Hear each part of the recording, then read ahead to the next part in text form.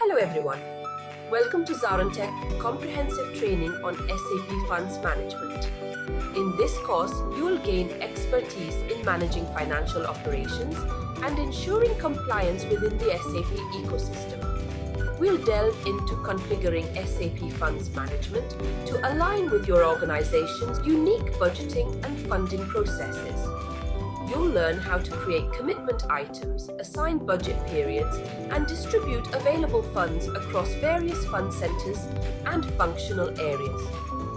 With ZaranTech's practical guidance, you'll be equipped to optimize fund allocation, maintain financial transparency, and ensure adherence to legal and regulatory requirements. By the end of this training, you'll possess the necessary skills to streamline financial operations and drive efficient fund management within your SAP landscape. But before we begin, please subscribe to our YouTube channel and hit the bell icon to receive regular updates from us. Now let us take a look at the agenda. Agenda 1, SAP Fund Management. 2, Fund Management integrated with. 3, Features of Fund Management. 4, Basic Configuration. 5, System Demo. 6, Budget Structure. 7, BCS partially complete. 8, Budget Control System. Let's dive in. Now we'll start with the topics of funds, SAP Funds Management. Uh, yeah, so the first session is I have some PowerPoints. So what exactly is SAP Funds Management? Funds management is used especially in public sector enterprises, or I have seen it being used in the Gulf region, UAE or Qatar, where the control over funds is an important function of the business. So they want to have a tight control over the expenditure and revenues and track it into certain specific buckets which are known as funds.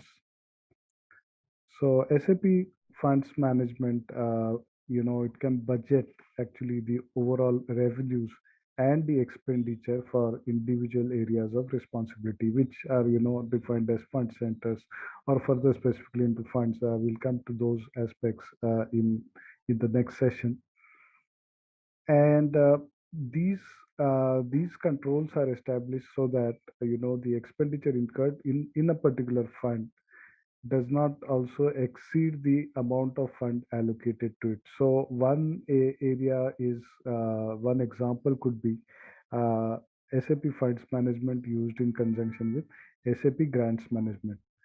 So as you know, in the US, the government spends a tremendous amount of money on education. And the education sector is a recipient of grants, certain specific grants, and they need to track how much money was used against a specific grant, and they have certain limits over the expenditure. They have certain limits on the type of expenses that can be incurred. So this is all controlled through funds management. And exactly my requirement, right? So to get to grant. So yeah, I mean, I don't interrupt you, but I'm going to work for a public sector client where they do have grants coming from multiple resources, and then in your purchase orders, in your whatever, they need to have commitments and grant, against whatever. So for example, like you would know, like $1,000 grant is coming from uh say for example organization A, 3,000 mhm, is coming from B's, whatever, like things like that. mhm. And to track um, how much of it are we using against, based on POs and all expenses and all that stuff based on each type of grant. That's exactly what I'm looking for. Perfect. Okay. So yeah, good to know we started with the right context. Okay. So and the thing you mentioned is like about the POs and all. So as we know, SAP being an integrated system, this funds management is also integrated with other modules. So when you do the purchase order, for example, or a finance expense, or for that matter, any type of expenditure coming from other modules, it is going to hit funds management, and we are going to get different types of reports that tell you the budget versus actuals.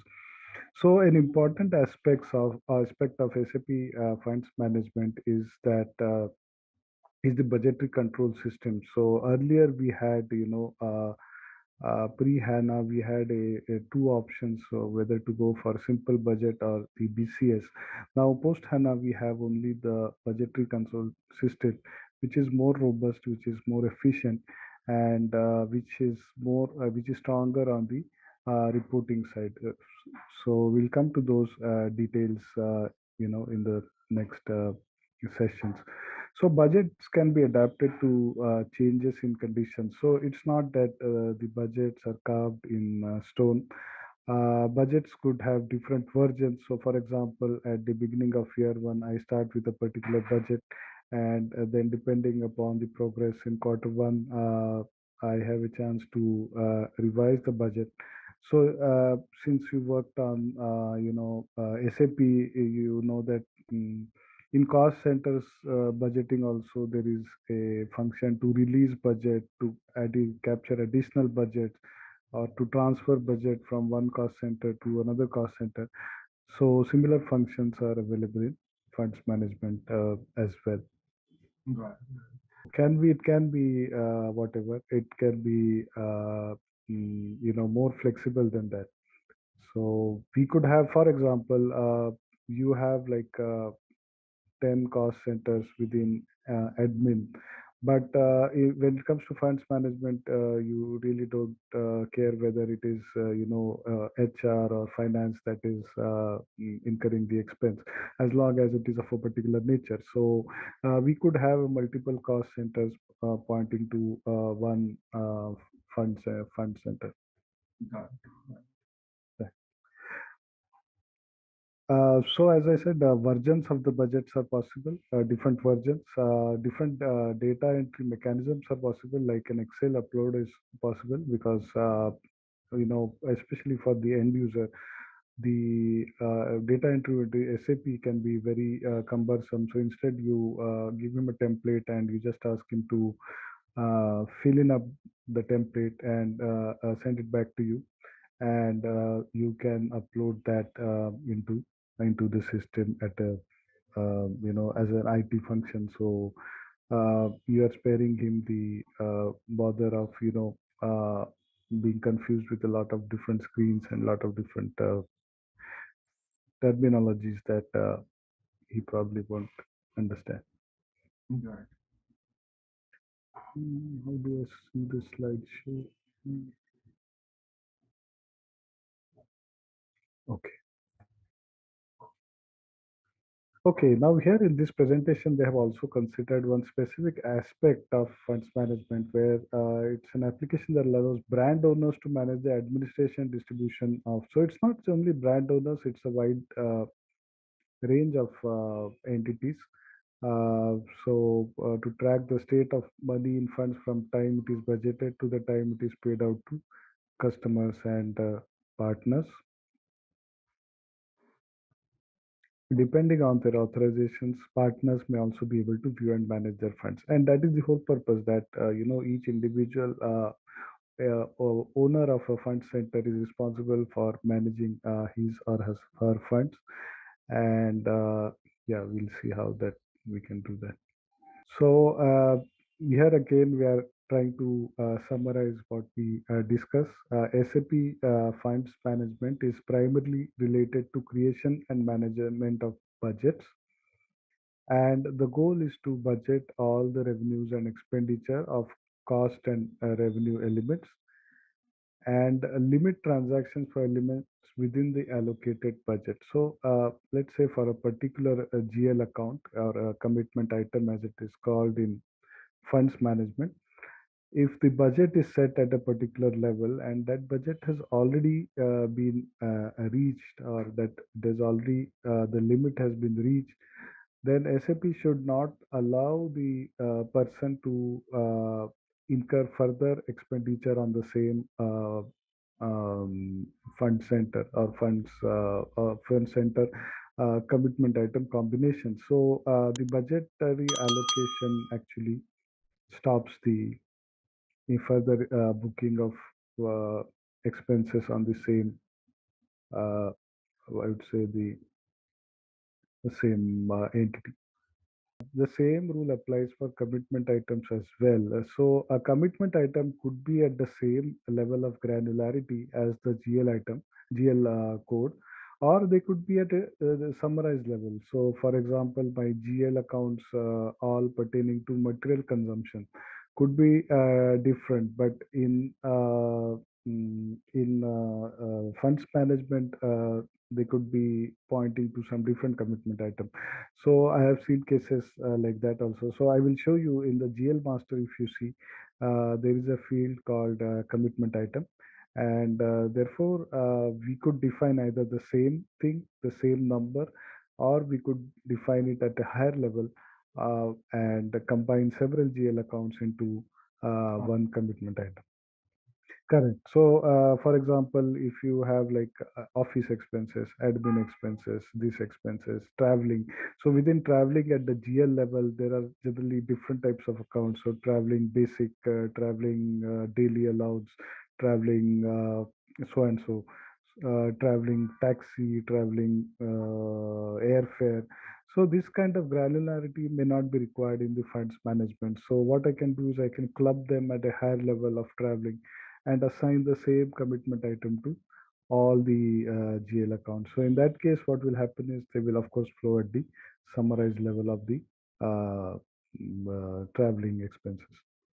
Uh, so this funds management is integrated with market development funds, trade promotion management, claims management. So these are very specific applications for pertaining to marketing campaigns or trade promotion campaigns. And yeah, so from what you mentioned, this may not be applicable to you. So, like a trade promotion management. So, if you have certain earmark funds for trade promotion, then you could, there is a module for SAP module for trade promotion as well. And then whatever transactions happen in trade promotion are automatically integrated with funds management. Similarly, market development funds. However, these are very niche products, and to be honest, I mean, not worked extensively on these products. Basically, these are, for very specific purposes. If we have any specific need, we could go into more detail of these products. And then it is integrated with SAP NetWeaver BI. So the budget control system is integrated with BI for reporting purposes. So we'll definitely see that how it can produce the reports. And of course, it is integrated with SAP ERP in the sense that all your transactions of SD, uh, FI, CO, HR are kind of flowing based on certain rules, certain derivation rules into funds management, certain master data and derivation rules, which we will uh, see in due course. Features of funds management authorizations to post into particular funds, grouping of the funds, budget postings, funds posting, fund usages, accrual of commitments, and scheduling and monitoring jobs. So we are going to see each aspect of this in more detail in the coming days. Yeah, so that's about the first part. Any other questions you have, Gaurav? Okay, so you said you are working for, I mean, your requirement is for kind of a public sector educational institution, right? I mean, where they have a similar concept of funds management, if I understand you correctly. So we will go to the assessment of this. Unfortunately, they have the answers printed as well. As- okay, so here goes. Which of the following option is part of the enterprise add-on EAPS? Funds management, public service specific core function, both A and B, and this is the add-on that is causing the issue with the system, right? So we clearly know the answer that EAPS we are trying to that activation is causing some issue, and hopefully we'll have the system up and ready. Uh, so EAPS, yeah. So as you can see, the funds management as well as the public service specific core function, both are covered under the add-on business add-on EAPS. Got it. Yeah. So as you may be aware, there is a transaction called SWF5, Yeah. which you can activate certain business functions, and once you activate them, the menus of the functionality of those will become active. Second question: which of the following option consists in the public sector of accounting? Funds management, internal controlling, commercial accounting. Well, I would say not a very well drafted question. I don't know what commercial accounting and internal controlling, but yeah, I think they're trying to link all these three together in the sense that the public sector accounting consists of first commercial accounting in the sense that usual commercial transactions are accounted for. Then internal controls, and these internal controls in SAP are achieved through funds management. So the right answer is all of the above. Choose the basic views of an organization of accounting. So I think this flows from the same question two. Budget view, revenue and expenses, controlling view, costs and revenues, and the commercial view, which is the revenue, expenses, and balance sheet. So the commercial view results in the presentation of financial statements like balance sheet, profit and loss account, and all the statutory reports that are sent out. In addition, your GL, etc. So that is the commercial view, receivables, payables, which you are already familiar with.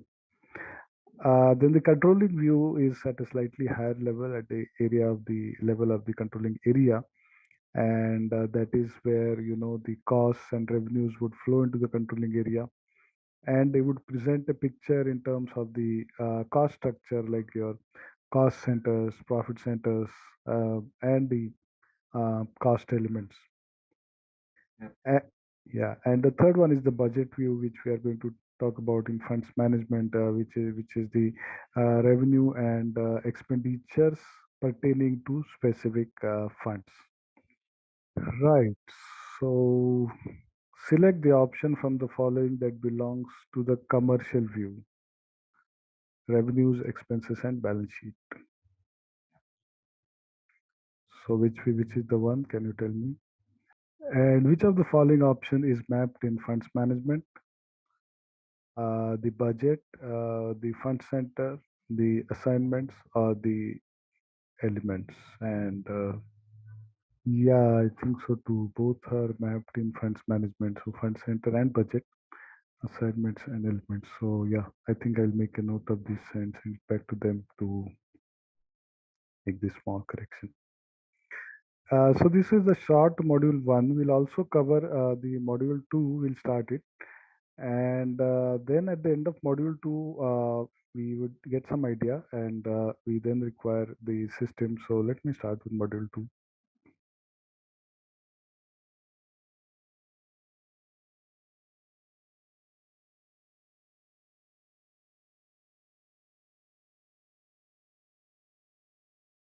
So in this case, we'll talk about the organization structure and master data in SAP Funds Management. And in the earlier session, we had some questions like how does SAP map funds management, and how does it integrate with the other areas of SAP, especially it has strong integration with SAP Finance and SAP Controlling. And I would say the rest of the organization structures, like your plants or your sales org or your HR structures, uh, they would be kind of available across different funds, say different structures or different org elements in funds management. So we really do not need any specific org structures in other modules for capturing the transaction, because SAP Funds Management will be hit ultimately when everything falls into finance. Uh, okay, this is the disclaimer, and I would just request you to spend a minute to read so that we are on the same page about this. This presentation, including examples, images, and references, are provided for informational purposes only. Complying with all applicable copyrights laws is the responsibility of user. So in some cases, images, etc., might be used, but it is not our intention to infringe any copyrights. Without limiting the rights under copyright, no part of this document may be reproduced, stored, or introduced into a retrieval system or transmitted in any form or by any means. And a credit shall be given to the images taken from the open source and cannot be used for promotional activities. Uh, here we'll talk about the specific org structures. So the organizational elements within accounting, in the SAP organization as we know it, and then we proceed to the SAP Funds Management org structure. Uh, then we have considered two scenarios where funds management is not active. How would the organization structure look like? And if funds management is active, how it would look like. Uh, in the next step, we come to the master data required, and here we'll talk about commitment items. Here we'll talk about fund centers. Here we'll talk about specific funds. Uh, then we talk about activating the funds for activating the funds effect, activating elements, and activating the grant effect, and master data activation budget in budgeting BCS. So BCS is the budgetary control system. We'll talk about that.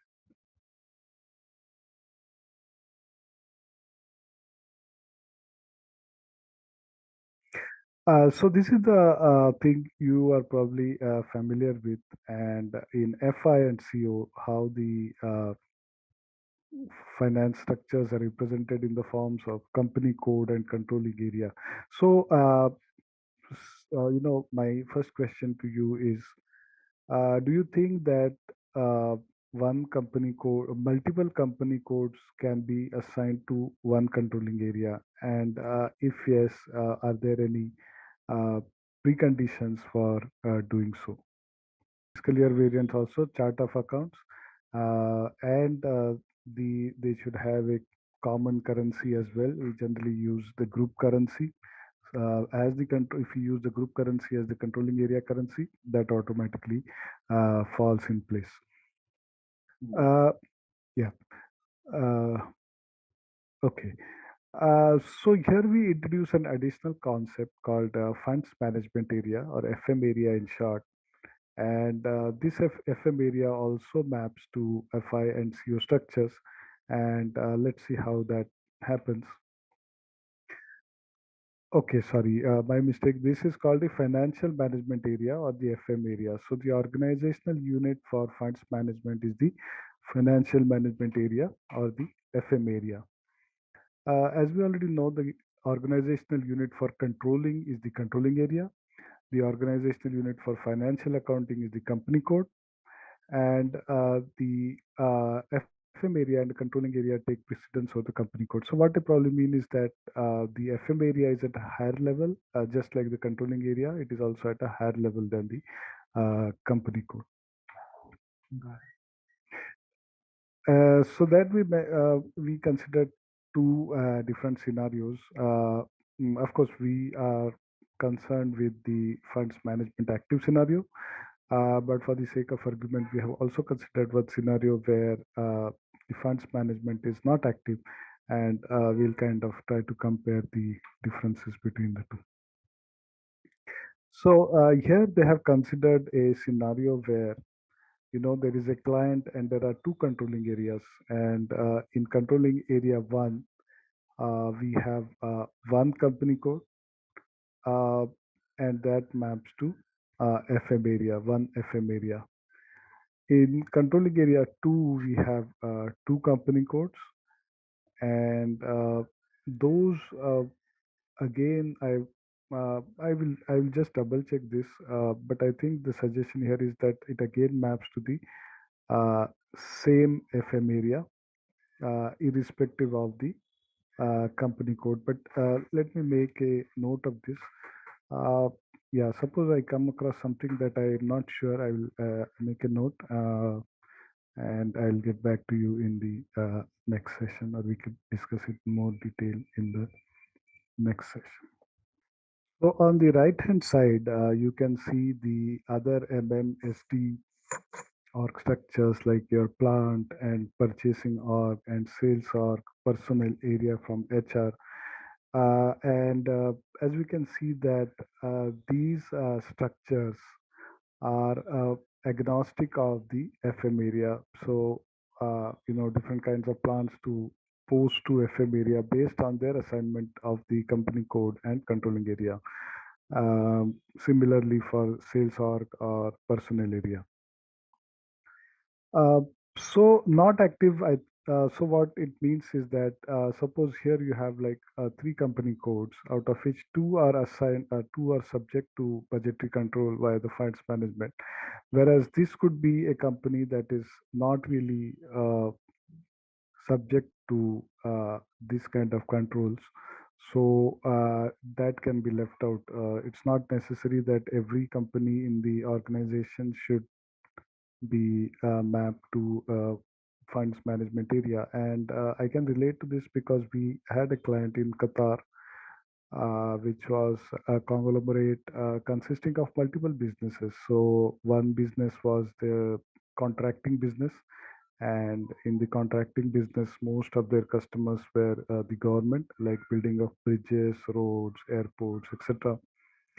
So those kind of business were subject to funds management control via the FM, whereas they were to other business like hospitality. So they had restaurants, a chain of restaurants, which really did not require this kind of funds management. So what we can say is that we can be selective when it comes to the funds management area. Here we are having one FM area across two controlling areas, whereas for a third company we do not have any assignment. So the transactions for company code 3 in this case are not going to flow to the funds management. Got it. And here they have considered the other scenario where it is in fact assigned to the FM area, so it can be assigned as well. So here it states an important thing is that all company codes which are assigned to one controlling area need to be assigned to the same FM area, or there is no assignment between company code and FM area. So here it suggests that all company codes which are assigned to one controlling area need to be assigned to the same FM area. You cannot have a situation where you have five company codes in one controlling area, and three of them are assigned to one FM area, and the other two are assigned to another area. So I think the reason could be quite obvious is that when we talk about the FM area, it kinds of represents one environment, like it could be a country, it could be a specific yeah, generally it could be a country, or it could be a specific region, for example, which represents one controlling area. And therefore to assign within that controlling area the companies to different FM area, it would not work. So SAP would not allow that. So we'll actually try to see this in practice, if we kind of get if we're able to replicate multiple company codes. But yeah, I'm really planning to do this later in the training. In the earlier trainings, we could have more, about the concepts and how the data flows from the various modules into the funds management. Got it. All other organizational units, such as those in logistics, Human resources are linked to funds management by the financial or accounting organizational unit, that is the company code. So as they say here, the link between the plant and the FM area goes via the company code only. So that is why you don't really require to assign these things the uh, to the any FM area. So to give you an example, suppose so in the earlier slide, we saw that this funds management also tracks commitments. So it is not necessary that the expense should be incurred, but it should stop you at the stage of the purchase order itself. So because there's no point in raising a purchase order that is not going to go through because the budget has already been exceeded. So in this case, what will happen is suppose I start raising a purchase order for the particular purchase organization, automatically the company code would come into the picture. And from there, based on the material or based on the accounting assignment, the funds FM area data would be derived, like the fund center or the commitment item, and the system would automatically check in the background whether if I allow this commitment, it is going to exceed the budget, and in that case it will stop you at that point itself. So it will give a message that the budget is exceeded, and depending on how the message is configured, whether it's a warning message or a the hard stop, it will not allow you to proceed. Because some organizations, when they control the budget, it's not necessary that it should be a hard stop, but the user should be warned that you are exceeding the budget.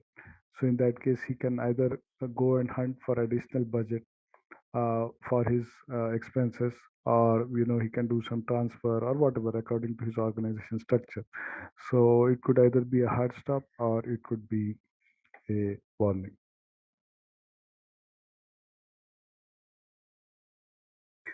Okay, so now we are going to talk about the various master data. So we have the fund centers, which are the primary master data for collecting costs. And I remember that in my going back to the same example of the Qatar project, when that contracting company used to undertake projects, right, road building project or airport project or any other project, that project automatically became a fund center. So that is where the costs need to be controlled, and those are the according to the project you could have based on it some logic. So like you could have the first four digits of the profit center, so on. We'd look at it from uh, mm, later. So that could be a way of tracking the costs at the level of the fund centers. Uh, com- Commitment item is we already saw. Commitment item is similar to your GL account, though it could be like a many to one mapping. So you can get, when you run the reports and the budget control system, you can get the budget versus actual figures as per the commitment item. So yeah, that is a uh, that that is where you can track the cost budget versus actual. Grant and funded programs. These are very specific. Applications and pertaining to cases where grants or funded programs are managed, and we'll look at this a little later. And functional area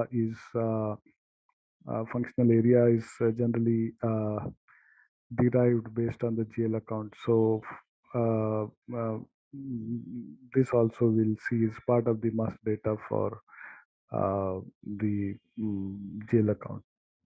So that gives you the type of expense. So this is a SGA or a material consumption or those kind of things. So sorry, Gaurav. You have any questions so far?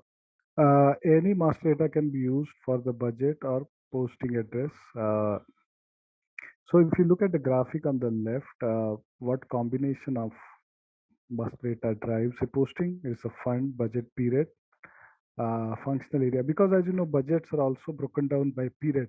So it could be either for a year, or you could break it down according to months. So you could have, budgets not to exceed in a particular period. Then you have the functional area, funded program, and grants. So fund centers set up the organizational units hierarchically. We'll see this. It is possible. Okay, one important thing is that it is possible to generate FM master data from CO master data using this particular program, but we need to be sure about the logic. So we'll see the details in the subsequent sessions. Activating the fund and functional area. So defining fund and functional, yeah. So they have given example of asset accounting where you could uh, define the fund or functional area in the master data, or you could have additional account assignment of CO, like a cost or profit center, being used to derive the fund and functional area. So we used to have, in this same example, we used to have like funds being derived from the first four digits of the profit center.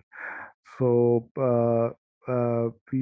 yeah, so it's not necessary that they should be specified, because master data sometimes, if you are using document splitting, for example, with profit center as mandatory, then all of your accounting documents are going to carry the profit center.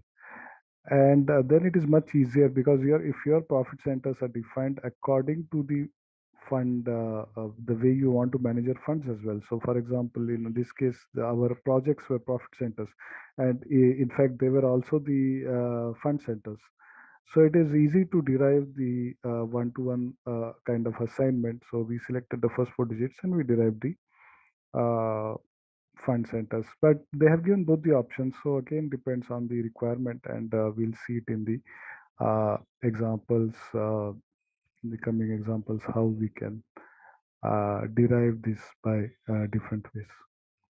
Yeah, so they are just explaining the previous slide. You can either define it the master data, you can post it in the document, or you can have derivation rules to derive it.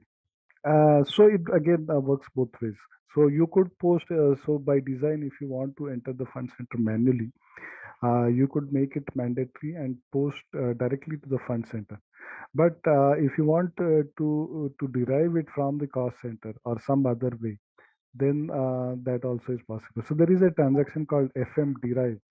We'll come to that. It's very robust transaction and gives a lot of possibilities to derive, the FM master data. So account assignment element blank. So here this is, they are giving the example where the fund center, fund functional area. So uh,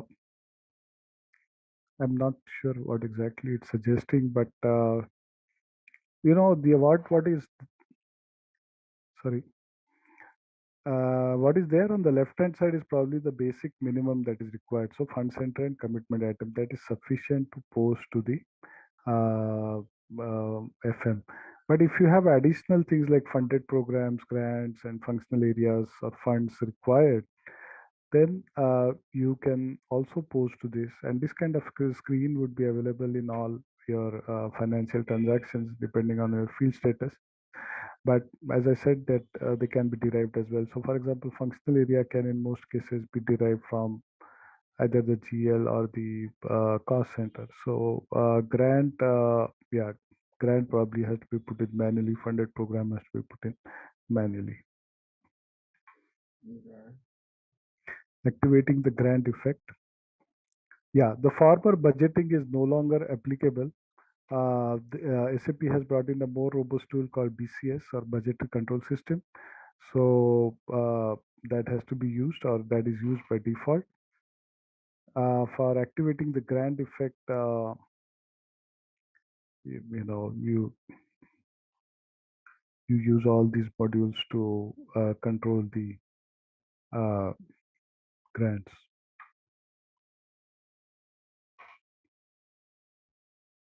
Master data activation in budgeting BCS.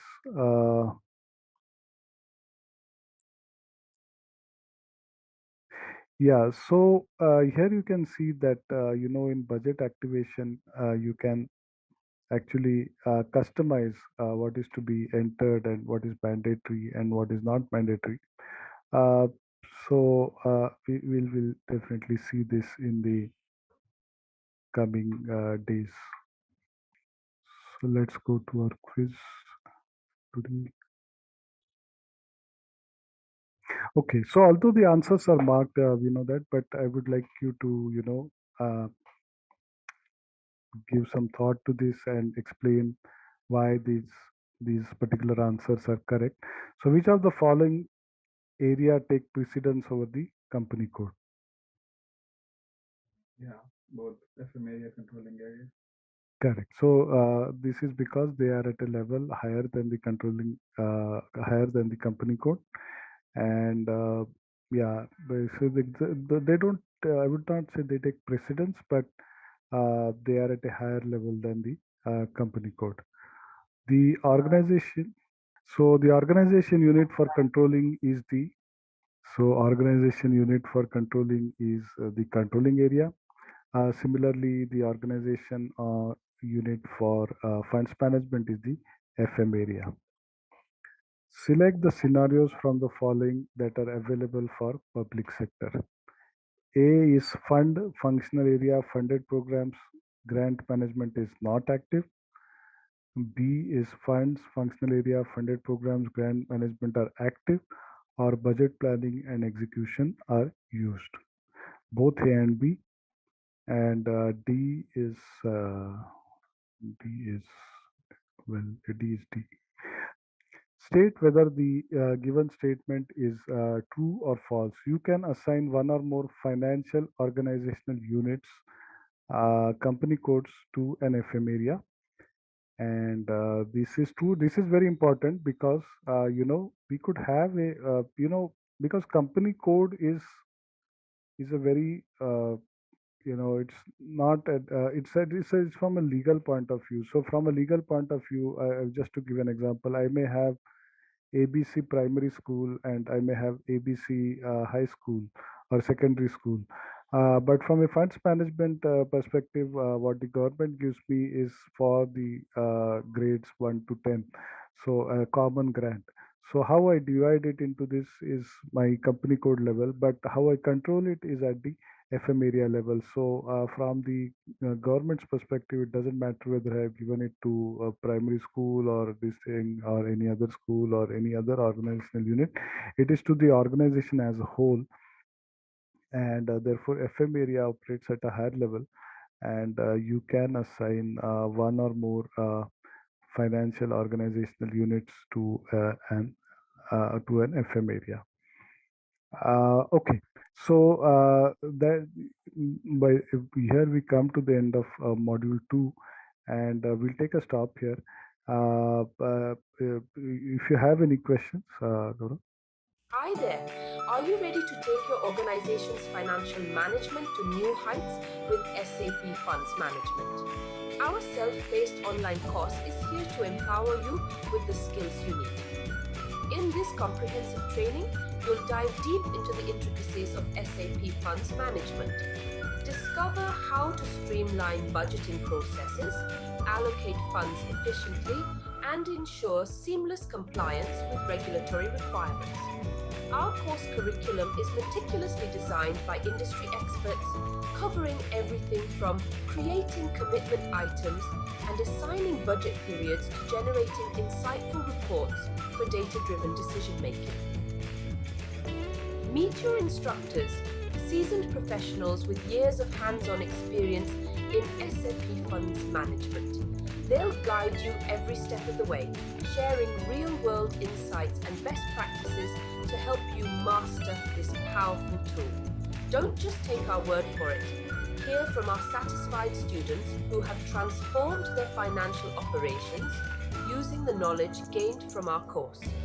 Best of all, this invaluable training is accessible at an affordable price, making it a smart investment for your career, growth, and organizational success. Visit ZaranTech's website below for full details on the training and enroll now to unlock the true potential of SAP Funds Management. Yeah, so SAP Funds Management we are talking about, and it supports in creating and executing budgets So this is used to budget all revenues and expenditure for individual areas of responsibility, to control funds transactions in accordance with the distributed budget, and to stop the budget being exceeded.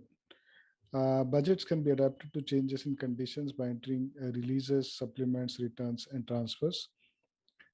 Funds management is fully integrated with the budgetary control system, and we'll see in the budgetary control system how the controls can be put and how the budget versus actual can comparison can be done. In addition, would you be interested in grants management as well, Kenny? Yes. Yes. Okay, Yes. right, right. So grants management is where we are receiving specific grants, and the utilization of those grants is being tracked against the actual expenditure against those grants. Mhm. And it is, like, as a separate module, but it is again integrated with funds management and budgetary control system. So we'll activate that as well in the test system, and we'll have it in the cover it in the subsequent sessions. And then we saw that we can have several versions of the budget. uh, Generally, we start with some budget, and then there could be changes as we go along, and these could be captured in the subsequent versions. Yeah, so we have created one example organization here, and let's go through it in Excel first, and then I will walk you through that in SAP, and we can see how to create the various master data, etc. So I have created one new company code called ZaranTech, since this training is being conducted by ZaranTech. So the company code is ZARN.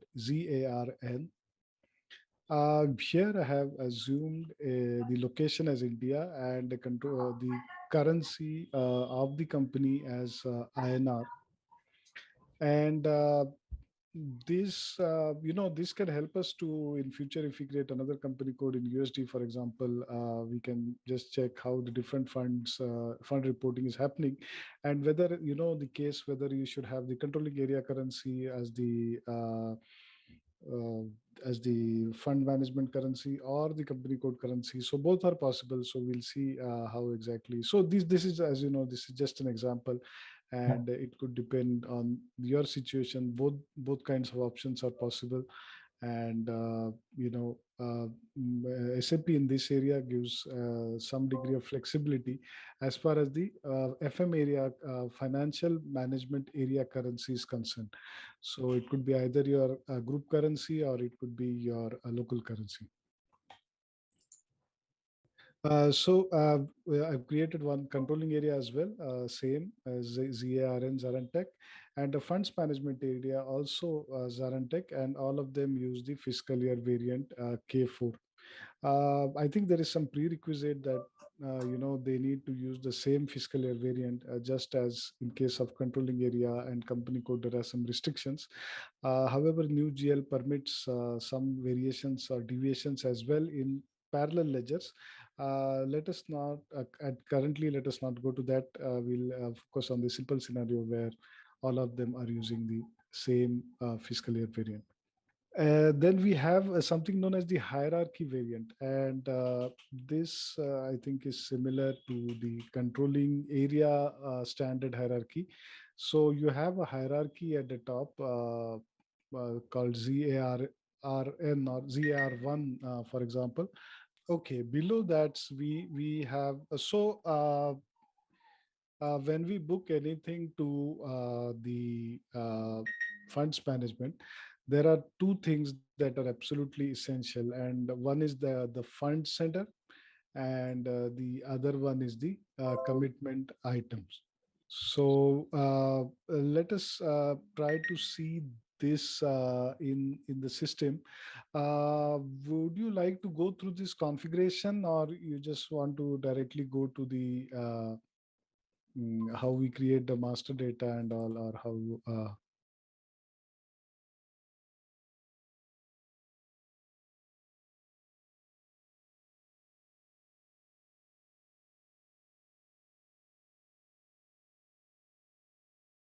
So I copied from the standard company code provided. Now this is a HANA system, and as you know, in HANA now they are providing this 1710 company code, which is the best practices company code. But surprisingly, the chart of accounts is not, perfectly aligned with the way we have it in our mind. But I think it's fine because in the interest of time, we have just copied that chart of accounts. As long as we have a sufficient number of the revenue accounts and expense accounts, that should be fine. We could create some more additional accounts as we proceed.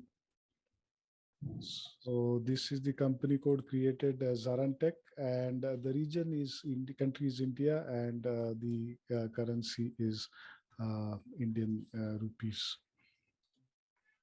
So similarly, I would define the company as well here. I don't think I did that, but yeah, the company is there as well, ZaranTech, Mhm. and that is also based. I mean, it's the same thing, representing the trading partner.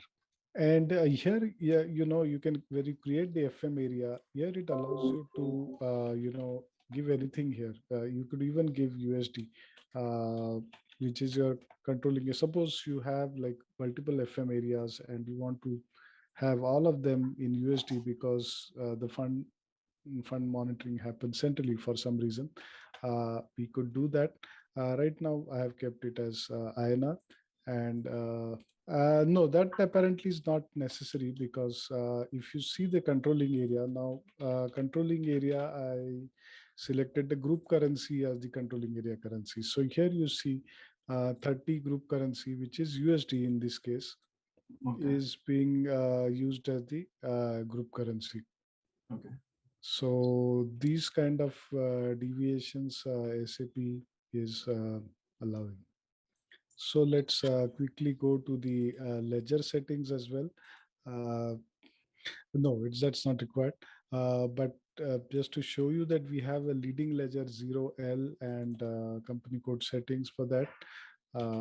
This is just a basic finance setting. We don't really have anything in funds management for that. Okay. So now let us go to each of these settings, and when we kind of activate the, okay, one more point to be noted here is that I will quickly show you what we were struggling with when we were getting the server. And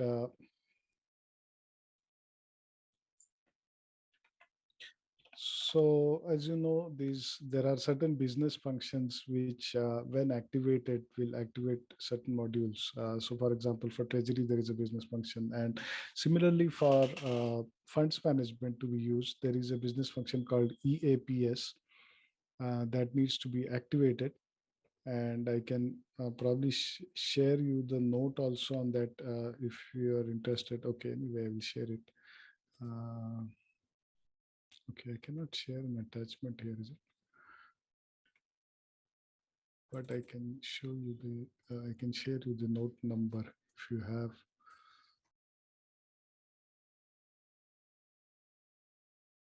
You cannot chat with everyone. Okay, I think they have disabled some chat features. But the note number is 2503381. And as it says here, you want to know the first steps to activate funds management, or you want to know how to disable funds management.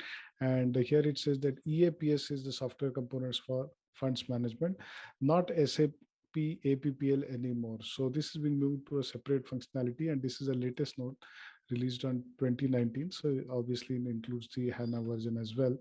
Uh, so let's see how, I mean, this is just briefly, I'll tell you, we will probably the system that you will get may have the funds management already activated. This is Salt Lake City, by the way. I was in a few years ago. Okay, so this business function will remain activated. So we have activated this on 10th of July 2022. And that is how when you activate this function, two things will happen. One is that you will get under accounting, you will get a menu for public sector management, which doesn't appear unless you activate the business function. And similarly in SPRO also, the corresponding menu will appear. That is, this public sector management will appear. Mhm. And yeah, then you are free to do the configuration for public sector management. Right.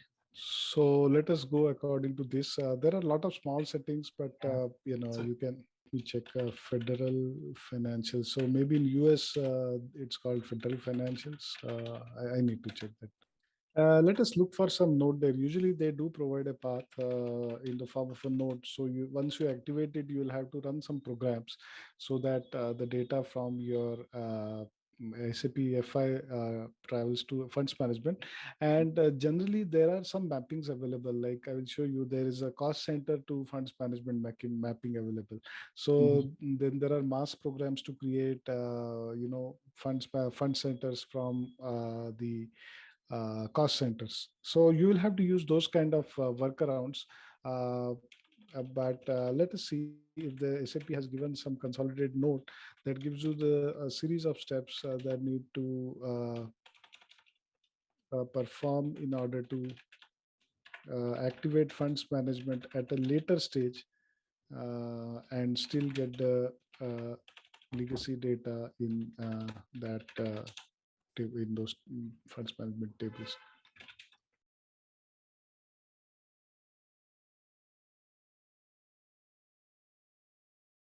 Okay, so let's move on to the first one, that is activate global funds management functions. So public sector management, funds management, government basic settings. Yeah, so this is basically one checkbox. Activate account assignment. No, not this one. Yeah, basic settings. Activate funds management functions, and here a checkbox is there which you need to activate. So funds management, and yeah, it's a one-time thing. Once activated, it will probably remain active for a long time. Then you go to define global parameters, and here you define the global parameters. So this is the global parameters for the funds management area. And basically this is nothing but your number range and your fiscal year variant. I did not try assigning a different fiscal year variant. Let's see if that works. So suppose I want April to March here, when the controlling area and company code have a different fiscal year. Shall I save? Yeah, it's allowing me to save. So apparently there is no constraint to have the same fiscal year variant. But okay, I'll make a note of this. I'll change it later so as not to upset anything at this stage. So if something goes wrong tomorrow, I still have time to correct it. So try changing. Honestly, I've never tried this fiscal year variant to V3 for VARN.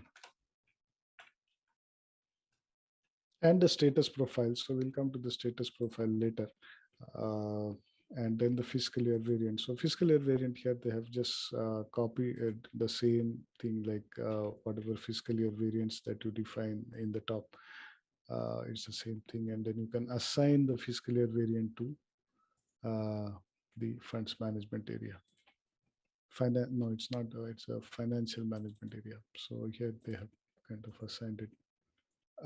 Then you create the hierarchy variant, and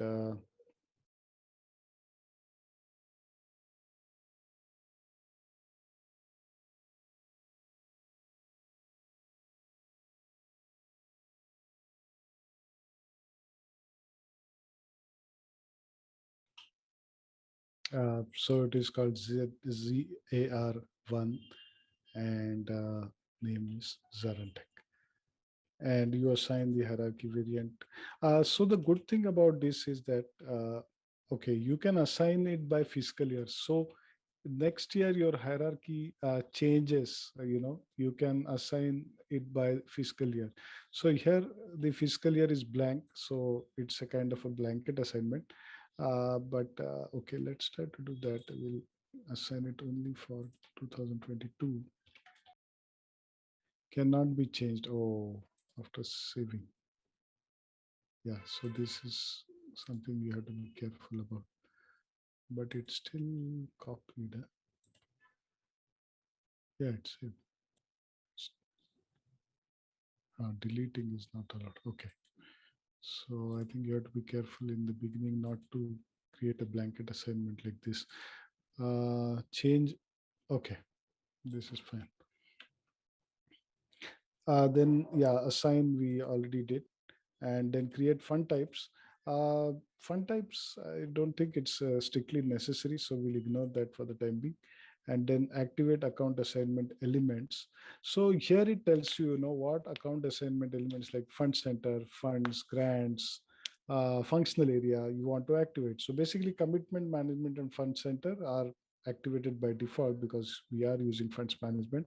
But there are some additional account assignment elements like grants, for example, which are not really mandatory.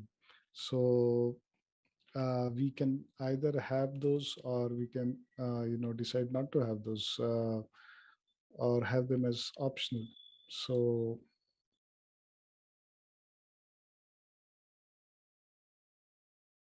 general settings, activate account assignment elements. Okay, so here we have activated three: fund, functional area, and grant.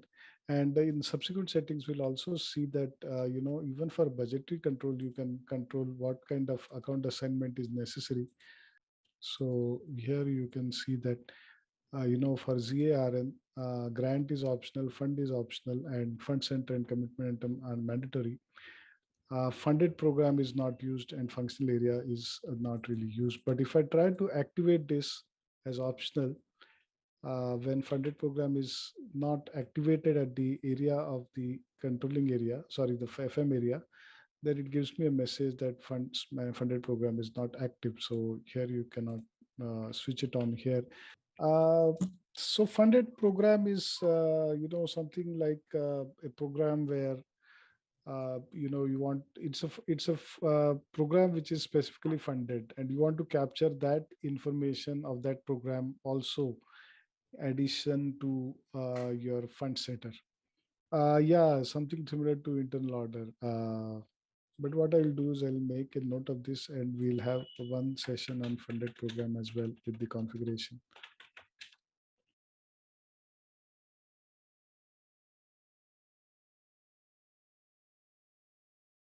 Right. So now we have gone through this. Uh, so let's go through the PowerPoint presentation of the third one.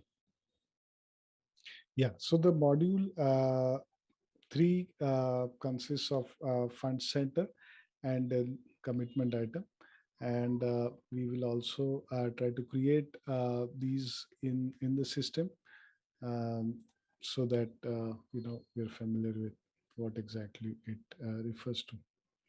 And hope I'll keep on referring to this. So okay, so what we have assumed here is that ZaranTech basically has three types of activities. One is they have educational courses, which could include hardware courses and software courses. Then they have library operations, which is more like a cost center. And then they have some kind of educational research going on. So that consists of research staff and consumption of materials or other expenses on the research. So yeah, this kind of thing we'll try to replicate in the funds management.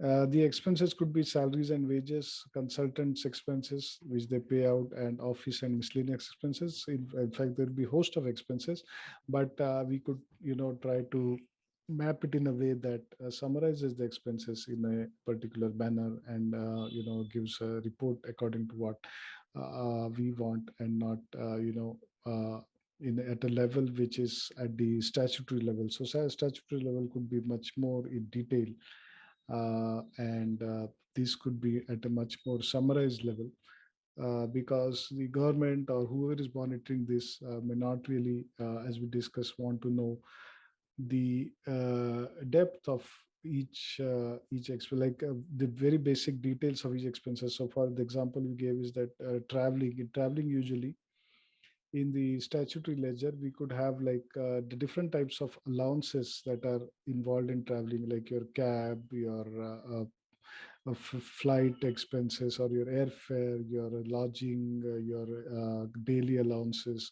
All these could be categorized into separate accounts. But when we talk about funds management and the budget control system, the person who is monitoring this may not be interested in how much amounts or pennies are spent in each of these, but he wants to know in travel as a whole how much is being spent. So we could have that kind of summarization.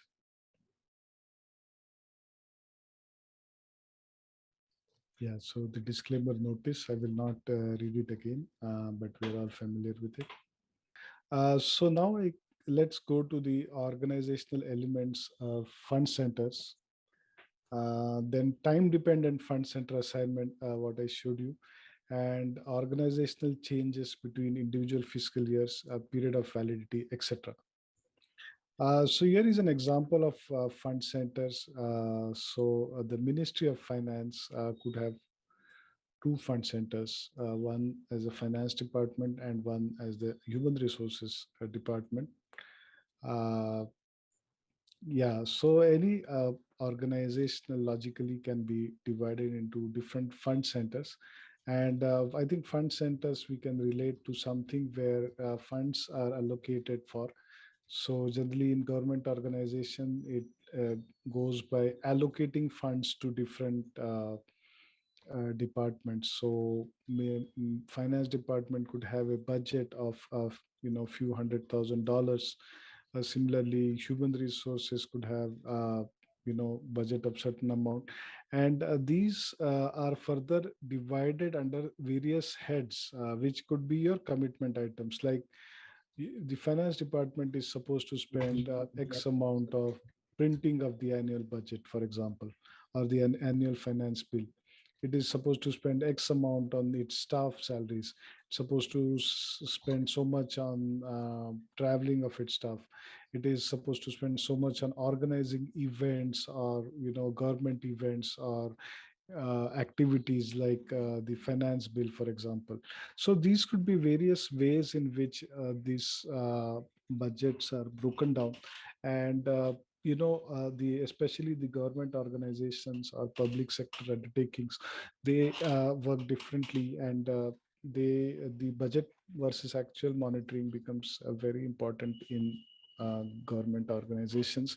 And many of the educational institutions or the government departments are in fact cost centers. So they don't have any source of revenue other than the budgetary allocation or the grants. Yeah, as you can appreciate that, unlike a commercial organization which needs to balance its revenues and expenses, a government organization gets allocations, fixed allocations in terms of expenses.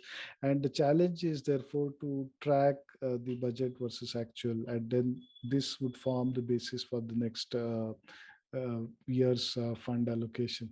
So sometimes we have weird situations also that government organizations spend maybe 25% of their amount in the last couple of months because they did very well financially in the first 8 months, but there is no incentive for them to save and carry on, save something and then pass it back to the government. Of course, that is not related to this. I mean, this is we're talking in very general terms, but yeah. So fund centers are used to represent organizational units or areas of responsibility and arranged in a hierarchy. So I would say it's similar to a cost center, but may not be at that granular level of cost center. Every fund center that is not a top fund center has one superior center, which is defined in the master record of the subordinate fund center. So yeah, this is kind of a hierarchy also of just as we have cost center groups and cost centers. The fund center master record contains important information such as the name and description of the fund center, the name of the person responsible for the fund center, and so on. So this is very similar to your cost center. Who is responsible for it? What is the name of the fund? And what is supposed? What kind of expense is to be booked under it? Okay, so now the time dependent. So we saw that the hierarchy can be time dependent. So I can have an X hierarchy for fiscal year 2022 and a Y hierarchy for 2023, for example. So some departments may get rearranged, some things may get rearranged. So here they have given an example that 2009, under the top node of the hierarchy, you had A1, A2, and A3, and below A1 you had two departments, and under A2 you had again two fund centers. But this got changed in 2010 due to some reorganization, and this got rearranged in this fashion. So this kind of hierarchies can be changed based on the year dependent thing. And definitely we'll try to create one more funds, one more company code, and one more hierarchy area, so that we are able to see this sometime in the uh, future lectures. So this is the peculiar aspect of fund center hierarchies. Either individual fund centers or complete substructures can be reassigned from one year to another. So yeah, here you can see that this here they have spun off this A12 and attached it to A3 instead of A1 earlier. So this whole subtree was removed and attached to this different fund, different parent. The existence of a fund center can be limited to a specific number of years. So it's quite likely that certain funds are made available on an ad hoc basis.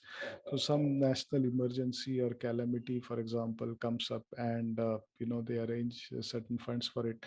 That doesn't get carried, that structure doesn't get carried forward to the subsequent years. So some fund center can be limited to specific number of fiscal years, and new fund centers can be defined as valid from a specific fiscal year. So time dependent again. So everything is kind of time dependent. A fund center can be time dependent. It can be terminated after a certain number of years, and the hierarchies can be changed from one year to another year. So this is how we create a fund center, and we'll actually create a fund center in practice. So yeah, so if you want to assign a fund center to a year dependent hierarchy variant, you need to ensure that the validity period for the fund center covers the fiscal year. Yeah, this is quite logical, because unless the fund center is valid for that fiscal year, it won't get assigned to the hierarchy. So this is about fund center. So what we can do is we can try to create a fund center here in the system, and then I'll pass on the control to you, and then probably you want to create one yourself. Yeah. So here we have the fund center. So first I will display the fund center which is created.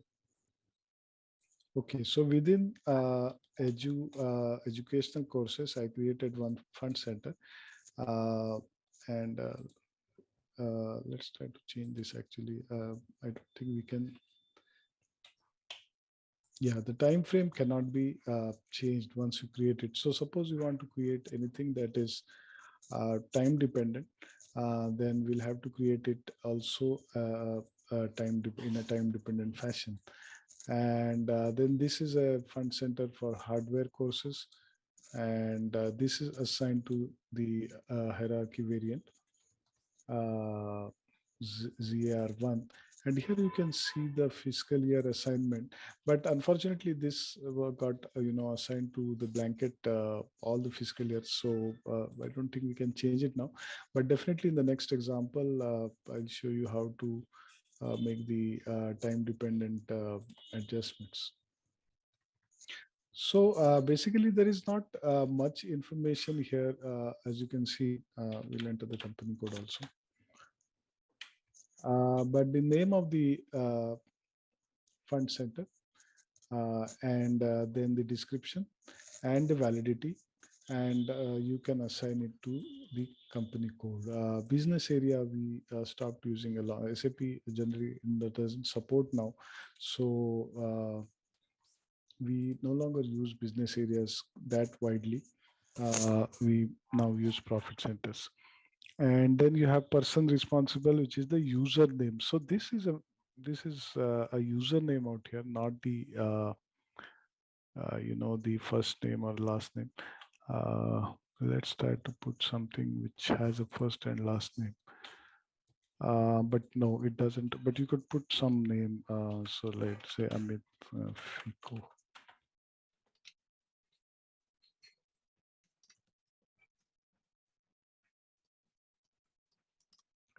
Here you could put the address of the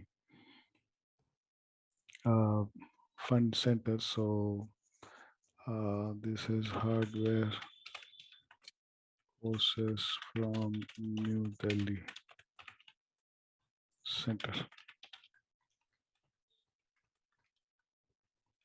So is this mandatory to put address and all, or just we're doing it? No, this is not mandatory. So mm,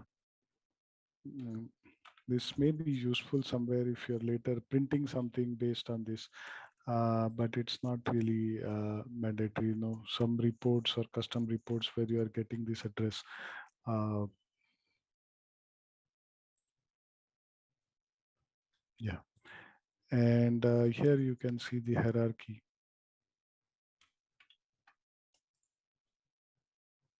So here we have the both ways. So just like your cost center hierarchy, you can create in OKUN as well as you can create in first create and then assign. So the same kind of functionality is available here also. But you know, in additional to that, here is a time dependent factor is also there, and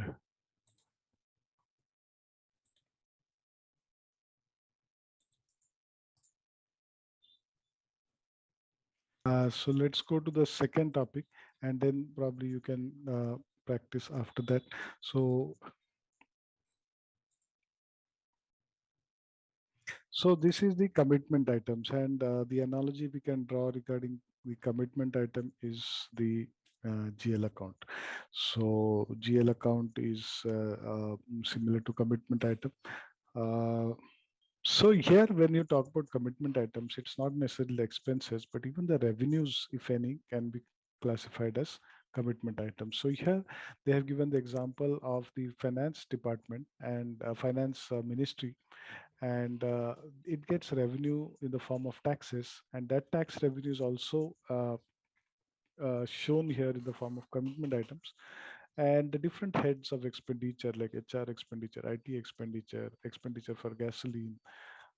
So this structure is similar to your income statement or your profit and loss account as they call it, and this could be summarized. So we'll see in a minute how this can be done. And the expenditures, yeah, so this is kind of a free form structure which you can build, the user can build according to his reporting requirements, and here they are classifying as current expenditure, investment expenditure, and other expenditure. So this could be like, suppose a road ministry is building roads, for example. So that could go under investment expenditure, but the administrative salaries could go under current expenditure. So that kind of classification can be done. So this is the screen of commitment item. Here they have created commitment item, fiscal year, and FM area, and whether it is directly postable or not. Directly postable means whether it is postable from finance, etc., or not. And then there are different types of mm, uh, commitment items. So we'll see that when we actually go to that screen. The commitment items key has 24 digits. So it's by a pretty long description it has. In addition to the header data, all other master data parameters are available in the tab pages, And you can define the control of entity fields in customizing using a customer specific field string. So what kind of data you want to capture is like a field status for the GL account. You can control what kind of data you want to capture. You should hide functionality fields that you cannot use or do not want to use. You can define several posting object levels. Let's see this. And this means that under one postable commitment item, you can have further postable commitment items. We'll see this in subsequent lectures. Okay, if a commitment item is flagged as statistical, then that means that it cannot be budgeted directly. So uh, what could be an example of a statistical commitment item? Some kind of measures which are non-financial measures could be captured as statistical commitment items, for example. So this does not participate in budgeting, nor does it take part in availability control. So, for example, when the system is supposed to stop, making an entry if the budget is exceeded. So that does not happen in case of statistical, because as the name suggests, or if you might have seen statistical orders, for example. So statistical orders are not real objects, and you cannot budget for statistical orders. They are just for capturing additional information about a particular thing. So similarly, in these statistical commitment items can also be used. Uh, so if you want to capture some data, like for example, you plan for reaching out to let's say 10,000 people in your county for the delivering the COVID vaccine, and in actual you had some X figures. So those kind of things can be tracked probably using statistical postings. Okay, these are the categories. So this is generally, this classification is relevant whether it is a what kind of account the original account is, and could be a revenue expenditure or revenue posting, could be a goods receipt issue, payable receivable, because based on different categories. So for example, I can even track the movements in payable receivable, but they are not pertaining to my expenditure. So uh, they should be reflected in a different way. So for example, my AR or APGL accounts, if I make them as commitment items, I would make them as uh, financial transaction 60. Mhm. So yeah, so they would display the movement in that, but that movement could be, it cannot be tracked in the same way as expenditure or revenue. Uh, it can be used in other ways probably. And then the cash holding, or 90s cash holding, the most commonly used I have seen is 30, because it tracks the expenditure and revenue posting. 60, 80, 90 or 40, I don't think, unless you are working in some kind of a project environment, and then you want to track the changes in the receivable payables in the projects. So that time you can use these other things, or bank clearing, or the cash movements in projects. So in that case, you can use the other categories.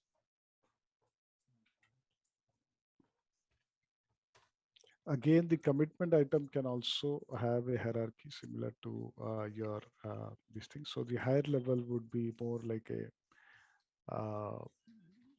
uh, group of GL accounts or commitment items, uh, and the lower level. But the good thing is that even the higher levels can be budgeted and posted.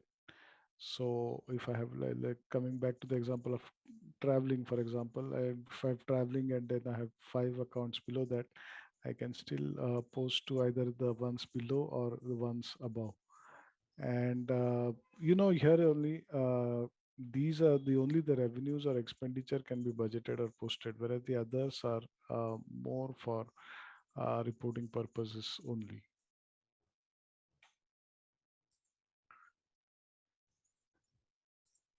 Um, Commitment items classify the budget according to revenues and expenditures. The financial transactions and item category are the control parameters used to define the meaning of a commitment item.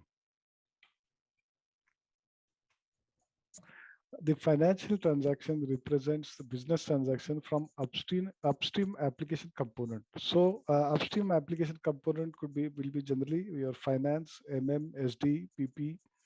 So these trigger transactions in funds management, and it could be a revenue item, expenditure item, or a cash balance item. And it is not our intention to make entries directly in funds management. All these are upstream entries should automatically trigger the entries in funds management. There are certain exits available, for field check and create change, insert fields. So these exits, can do certain checks when you create the commitment item master data, or they can auto populate certain things from the GL master when you uh, create a commitment item.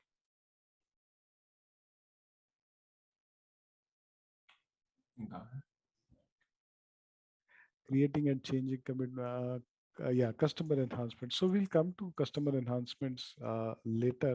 We can have few examples where where we deal with automatic creation of funds management. And okay, FM account assignment is set up by integrating organizational and structural posting elements. So here you can see that the combination of fund centers and commitment items results in a posting in SAP Funds Management. Uh, so yeah, I mean we will see that when how to do that. So let's see an example of the commitment item being created, and I created one. Let's create one more.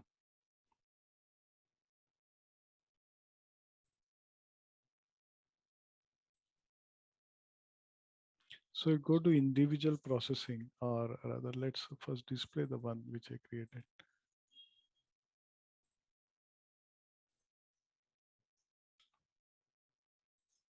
So here I have created one called general expenses, and these general expenses could be assigned to the GL account. So that also we'll see. And here it is directly postable, and the category is 30, that is post revenue, expenditure, asset, and inventory stocks. So these are actually the revenue and expenditure items, and then the further the category is whether it is a revenue, expenditure, balance, or clarification work list. I don't know what clarification work list is, but yeah, basically whether it's a balance sheet item or a revenue item or an expense item. And you could assign a default fund center here so that if it is not provided in the original transaction, it should mm, it should take the default assignment. Statistical commitment item checkbox can be checked. We can uh, have it as statistical for certain purposes. Now, what we'll do is under general expenses, we will create one more, because here it gives you the hierarchy assignment and superior uh, uh, commitment item also. So let's try to create one more commitment item. Create. So what I'll create is office expenses, for example. So here it can be either alphanumeric or numeric. If I want to replicate the GL account here, I can actually replicate the GL account also. But just now, let's see, we'll create one called office expenses. Office expenses. And the name is office expenses.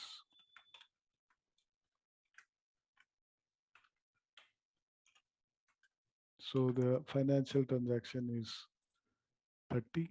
The expenditure or revenue commitment item category is expenditure again.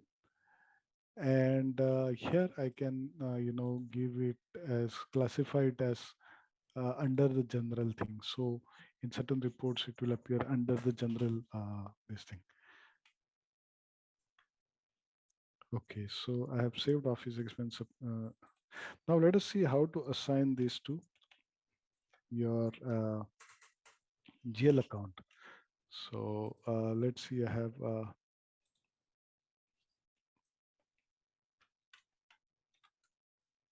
ZaranTech. The bad thing is their GLs are not well structured. Yeah, okay, but the accounts are there anyways. So which one? Other operating expenses. Actually, the YCO, no, see now what has happened is in S4 HANA, they have changed the methodology of implementation to a show and tell or a conference room pilot kind of methodology. Yeah, So yeah, so you're aware about it. So this is a predefined thing which is provided by SAP. But for some strange reason, it's structured in a very weird manner. So generally, you would expect this to be like assets, liabilities, and income. So I don't know if somebody added this because this is a demo server, and actually it should not have anything which is. Uh, so if you take a list here, so you have this term loans and also all the liabilities, then bank, which is fine, and then short-term investments. So the 1 and 2 series are okay, which is the assets and liabilities and assets, and but the 3 series onwards, it's a bit spread out. But I think they have all the accounts, so it should not be a problem. And anyway, we need only a few. So payroll, yeah. So here you can see, the payroll.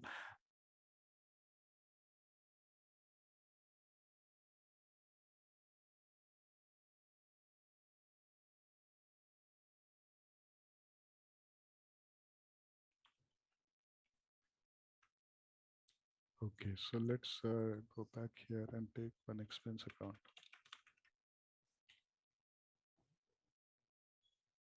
Okay, let's say other expenses, TRM, for example, other expenses. Okay, so here this other expenses is there, and I want to assign a fixed commitment item to this. So if you go to this tab called Create Bank and Interest, one field is available here, and the commitment items that we created would be visible here. So if I assign this to this, uh, you know, that kind of assignment will be derived automatically when we uh, post in financial accounting.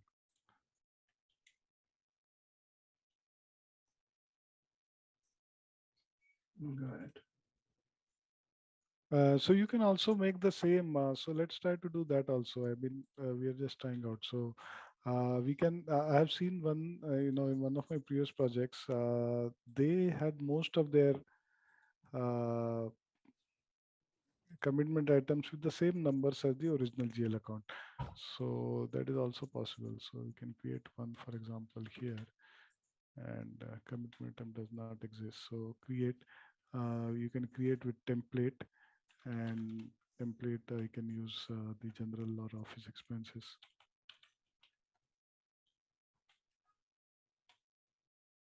And then it would copy. So let's say what this is called.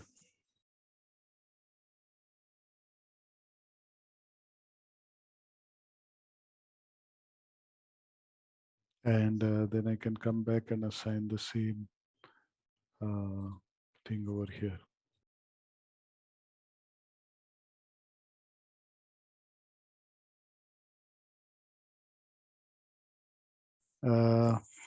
Right. So do you want to try that out now? I'll pass on the control to you.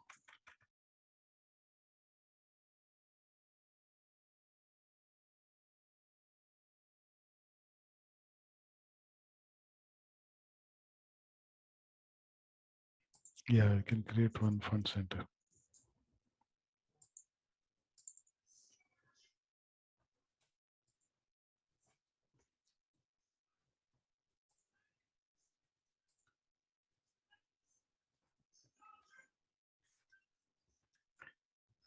You can call it like software or yeah.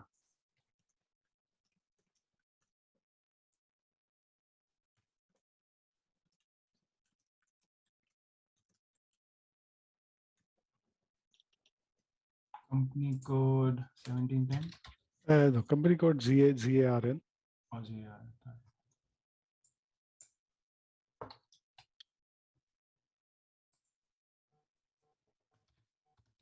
Okay, the username has to be selected from the list of users. For some reason, it's made as mandatory, but we can switch out that mandatory thing. But right now, you can enter any of the user. Yeah. And So that will come by default. If you want to assign any superior fund center, then you can do that.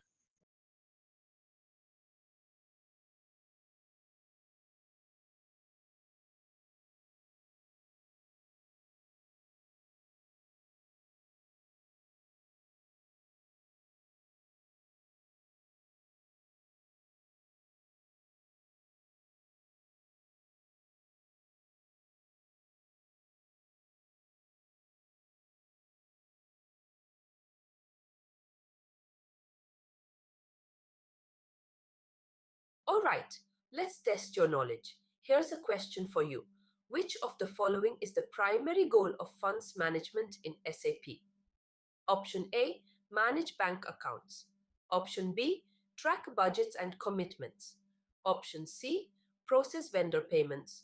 Option D, handle investment portfolios. Take a moment to think, and when you're ready, choose the correct option.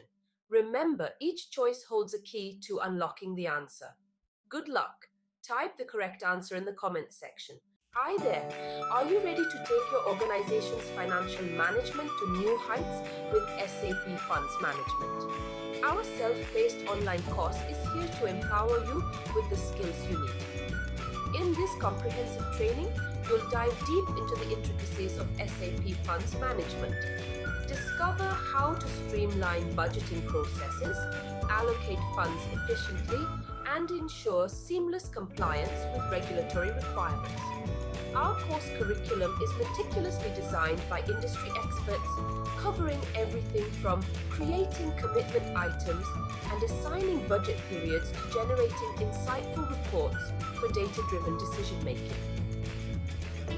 Meet your instructors, seasoned professionals with years of hands-on experience in SAP Funds Management.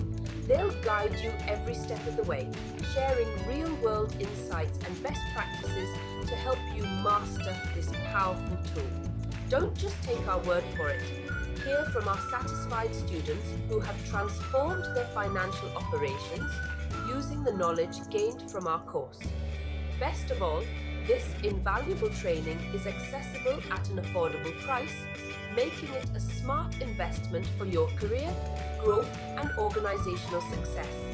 Visit ZaranTech's website below for full details on the training and enroll now to unlock the true potential of SAP Funds Management.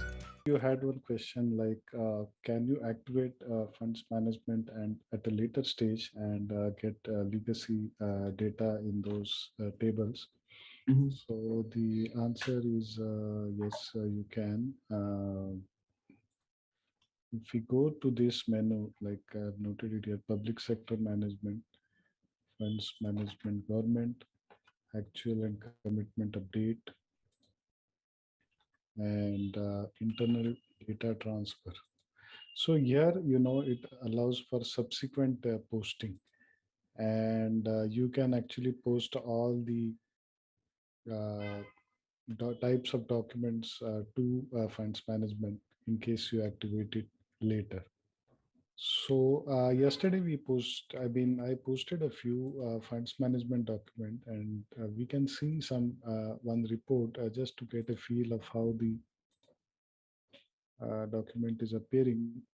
So if you go to information system and then line items, so both the BCS, the budgetary documents are appear separately, and I'm looking for a report that shows both of them together. I mean, that's the whole purpose. So here I have posted one budget document of 100, and then the actuals. So if you look at actuals, all postings, Uh, I give the FM area as our FM area, then the key date and the posting period, and you could further restrict according to grant or fund center, etc. So grant is more from the from the person, the more from the person who is giving a grant for a specific purpose. So suppose I get a grant for a specific purpose, then I can create the grant, and then I can track based on the grant as well. So within a fund, there can be various grant which are more specific. And not only that, there are some additional functions in grant available. Like what happens is sometimes a grant is given, and the person who is giving the grant expects you to incur expenses based on certain criteria, and only certain expenses are reimbursable if they kind of fulfill the criteria. So the grant could be like, that you incur the expense first, and then you can bill out the expense to the other person via SD invoice. So actually, we will when we see the grant, we can actually come to that. But as you rightly say, or think, the functions are more or less similar. So it really depends on what you want to use, whether you want to use grants or whether you are just happy with fund centers and funds, because the function of funds and grants seems to be a little bit similar. So for example, I get government grant, I could create it as a fund and then I monitor it myself, or I could create it as under grant management. And so what I think is that a grant management can be used when you are faced with more ad hoc grants, whereas funds can be used when it's kind of a regular uh, thing. And although the fund may have certain restrictions, certain limitations, it's not kind of very micro managed. Whereas a grant may have, sometimes people run campaigns for donations, etc. And those grants which are taken are, utilized in a very particular manner, and some kind of reports are also sent out to the person who is giving the grant, or he may be billed based on the utilization. So that kind of additional functionality is available. So billing out to the client based on the utilization of the grant, or where the grant is actually reimbursed after you incur the expense. Got it. We'll come to the details when we go to grant management. It's also possible that we discover some things which I'm not able to explain at this stage very eloquently. So yeah. Okay, so these are some of the documents that I posted here and which are now appearing in the document journal of the funds management. So this is a kind of the commitment item here, the fund center and the fund. So I've also created few funds, and I will create a few funds today because that topic is covered. And then you have the GL account and the company code. So this company code can actually go here. And, so the document is kind of replicated in this, and the committed budget is here as well. So when we do the budgeting, that will appear over here. Uh, and then you can get actually the committed budget versus the payment made against this.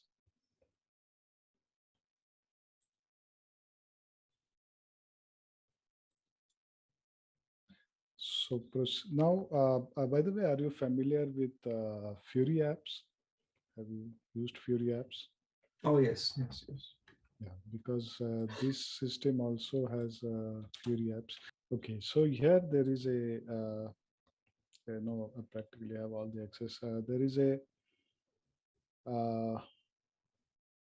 thing for budgetary master data. I think this is the one, budget monitoring, which has all the funds.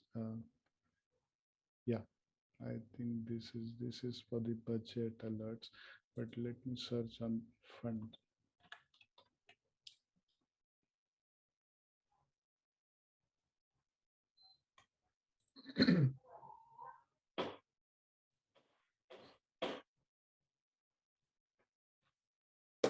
Okay.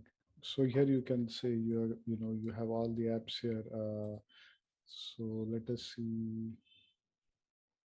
manage funds and manage fund centers.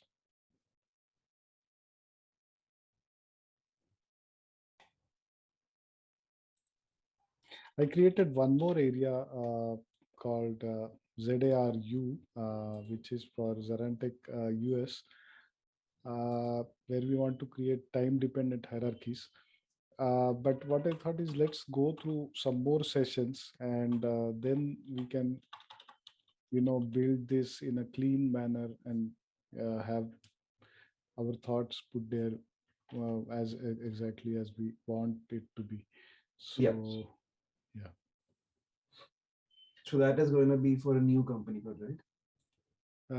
New company code, correct.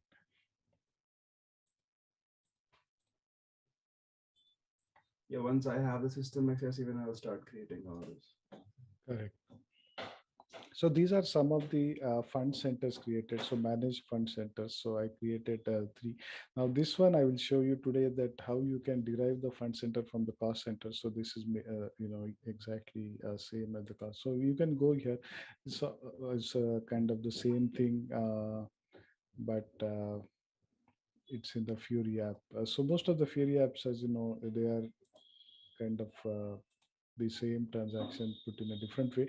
But here, as you can see, the amounts that are posted for the budget also appears here, and that is the beauty of. So here you can actually see the budget as well of on the fund center and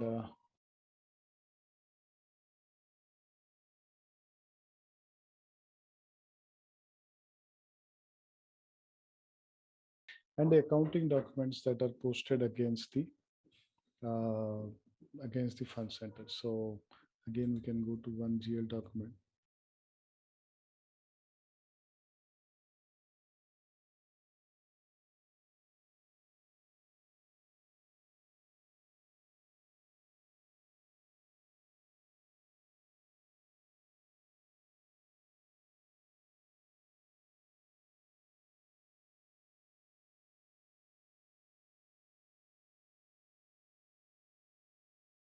Could be an authorization issue. So yeah, I mean, this is the same thing that we saw here in the actuals. The document can also be displayed. So now let us go to the next topic. And today we have like three subtopics there, which is funds, functional area, and funded program. So yesterday you had some questions on the funded program. Again, funded program and grants seems to be similar. So here we probably can, once we see the grants, we can decide which one is a better alternative.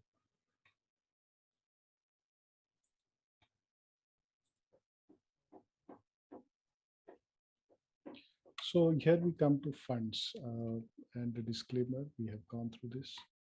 So fund allows you to map the origin of funds. So for example, Ministry of Education or EU, or in my sheet, I thought we could create like government grants and private sources as two funds, whereas the fund centers are where you are consuming the funds, and the funds is kind of the source of the funds. So here also they have like Ministry of Education and EU, so different sources of funds.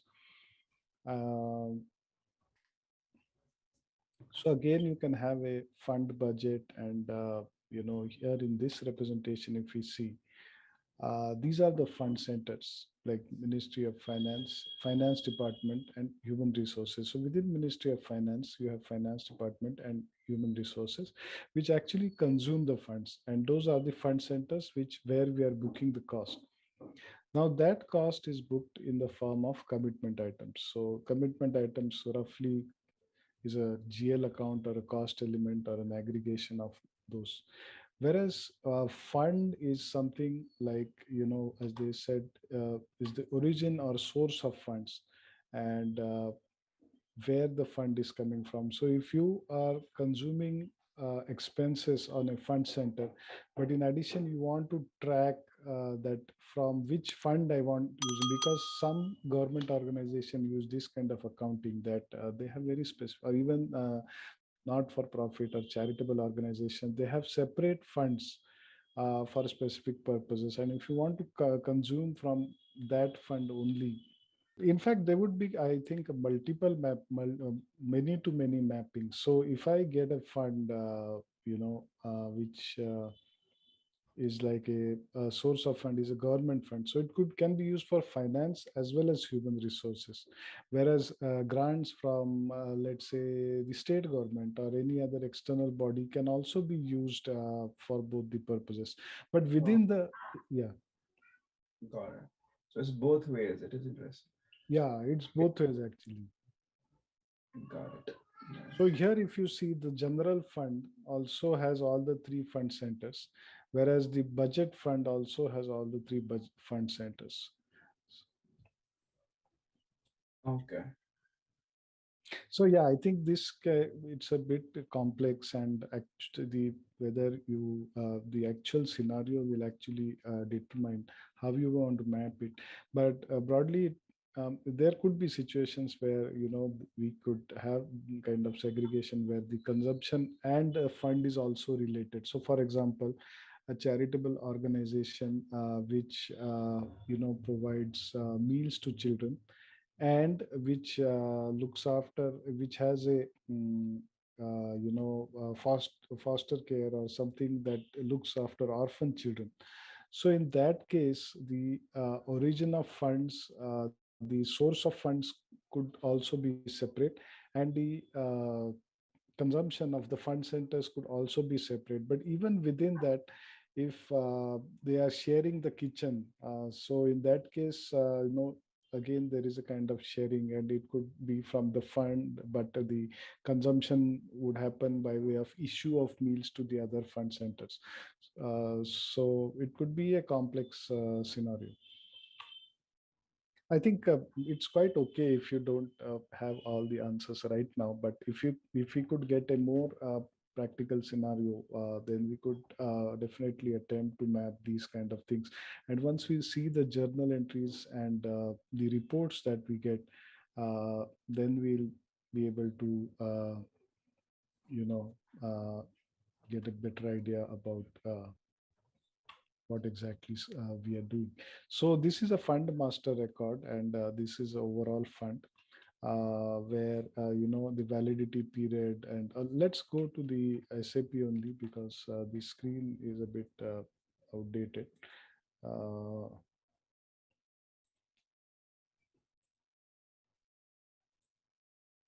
so let's create a fund, and I have created one fund, I think.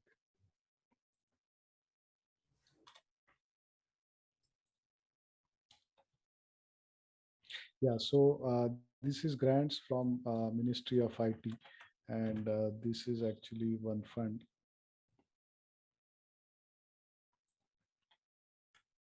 And then private sources could be your collection of fees or anything that comes from private sources. So it's actually who is going to reimburse that expense, and that is where it kind of fund would go. So okay, coming back to that, let's display the fund. So this is okay. You have something known as a fund type, and here actually I've created the same as a fund type.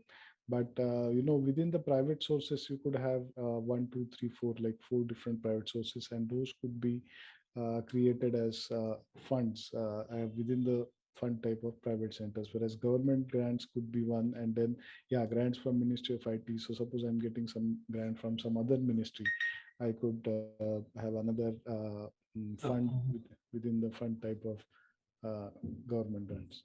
fund type? We have something known as fund group as well, but this is a kind of group of funds. So you could create a hierarchy here, uh, fund group, and below that you could create fund.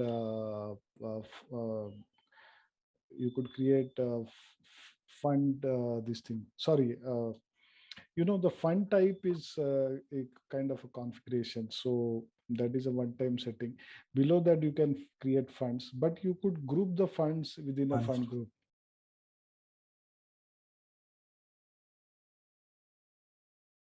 So let's create one more fund, and government grant. Within government grant I will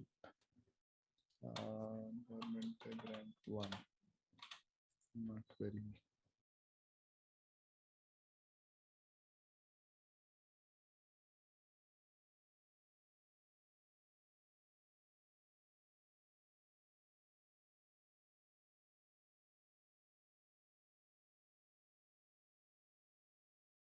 Yeah, the fund is saved.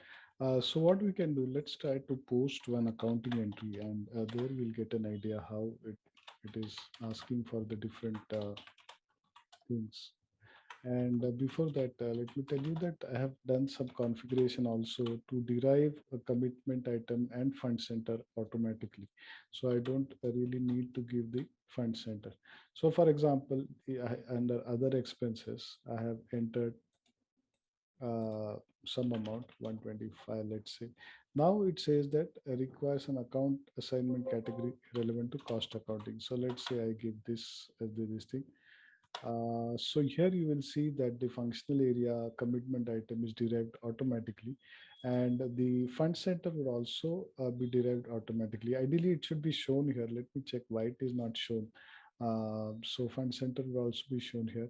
Now the fund center is equal to the cost center in this particular case. Mhm. Though we can have different types of logic. So now I'll post it to a bank account. Now in case of bank account, the type of commitment item is different. It is not an income or expense. So here you go, and then again I can post to a cost center. And then yeah, so here you can see that there is one field for fund, or so this fund can be entered here. So for example, from this fund I want to consume, uh, that can be given. And when this document is posted, it is going to take all the characteristics of uh, funds management.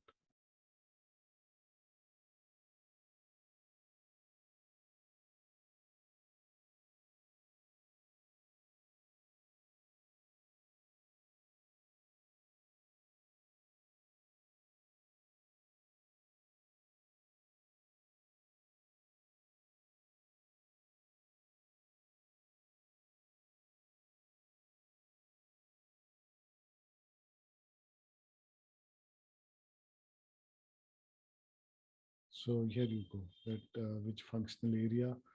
Functional area is, we'll see it later, it is applicable only for the profit and loss account. So I don't know what this is. It is not applicable for the balance sheet accounts. Yeah. My feeling is we should get it. Let's see if we have the app here, because now, as you rightly say, that everything is uh, in the AC Doka table. Let's go and check in the AC Doka table, and I'm pretty sure it is there. And if it is there, definitely it will appear in the.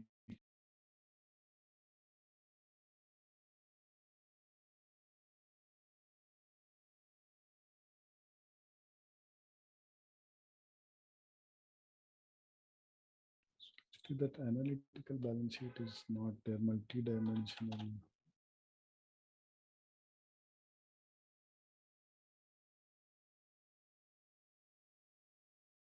Okay, so if we click on this one and search for commitment item, yeah, no, this is commitment, not.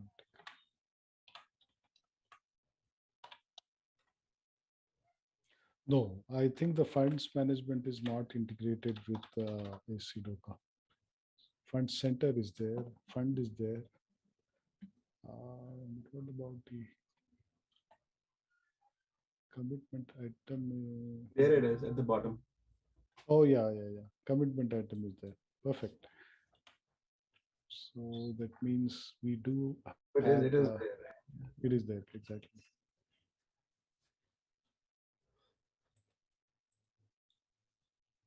Yeah, here you go.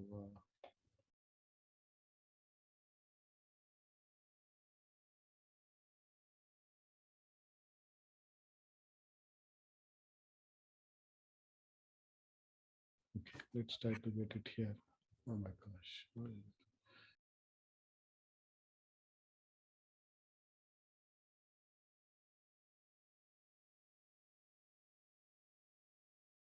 Yeah, here you go. In this balance sheet, for example, now let me change it to ZaranTech.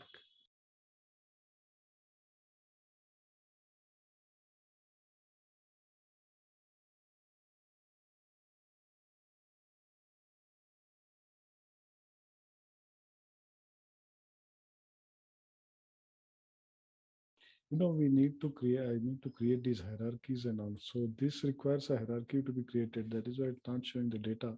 But let's see for, okay, as it was showing 17, 10.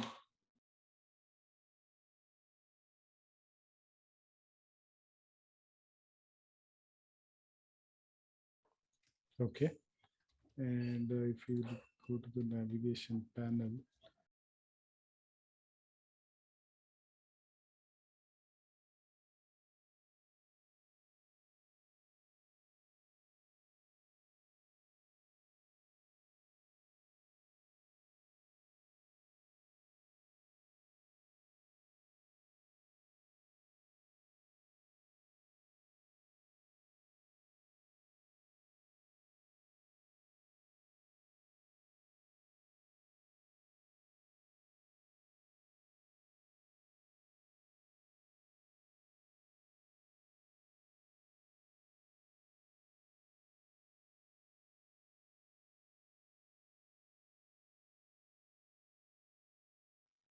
yeah, OB58 as well. No, we have the same chart of accounts. So YC, we are using YCOA, which is the chart of accounts for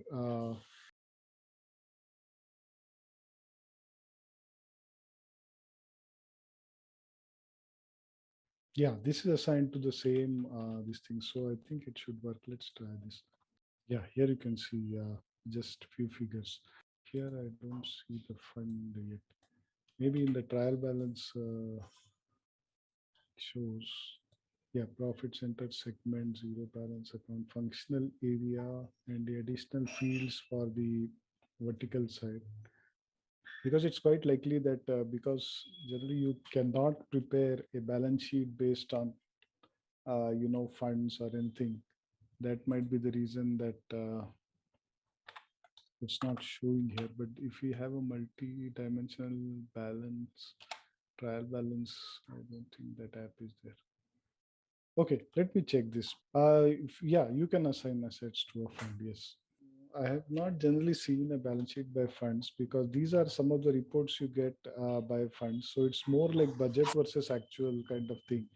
Uh, so you probably don't get complete financial statements for the fund accounting, as a fund. So in that case, you would have to probably use profit center or something like that. Okay, let's go to the next topic. So we have created a fund now. We'll go to the functional area. So functional area, you might have seen in the normal FI as well. Yeah. Uh, yeah. yeah. So functional area is the same concept here. Functional area can be used in uh, funds accounting as well. And this is usually tied to the for example, GL account or cost center. So for example, when we create a GL account, this GL account has the functional area YB75, and the functional area, you can create functional areas based on the nature of the expense, like sales or admin or research, accrued cost, production. These are various sets of functional area created by different people probably, but more or less they follow the same pattern, and we'll follow the YB thing because so it is trying to divide the profit and loss account by function, so sales revenue, production, consulting, marketing, administration, research, and generally, but in case of sales, we may have to have some other strategy for functional area, like tied to material or service material, something like that. In case of these admin GL accounts, you can directly have it tied to the GL account. So this the simplest example where you enter this into GL account. But let us see the revenues. I'm sure they don't have.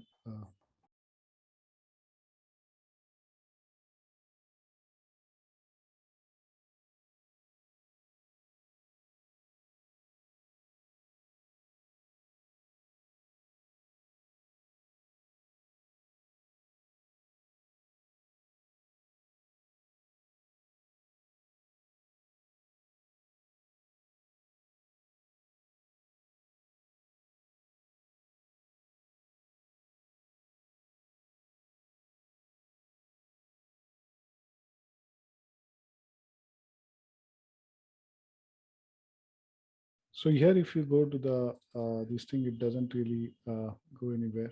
Uh, just gives you some additional information about the functional area. So for example, if you look at this one, other expenses by B75, uh, it is other expenses. So, and you can validate it. And then we'll go to the last topic for which is a funded program. And again, this looks to me more like a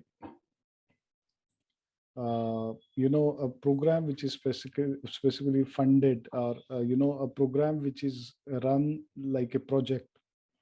So for example, they have given IT infrastructure modernization or an ERP implementation. So this is a funded program in the sense that I'm incurring some program or some project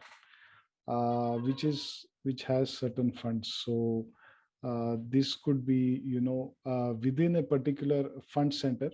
So they have given examples of this thing like facility modernization, financial system replacement, park beautification, and street and highway safety. So depending upon what kind of organization it is, funded programs are programs within an operational purpose and a defined time frame. This can range from simple activities to complex project and cross your organization fiscal years, funding sources, and organizational units. So especially if you take an ERP implementation, it's not strictly necessary that it should follow one fund or one fund center for that matter.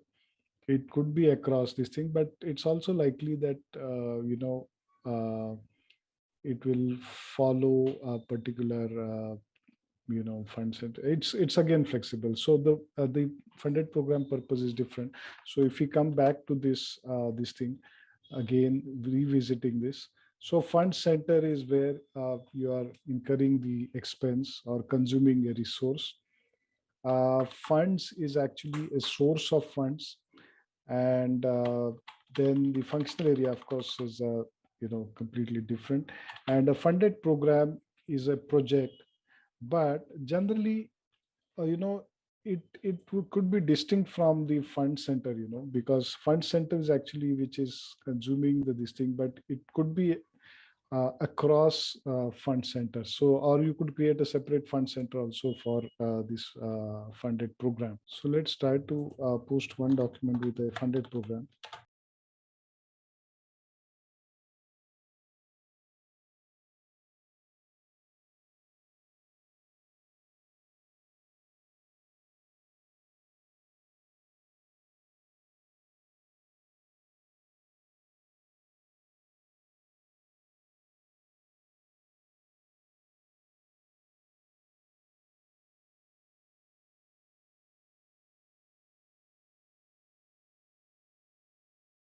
So here they have created one funded program and can be budgeted but not directly assigned to an account.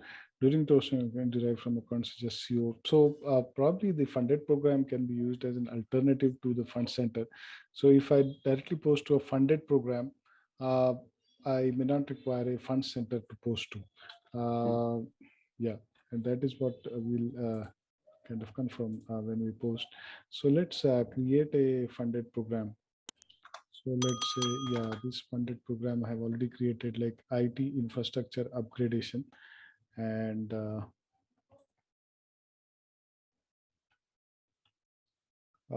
this could be one of the funded program.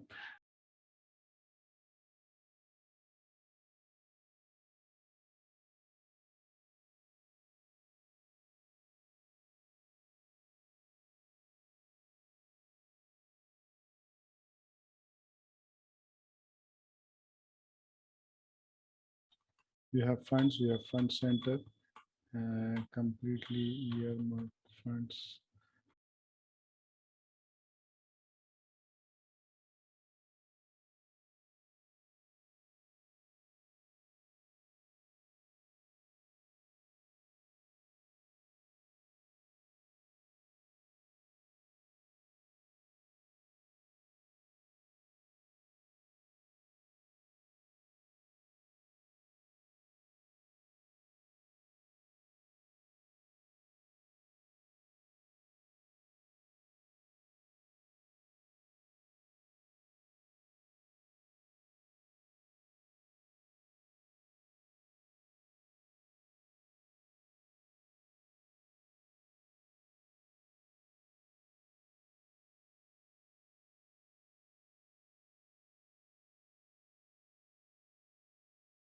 Yeah, here now we're getting the fund center. And okay, let's select the fund center. But again, we are not getting earmarked funds. Functional area is fine. Commitment item will be derived. Uh, Fund is, yeah, can be entered. If you refresh, it derives this automatically.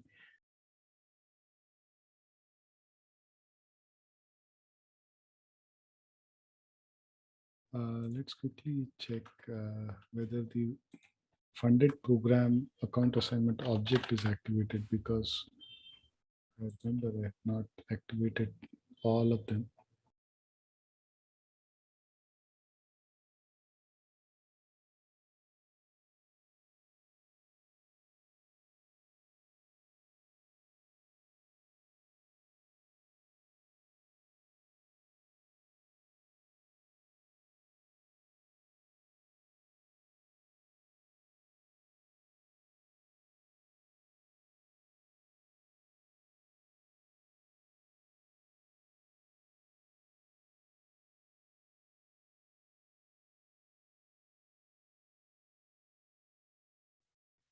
So here you can see it derives the one automatically.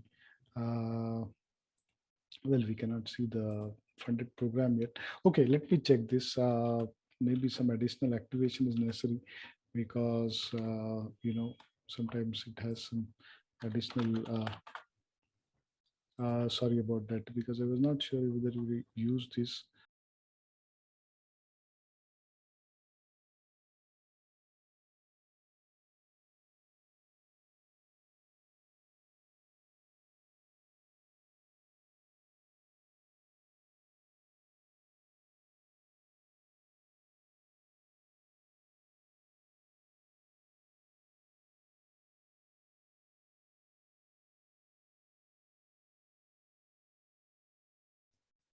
So there is one more thing I want to show you,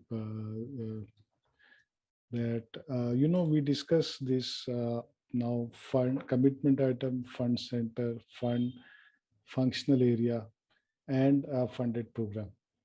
And sometimes it is a kind of a duplication to we keep on entering the same information in finance and then again in funds management. And usually there is some mapping between the financial or elements and the funds management.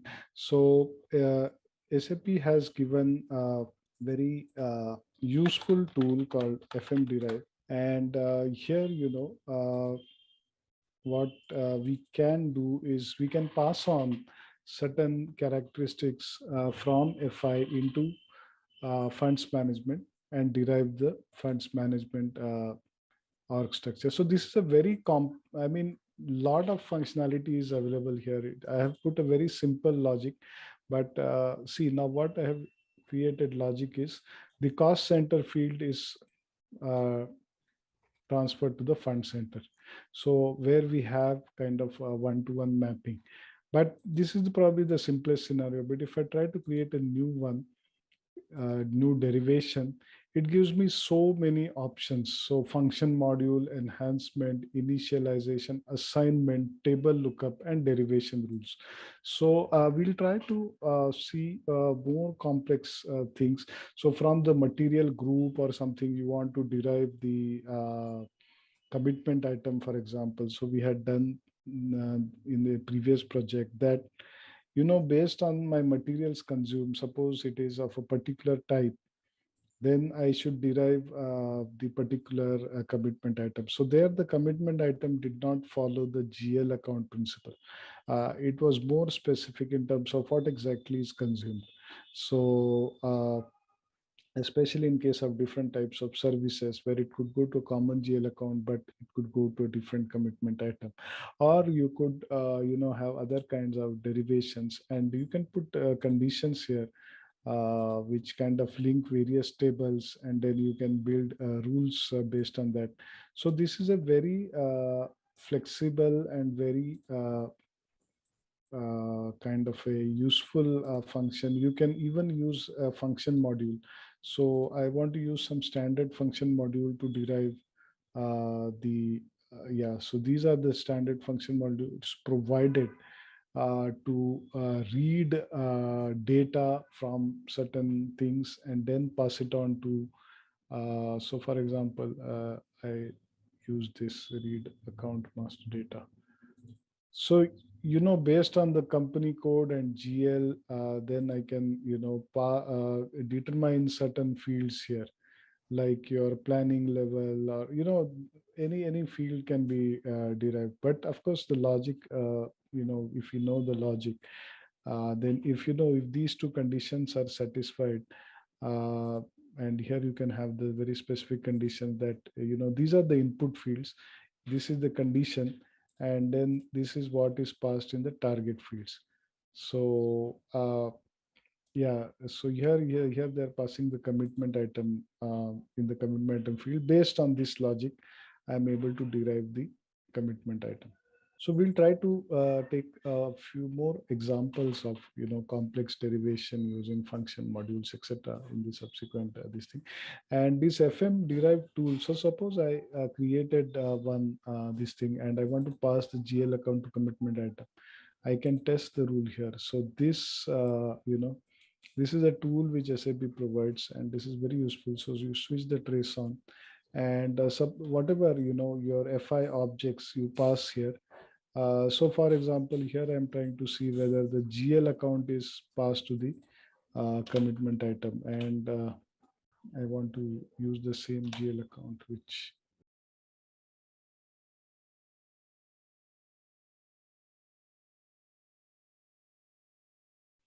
you click on derive, and here you can see that the commitment item is derived because I have created a commitment item which is equal to the GL account. Now, when when SAP rules this reads these rules, they are from more specific to more generic. So these rules are read in this order. So for even for GL account, I may have three different rules. One is where for commitment item, I may have three different rules. So for example, where I have a material master and I have material groups, in the first step, I may try to derive the commitment item from the material group. If that doesn't happen, it doesn't find anything, it will go to the next step. So for example, GL account to commitment item, for example.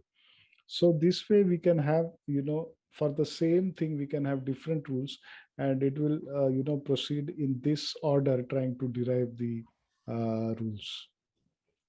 So here, if I go and display the log, it will show me what exactly it has done.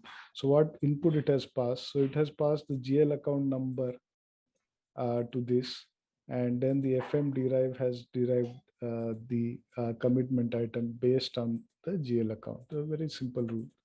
Derivation completed. Here it gives you the source fields and the same thing, source field and the target field. Hi there. Are you ready to take your organization's financial management to new heights with SAP Funds Management? Our self-paced online course is here to empower you with the skills you need. In this comprehensive training, you'll dive deep into the intricacies of SAP Funds Management. Discover how to streamline budgeting processes, allocate funds efficiently, and ensure seamless compliance with regulatory requirements.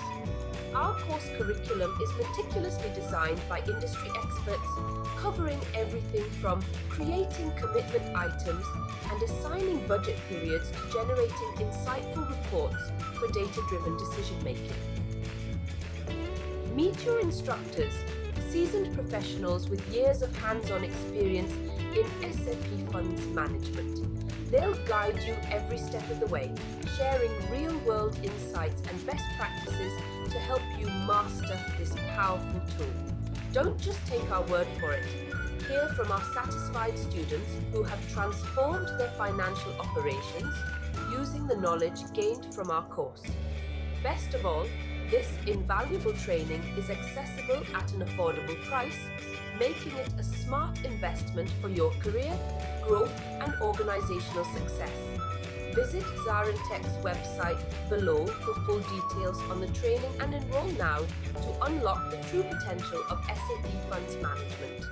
Okay, so let's go to the next topic. Before that, do we want to quickly do the assessment of 2 and 3? Because I don't think we did that. That will also be a good recap of what we did so far. So going back to module 2, organization structure and master data. Probably we saw this. Okay, let's. It's not much. We'll probably, even if it is repetition, let's quickly do it. Which of the following area takes precedence over company code?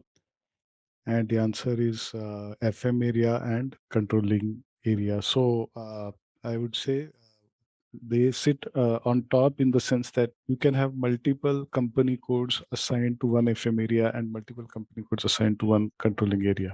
The organization unit for controlling is the controlling area. Select the scenarios from the following that are available for public sector. Funds, functional area, funded programs, grant management is not active and it is active, or budget planning and execution are used. So this is very specific to the presentation and the answer is both A and B. The organizational unit for financial accounting is, of course, the company code, as we know. And state whether the following statements are true or false. You can assign one or more company codes to an FM area, and we saw that yes, you can assign one or more uh, company codes to a financial management area. Let's go to the assessment number 3. If you have any comments or you would like, please feel free. So, it could be just general thoughts about this, or anything that you want to add, or something that relates to your situation, for example. Uh, which of the following are the control parameters used to define the meaning of a commitment item? So the options are the financial transaction and item category, both A and B, upstream application. So we saw in the master data, we have like this financial transaction and the item category. So what they're referring to is this financial transaction, whether it is what kind of financial transaction it pertains to. And within that, there are subcategories like whether it is a balance or a revenue or expenditure or clarification workload. Yeah, we didn't see that, but we can see that there is something there. There are ways to create this thing, uh, mass processing. Yeah. So Let me try this out, create a file, and then show you. Let me make a note of it here.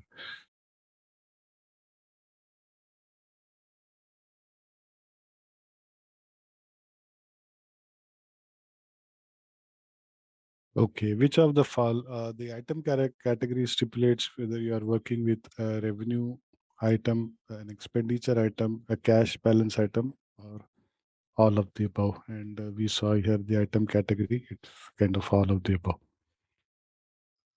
Which of the following option must be integrated to set up the FM account assignment? Organizational elements and structural posting elements. So the FM account assignment, as we know, is derived from firstly the organizational elements like the functional area, FM area, and finance management area, and the structural posting elements like fund center, fund. Then you have commitment item.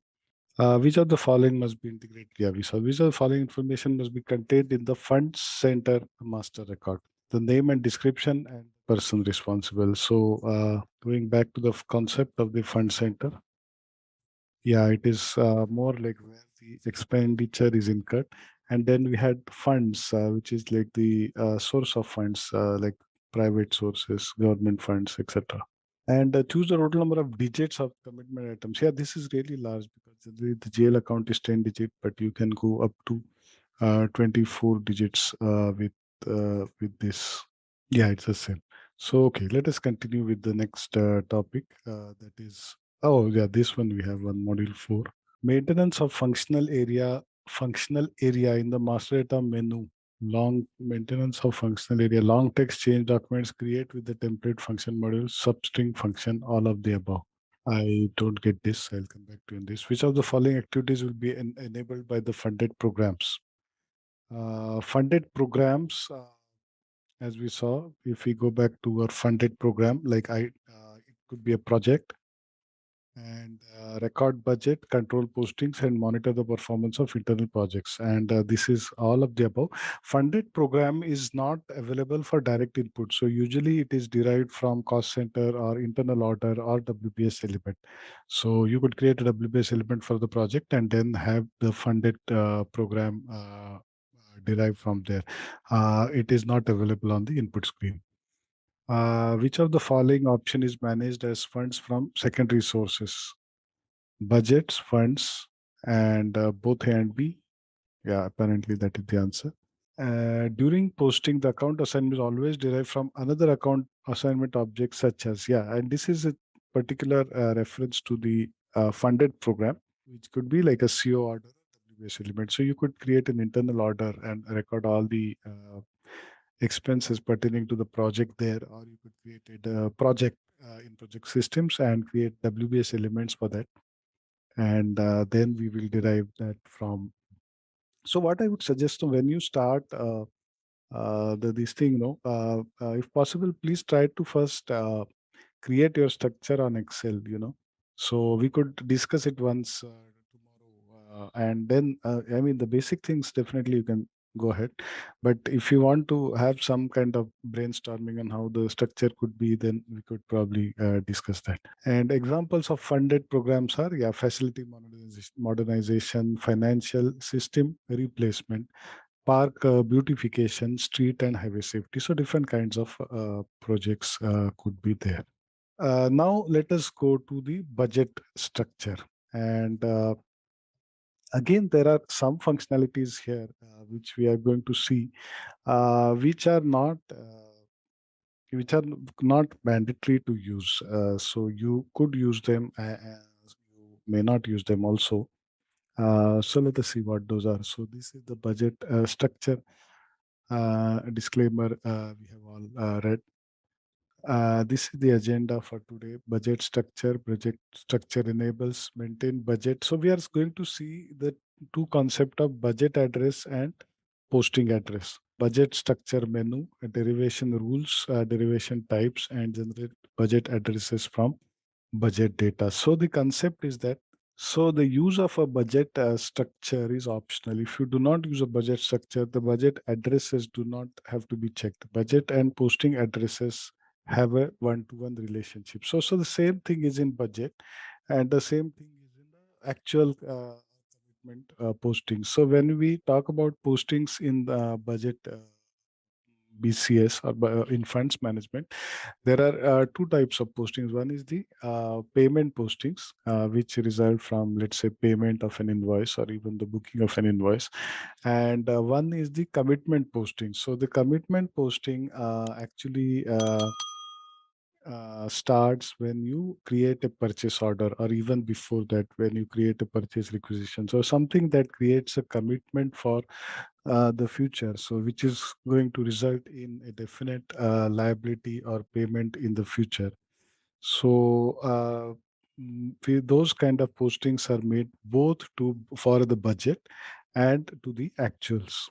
So for posting those, this if you want to create a budget structure like this, we could create a budget structure. So if you are familiar with COPA, yeah. So COPA, how does it work? These characteristics, they form a COPA segment.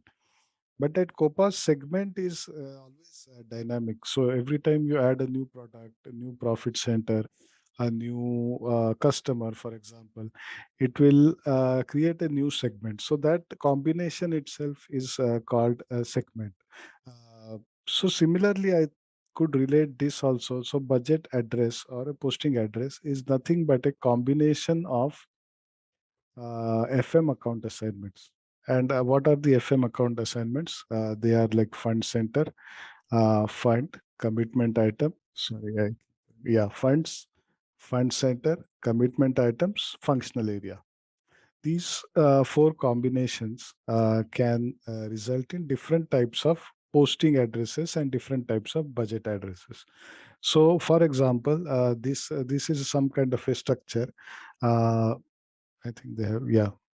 So now at the top could be the budget address, and you could budget for the example at the project level. So at the project level, if you budget, you don't really care uh, which accounts it is booked. So I have a budget of let's say 1 million for a particular project or a particular use or a particular department. Then in the budget address, I could create it at the level of the fund center, for example, fund center without any combination of commitment items there. But when I use the posting addresses will have uh, the commitment items as well. So it could have a commitment items, it could have a fund, could have a funded program. What happens is that these become come under the umbrella of the top level budget, and the budget is actually consumed from the top level budget. So in this case, what happens is we do not really care in the budget whether it is at a lower level, but at the actuals, it's always consumed from the higher level. So this kind of a structure can be created. So what I say is you post your actuals on the more detailed level than your budget regarding fund center hierarchy. So even you could have a fund center hierarchy, and you could post at a more detailed level, whereas your budget could be at the top of the fund center hierarchy. Then you can track your actuals at the functional area level if your budget is segregated without it. So again, they are saying that at the posting level, you could segregate it according to the nature of the expense, that is the functional area, whether it is admin or sales related, or it is manufacturing, or means cost of goods produced, etc. Uh, or you could create a budget for a program in SAP and post your actual against various programs, uh, from FM, HR, and MM. So most of the postings will happen as we saw from the other modules. Okay, so now this is a kind of a graphical representation of the budget address and posting address. Uh, So here you can see that if financial management account assignment elements could be your funds, functional area, funded programs, fund centers. And these are modeled in a hierarchy. So definition of FM account assignments for budgeting with the consequence that the budget can be posted here, and definition of FM account assignments for posting. So I think this concept will become clear when we actually yeah, carry out the transactions.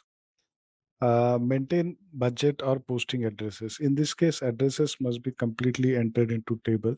By mass processing, then based on FM account elements restriction, the system will create automatically all the possible combinations. Yeah, so it is actually saying that it will create all possible combinations. But the what is important that it is based in the hierarchy. Okay, so we can do it manually or by mass processing. So manually we'll see today, and the mass processing of we will see tomorrow. Maintain budget and posting addresses.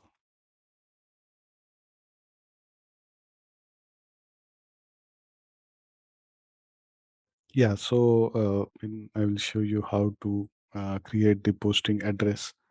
Uh, So in this case, in case of manual maintenance, addresses must be entered into the table in full, and it provides you a way to enter that. So the term address, I think it's a bit confusing, but address is nothing but a combination of FM characteristics. And by mass processing based on the restrictions of FM account assignments, the system will automatically create all possible combinations by reading the master data. So, in fact, we can actually, I'll show you the individual one. We can try the mass one also if it works. Okay, okay, let's go through this. I'll show you some basic configuration of also of the budgetary control system, and then we can probably go to the then definition of FM account assignments permitted for budgeting and permitted for posting. So there are two types. So FM area here, if you see the uh, FM area is 9,000 fiscal year 2009 budget structure. So here we need to create a budget structure. So budget structure is kind of the high level node under which your posting addresses and budgeting addresses will be created. So the difference between two is that the budgeting address allows for budgeting, whereas posting address allows for actual entries, actual financial entries and commitment entries. And we saw in the earlier slide that the budget could be at a slightly higher level, and the actual could be at a much detailed. Copa Finance. Yeah, exactly. So these are like COPA segments only, but and you will actually get a report budgeting versus actual. So you can get it against those segments, budget segments. Sorry, the addresses. And these are dynamic, you were saying, like Copa? Dynamic in the sense that it will not be created automatically when you post, but there is a mass function to create it, and we could create it in en masse, periodically, or wherever there is a new account assignment created, field created. Like I create a fund center, I can run the mass creation for that fund center and create it. So maintain a budget or posting addresses. In this case, addresses must be completely entered into the table. By mass processing, then based on FM account element restriction, the system will create automatically all possible combinations reading the master data. Unfortunately, I do not have enough master data. So tomorrow, what we'll try this, but otherwise tomorrow we will create. I'll create more master data, at least a few more fund centers, commitment items, and funds. Functional areas are there, and then we will be able to create en masse more posting addresses and budgeting addresses. So this is the derivation rule. Posting address from the it's kind of a uh, again, this slide is a bit confusing. But let's say that it's kind of a one-to-one assignment, and uh, we saw that the budget address could be at a higher level. So the fund center, like instead of having one-to-one, we could have a group of fund centers pointing to one budget address, and similarly goes for other things. Generally, it will not happen in a commitment item. Also, it is possible. Funds, I don't think it is possible. Functional area, no. Funded program, also no. So in the first two cases, we could actually have many to one relationship between posting address and budget address. Okay, before that, before we go to this, let's go to the system and check on the basic things of budgeting, and we will come back to these things.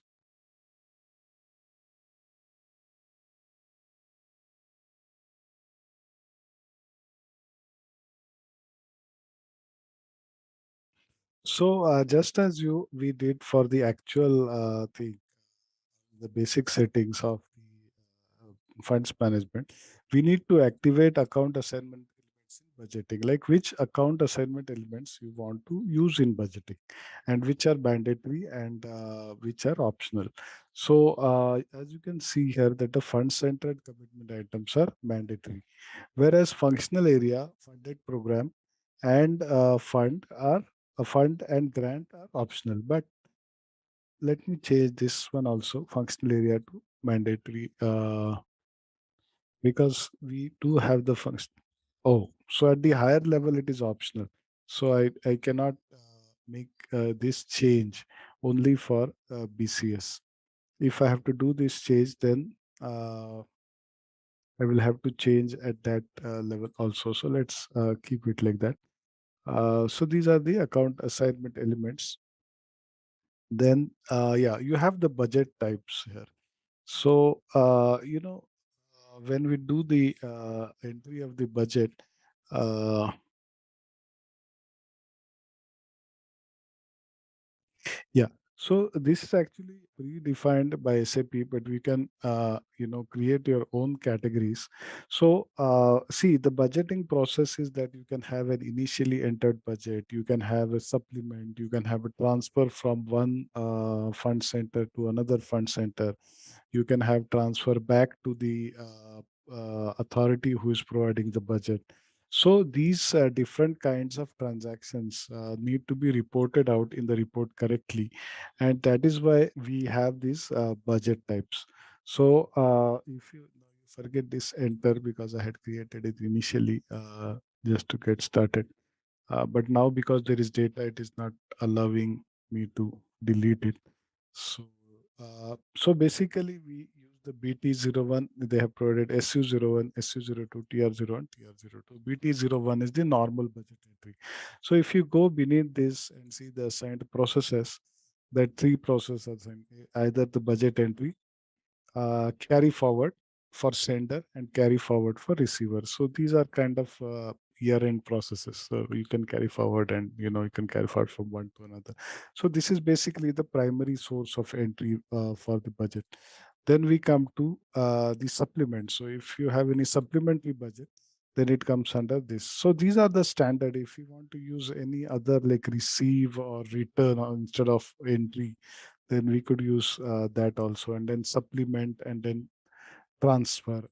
Basically, there are different these primary types, and then supplement 02 is just another variation. So they call it budget type unusual supplement. So from the receiver's perspective, if a supplement is termed unusual, this is just a text, so I can actually bifurcate these supplements into two types.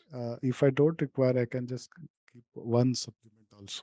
In fact, this classification again of budget types is not strictly mandatory, because I can add under the first one also all the processes. So, for example, now here I'm adding receive, for example, because it is not receive, and return, for example, because it is not there anywhere. So I can save it. So it's completely flexible. user, how he wants to classify. These are predefined. These characteristics are predefined by SAP. I believe you cannot add your own here. So yeah, star is there. So if you want to just keep one and keep star, that's also fine. Uh, okay, so let's go back. And okay, this is transfer. So this is transfer receive and transfer send. And then again, this is transfer unusual, some other type of transfer to differentiate it, and the transfer one and transfer two. And then create budget structure. So we need to create the budget structure. Before that, you see budget category. Yeah. So category again, which types we are going to use. So payment or commitment. So the financial budget actually is not, it's just for information. It doesn't do any checks. But do you want to do commitment or payment? So generally we would want to do both. And commitment is checked at the time of PR, and commitment is released when it actually results into an invoice. So it goes into the payment bucket. So we could have just one, or we could have a commitment one separate also. So as to, keep track of both separate. Okay. So with this, okay, let's come back to this now. So let's try to create one posting address manually.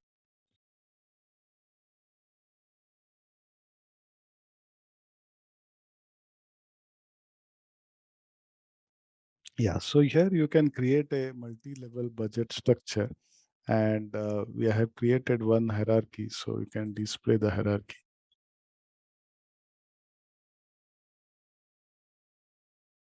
Sorry, so at the top is a budget structure, and we have created one.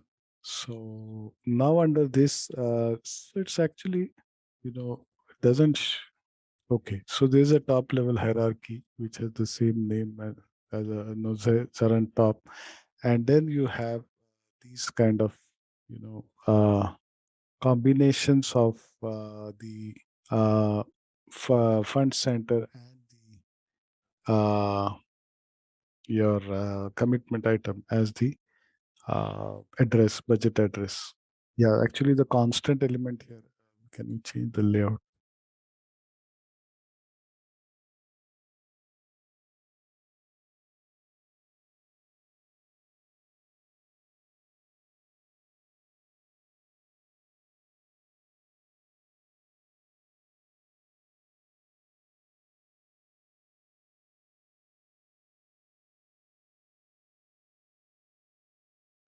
Yeah, the constant element here is the government grant. So that also should uh, the the the government grant is the what you call is as a fund. So we'll see how to see use this as a posting element. Yeah, you can post to these characteristics. So you can actually post to these characteristics. Yes, I don't think you can enter directly this kind of a hierarchy node. You still have to enter individually, but the whole purpose is that we are not going to enter manually everything. We are going to derive 99% of all the characteristics from our existing organizational data. So let's say budget address I want to create individually, one budget address. So FM area, then again, this is time dependent. So which fiscal year, then budget category, and budget structure. And if here you can go and, manually enter what kind of this thing you want to create. So it's not required that I create it at the granular level. So I could create it at a more higher level, just at the combination of funds and fund center, and the commitment item I can enter at a uh, higher level, or a functional area I don't need to bother. So these combinations we can create.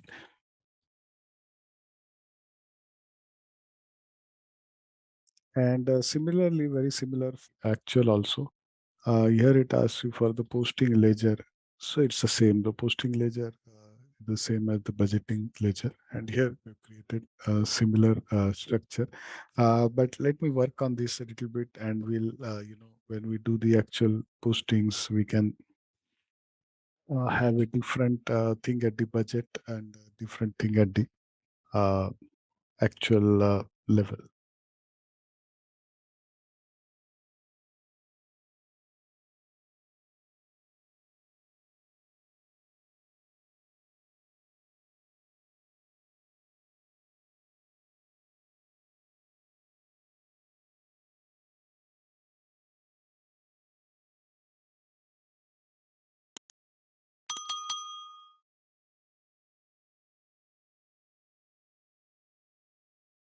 So you see here, it has created with all the combinations, but clearly this is not correct because it is using functional areas from other chart of accounts as well, which I don't. So here I need, restrict it to the functional area. Let's say the ones which start with YB.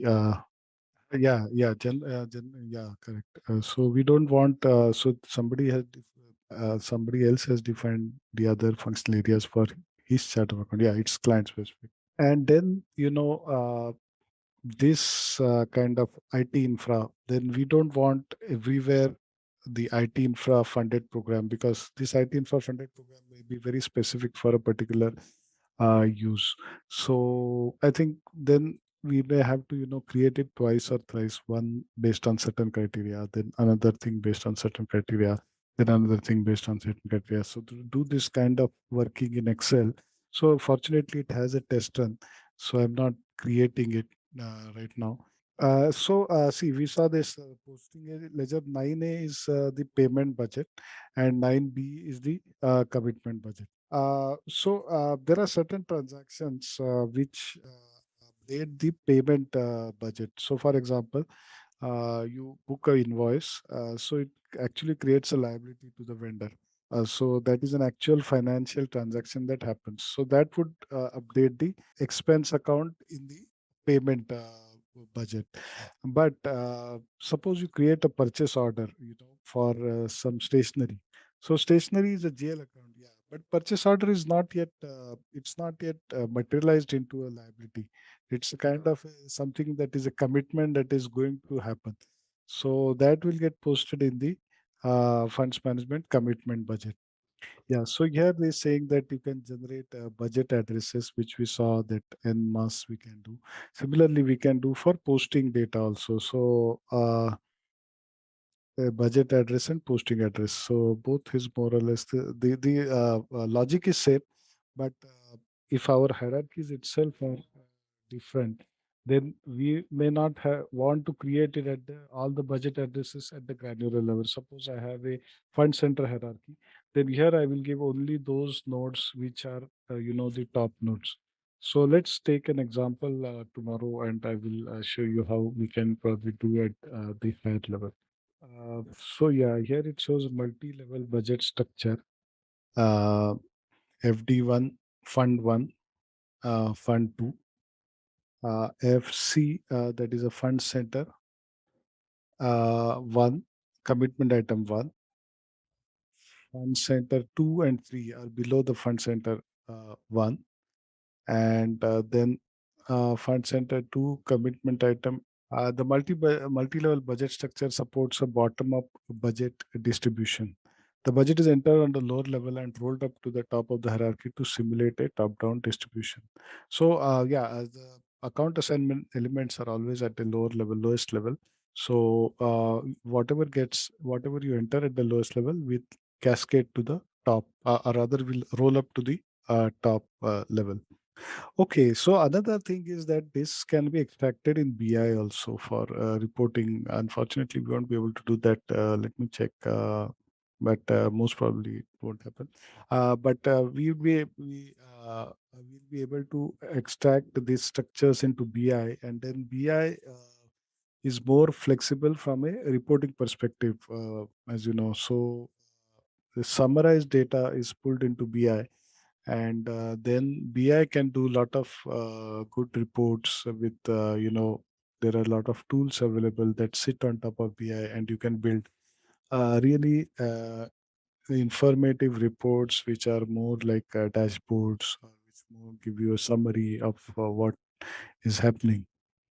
Which of the following derivation types can be used to map different logical dependencies between source and target fields? Derivation rule. Table access, assignment, initialization. I think a derivation rule, yes, that is right. But if you are using BAPIs, so with BAPIs, you may be able to use a B and C also. So the right answer would be all of the above. Which of the following have a one-to-one relationship? Budget, posting address, both A and B, and function. Now we said that budget address and posting address did not have a one-to-one relationship. So I think this is let's ignore this. Which of the following reporting will be enabled by the multi-level budget structure in BI? Hierarchical reporting is enabled because of the multi-level budget structure in BI. Which of the following account used to define the assignment of posting addresses to budget addresses? Contact and derivation. Okay, this also we'll see tomorrow. Make a note of it. And state whether the statement is true and false. Activate business function is a prerequisite for use of multi. Yes. So we saw that this business function can actually enable the transfer of data uh, to BI for using the multi-level budget structure. Let's quickly see whether this is activated.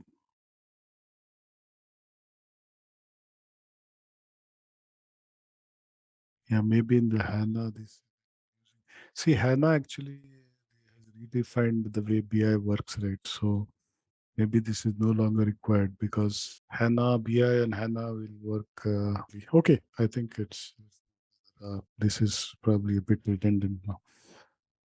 All right, let's test your knowledge. Here's a question for you. What is the primary object of SAP Funds Management? Option A, cost center. Option B, fund. Option C, budget. Option D, financial statement version. Take a moment to think, and when you're ready, choose the correct option. Remember, each choice holds a key to unlocking the answer. Good luck. Type the correct answer in the comments section. Hi there. Are you ready to take your organization's financial management to new heights with SAP Funds Management? Our self-paced online course is here to empower you with the skills you need. In this comprehensive training, you'll dive deep into the intricacies of SAP Funds Management.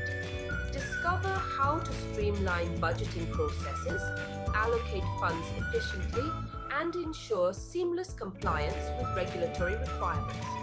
Our course curriculum is meticulously designed by industry experts, covering everything from creating commitment items and assigning budget periods to generating insightful reports for data-driven decision-making.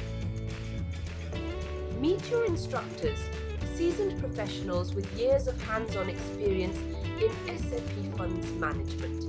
They'll guide you every step of the way, sharing real-world insights and best practices to help you master this powerful tool. Don't just take our word for it. Hear from our satisfied students who have transformed their financial operations using the knowledge gained from our course. Best of all, this invaluable training is accessible at an affordable price, making it a smart investment for your career, growth, and organizational success. Visit ZaranTech's website below for full details on the training and enroll now to unlock the true potential of SAP Funds Management. So actually, I have started configuration of the grants management as well. Next session we can have. So if you're okay, we can do a couple of sessions of grants management in between, and then try to connect it to the presenting like the funds management. Right, and try to use FM derive also. Of course, you can enter manually, but FM derive, like if you're using purchase order and all, right? Yeah, that is one way. Then about the commitment item, okay, I'll give you an example here. So See, this again, it proceeds in sequence. So first it will try to find out the first one. So even if you have multiple rules for commitment item, that's fine. Or multiple rules for fund center as well. So, okay, let's try to create one. Now, what we'll do is a derivation rule. Yeah, derivation rule is fine. No, it could be, yeah, we had like one per profit center, yes. But yeah, in case of projects, sometimes you may not require so many administrative fund centers as much as you have the cost centers. So it could be at the project level also, or you could have couple of them in the project. All the admin could go into one, and then the others could go into one. So those kind of things are possible. So now we'll try go for the budgeting, and first let us go to sessions, and in parallel we will. So we finished budget structure, I guess. So we'll move on to budgetary control system, and this is where that we. You remember we did those budget addresses and posting addresses, and now in the budget control system, it's absolutely essential that you have those budget address generated. So either you could do it in a mass way where you let the program derive it like a combination of fund center, a commitment item, etc., or you denote or you create manually. Because when we go to budgeting, we'll try to budget for something that doesn't have a budget address, and it will give you a message that this kind of budget address does not exist at all. So it won't allow you to budget without a budget address. This presentation. Okay, the disclaimer we have already seen.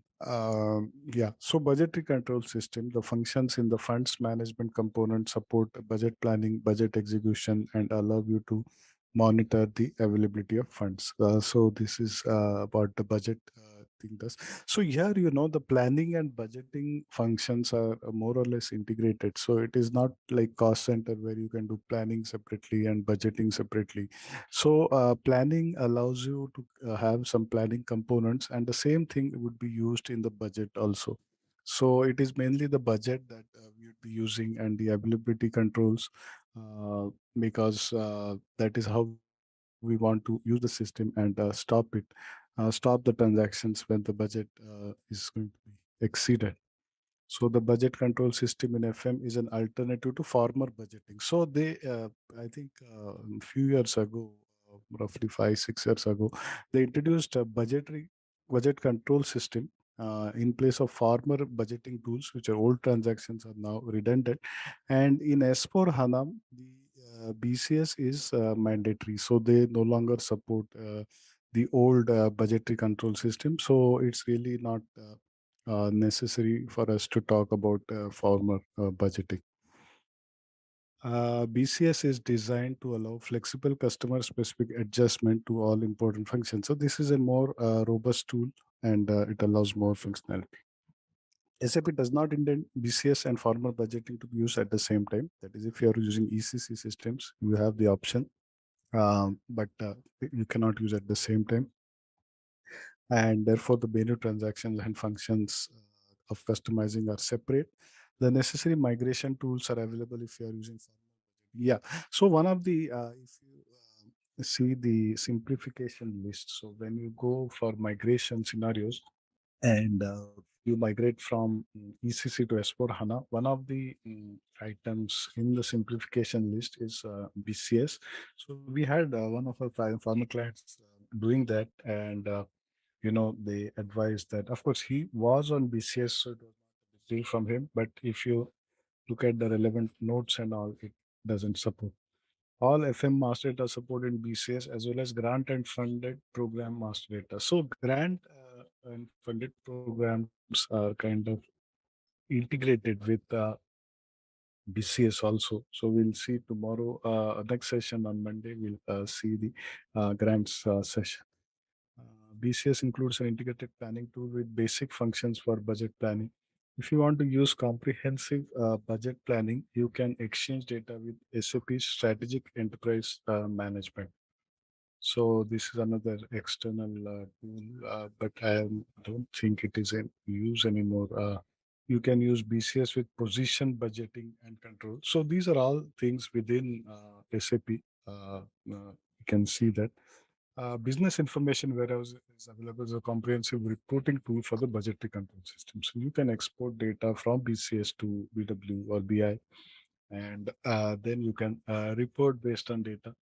And BI, is a flexible tool for reporting, especially, budget versus actuals, and different kinds of reports can be generated on top of BI. BCS only works with funds management and grants management, not with other components that can also budget, such as SAP controlling. So this BCS tool that which we are talking about, or these BCS layouts that which we are talking about, do not work with SAP controlling, for example. So you cannot use these tools for budgeting for cost centers or cost elements or WBS elements or internal orders. So this budgeting tool is confined to uh, the funds and the grants management only. No, I think it is purely for public sector management. So all the subtopics within public sector management would work with BCS. Sorry, what you are saying? Like which topics? Yeah, BCS is within the purview of funds management only. So it cannot, but there are other tools available for budgeting for other industries. So, for example, BPC is one tool that I have used, Business Objects Planning and Controlling.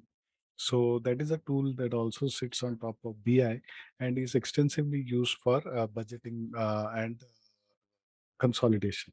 So it is similar to your Hyperion, this thing, and it can be used with for the general budgets which commercial corporations prepare, like your projected profitability. Yeah, projected profitability. Oh, you are using group reporting. Okay, yeah. So group reporting again. See, BPC was a kind of a fluid product, I would say. So they used BPC for some years, and now BPC is again getting split into two parts. So the consolidation portion is again coming back into SAP as a group reporting. BPC product is still being used by a lot of clients, but yeah, it was not a very stable product, I guess. So it is again being replaced by group reporting. And group reporting has very similar features as BPC, but group reporting is within SAP, and the Fury front end and all those consolidation functions are brought back into the SAP. Exactly, and I'm glad you had worked with ECCS, because some of the elements like those FS items and all, it's exactly like ECCS. And yeah, some of the elements like this consolidation monitor and all, they are exactly like BPC. ECCS is a very old product. Yeah, customer definable budget types, entry document types, and consistency check in BCS budgeting allow you to map the request of your organization in the system. Yeah.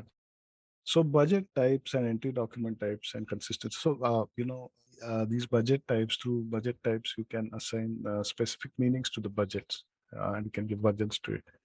And similarly goes for entry document types also. So these, as you know, we have various versions of the budget: floating plans, rolling plans. So you start with, let's say, a budget at the beginning of the year, and then based on the quarterly trends, you have revisions of the budget. So these kind of things can be mapped into the PCS. Budget entry and budget update activities are based on documents are locked in budget entry documents. You display and maintain this in the budgeting workbench. So you will see the budgeting workbench also, and it shows you what documents are posted and all. Status management allows you to divide the budget execution process in individual budgeting phases and specific user roles through yeah, status management also we'll be doing. Unfortunately, I couldn't get it working right away, but I'll do it within a couple of days. But yeah, most of the other things are working fine. The BCS availability component is a flexible tool that you can customize to monitor and compare budget values and commitment values. Yeah. So availability is what is available after you consume the budget or you consume the commitments, and that is a availability control is a kind of a tool that you can use to find out how much budget is still available. This presentation is otherwise we could take go to the system and then come back to this. Yeah. So okay, let's try to go into the system and have a brief look at budgeting features, and then we'll try to come back budgetary control system. And okay, similar to actuals, you also need to activate the account assignment elements here, and whether you what level of budget, what level of you'll be doing the uh, budget you'll be allocating. So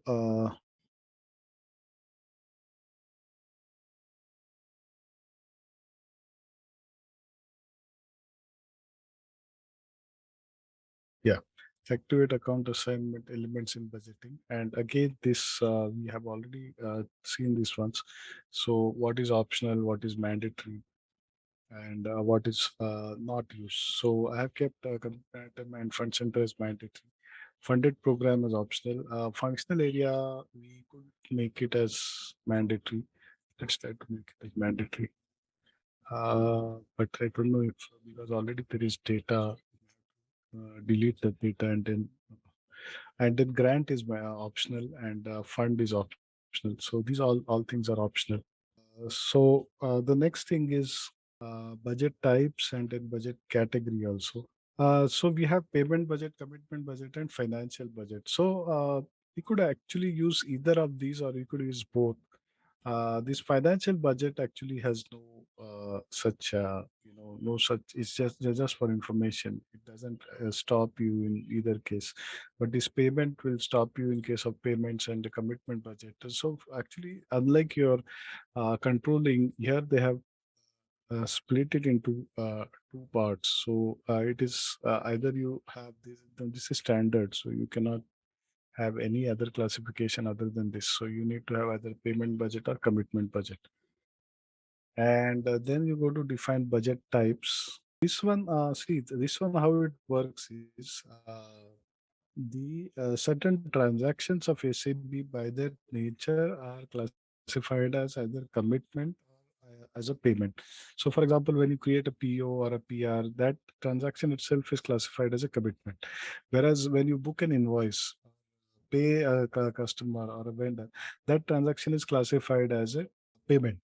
So, what stage you want to do the budget, or you want to do it at both the stages?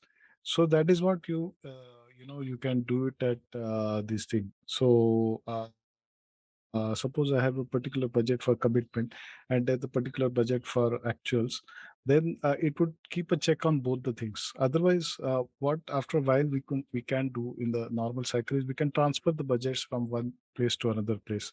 So commitments are all done, and now currently on the commitments and the payments. Okay, probably once we see the examples, it may become clearer.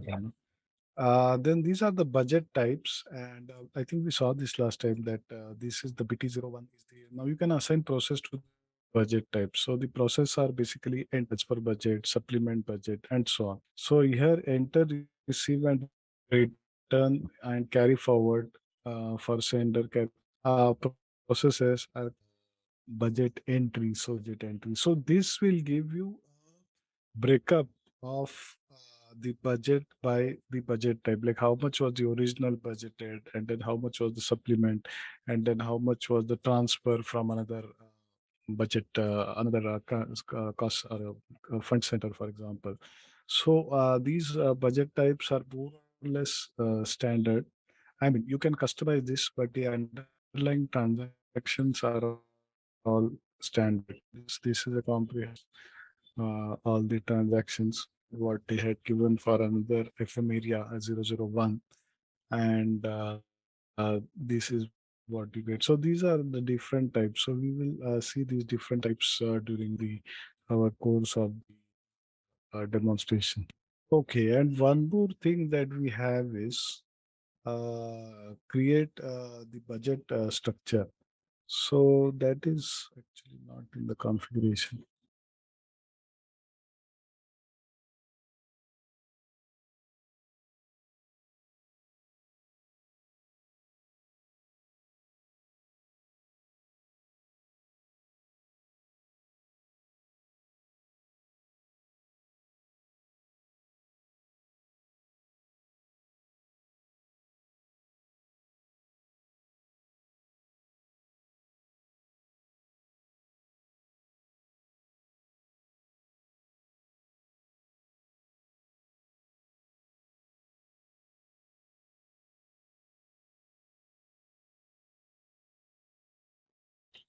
Funds management, master data, use of account, budget structure, funds.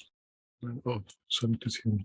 Funds management, government, master data, use of account assignment elements, budget structure.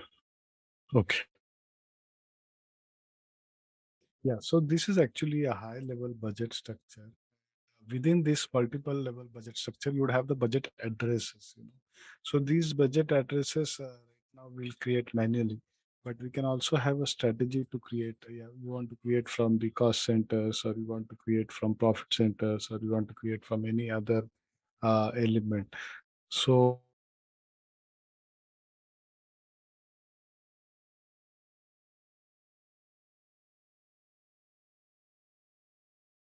yeah, so we'll now go back and create some master data here, like a budget address or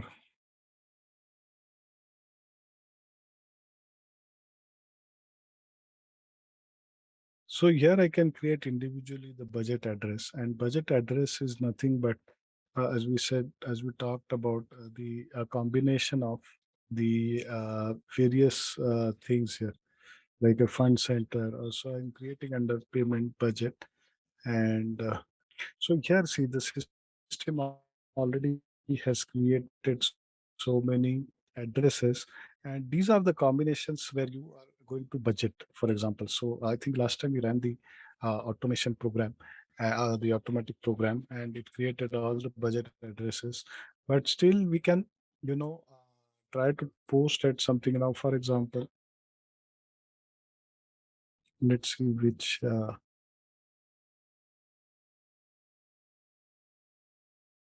Yeah, it has created, but I could try to delete something from here and then try to create.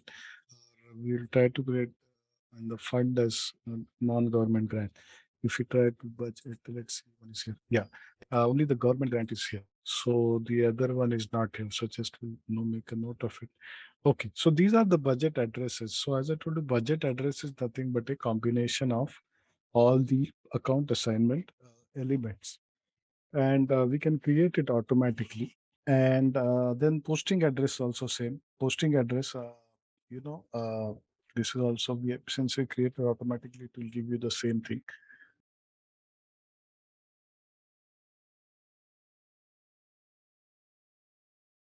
Okay, so let us go back to the presentation. Yeah, availability control and all.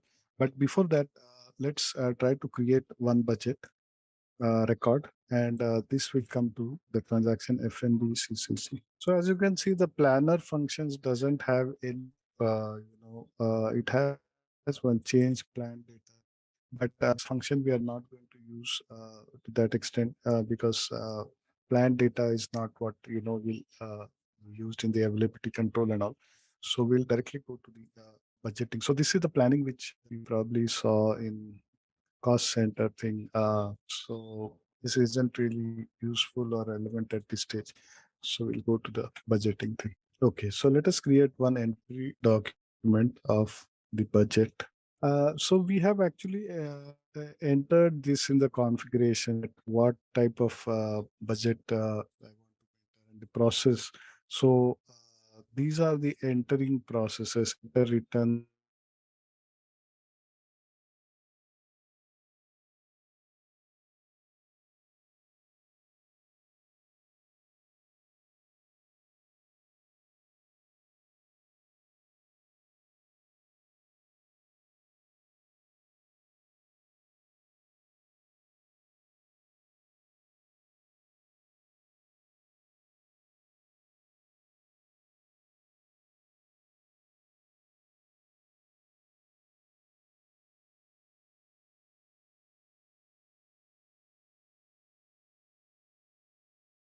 So now here I'm trying to select a now instead of doing this one by one, we could kind of select it from here also. So this is what functional area, for example, YP35 and no, nothing. YP25.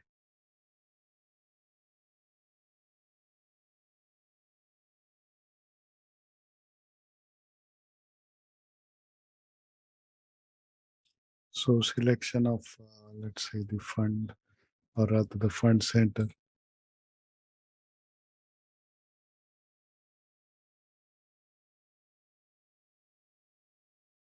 So here it will return all my budget objects and I can select one budget object like let's say this one, or I can select multiple.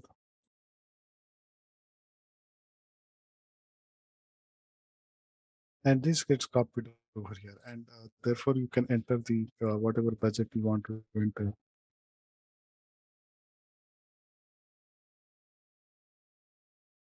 So this has become green and I will save this.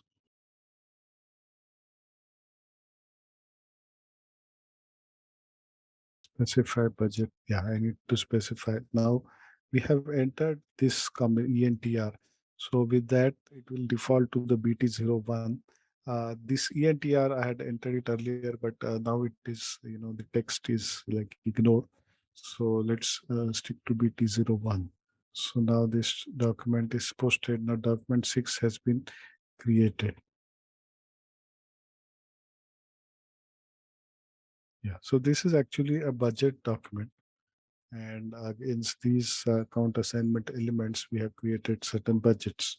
So let us go back and go to the another screen called budgeting workbench. In this screen, it is a similar screen, but it gives you kind of overview of what is posted or pre-posted, undone, held, etc. So you have, as you can see here, there is a if I go back, there is a thing called hold also. So for example, let me select the master data and let's hold one.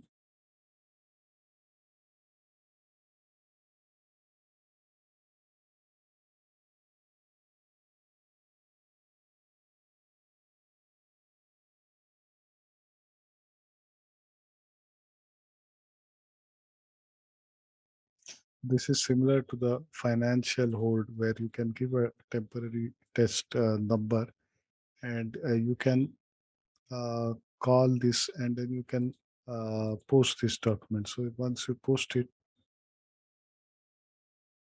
it will disappear from held and it will go to the posted document.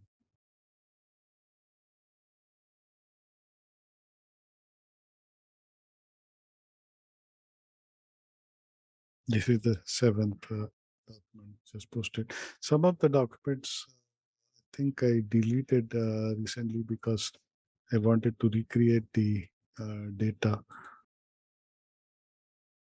Then you have the multiple budget entry, and multiple budget entry also works in a similar way, except that here you can make kind of, or you can post to multiple account assignments in one go. So you at the header level, you select the account assignments and then you can post variations of it into the lower levels. Yeah, yeah, Fury apps as well. Yes, we could check the Fury apps also. But in this case, the Fury apps will look very similar to This one? this one. Yeah.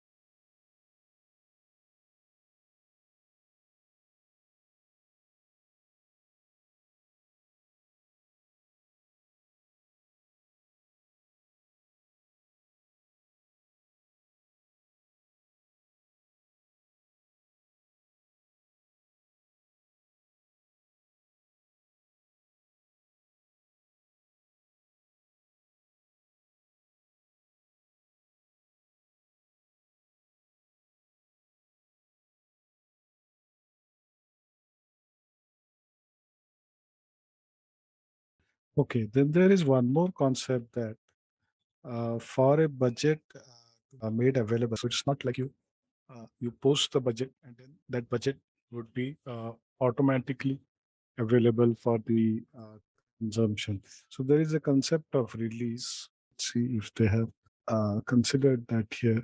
So any specific thing you want to take in the example, then I can configure that based on your, or let's go procedure what we are doing. Hi there. Are you ready to take your organization's financial management to new heights with SAP Funds Management? Our self paced online course is here to empower you with the skills you need. In this comprehensive training, you'll dive deep into the intricacies of SAP Funds Management. Discover how to streamline budgeting processes, allocate funds efficiently, and ensure seamless compliance with regulatory requirements. Our course curriculum is meticulously designed by industry experts, covering everything from creating commitment items and assigning budget periods to generating insightful reports for data driven decision making. Meet your instructors, seasoned professionals with years of hands on experience in SAP Funds Management. They'll guide you every step of the way, sharing real world insights and best practices to help you master this powerful tool. Don't just take our word for it. Hear from our satisfied students who have transformed their financial operations using the knowledge gained from our course. Best of all, this invaluable training is accessible at an affordable price, making it a smart investment for your career, growth, and organizational success. Visit ZaranTech's website below for full details on the training and enroll now to unlock the true potential of SAP Funds Management. So functions in funds management component support budget planning, budget execution, and allow you to monitor the availability of funds. The budgetary control system is an alternative to formal budgeting. BCS is designed to allow flexible customer specific adjustment to all important functions. Okay, and one more thing I want to show you is that, okay, we saw the budget entry where we are creating budgets. So for example, let's create one budget. So we use this function like enter the budget and then we enter the budget. So similarly, you can use the other functions as well. So for example, you want to return the budget.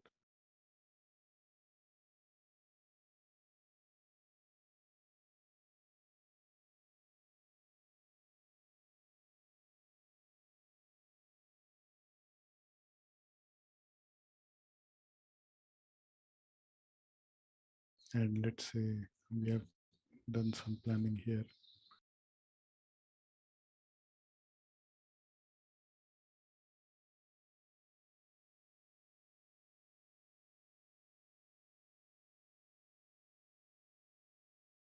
So this is actually creating a reverse kind of entry where the budget is getting returned. So this is, determined by this header level thing like return, and in the reports it will appear as a return budget and not as a positive budget. So coming back, SAP does not intend BCS and former budgeting to be used at the same time. Therefore, menu transactions, functions, and necessary customizing are separate. The necessary migration tools are available if you are using former budgeting but want to migrate to BCS. And we saw that post HANA, everything is available in BCS. All FM master data is supported in BCS as well as grant and funded program master data. So today we'll have a small introduction about grants also and see how we can integrate this because we unfortunately don't have any uh, presentation on grant. So we will just have it, informally, and then we'll continue with the other things. Sorry, where was I?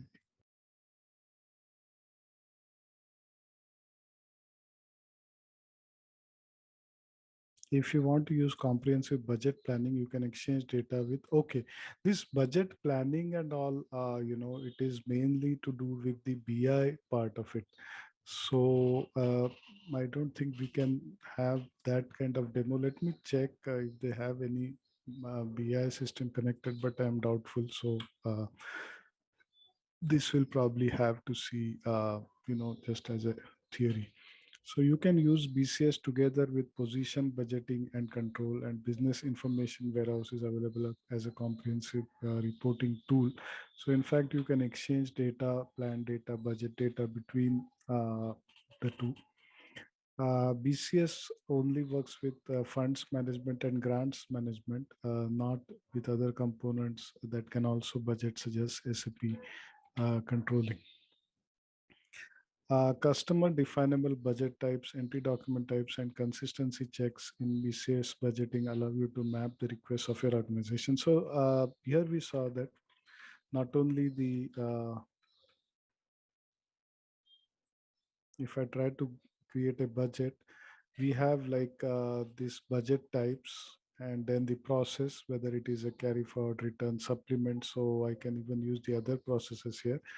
And then the budget type. So budget type actually uh, determines what kind of process we are doing. So if I use supplement here, I will have to break it down, use the other budget type, which is supplement budget. And again, the same thing here. So I can have a initial budget, and then a budget supplement may be added later in the year if the particular budget get exhausted, or some additional amount is sanctioned by the government, for example.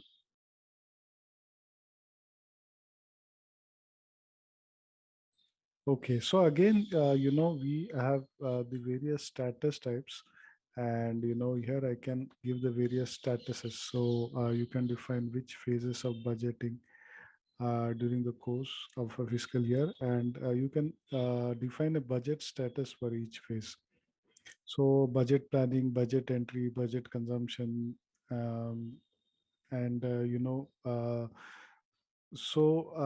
these statuses are assigned to different budget phases.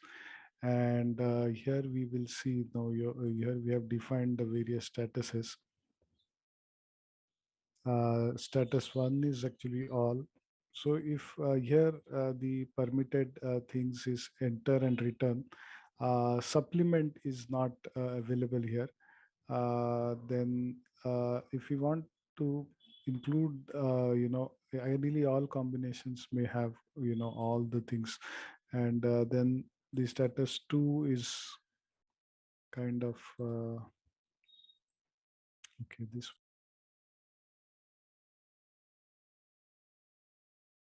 Yeah, no, they are actually provided by SAP default. So these four statuses are provided by default. Status 1, 2, 3, 4. And this classification can be then you can create your own statuses also if required. But I think the existing ones should be sufficient.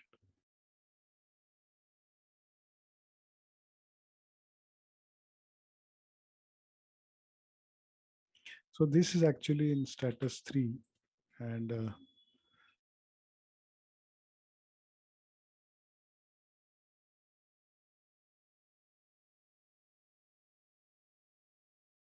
so currently, this version is assigned different statuses. So currently I'm using the version 0, but if I want to use one more version, then I can assign a different status to it. So for example, change one would go into the, let's say, change mode. So, the changes in the budget is kept, you keep track of it through different versions. So let's try to create in the different version here. So instead of version 1, I will create it in the change version. And then I would be able to use the other types like this supplement and whatever is assigned to that version, inside that whatever is assigned, I can use those kind of statuses. So essentially it helps you differentiate between, different budget versions, help you differentiate between what was originally uh, designed and then what was subsequently added. So similarly, the combination of the budget type and the budget versions. So sorry, not here.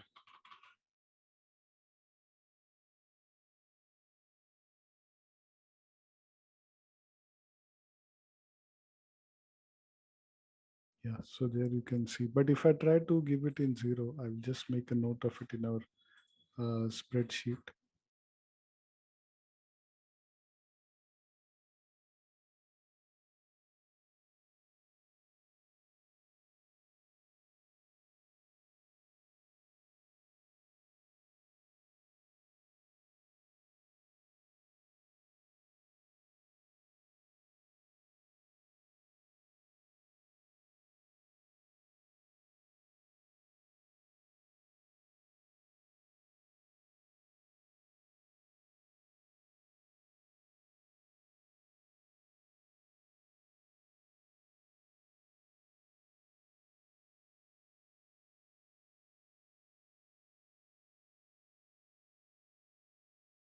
Yeah, edit status is already here. And then I want to.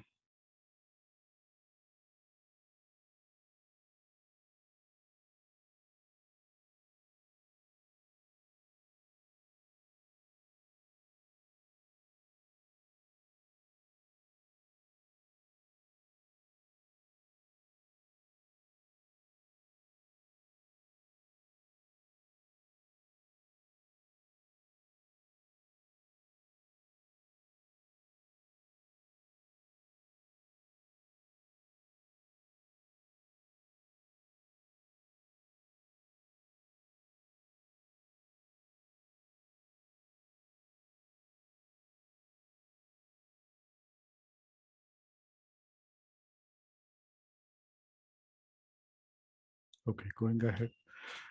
Custom definable budget types. Yeah, we saw that budget types, entry document types, and consistency checks in BCS allow you to map the requests of your organization. So we have mapped, here the budget types. We have created different budget types according to the what kind of activity we are doing in the budget. So the entry budget, then the transfers, then the usual supplement, unusual supplement, etc. Budget entry and budget update activities are based on documents and are logged in budget entry documents. You display and maintain these in the budgeting workbench. A budgeting workbench is very similar to what we saw. It will show you in addition what is the documents posted and held, and then pre-posted, and so on. Status management allows you to subdivide the budget execution process in individual budgeting phases and define user specific roles through different authorizations. Yeah, so you can also define status management, and it will allow you to subdivide the budget process into different phases. So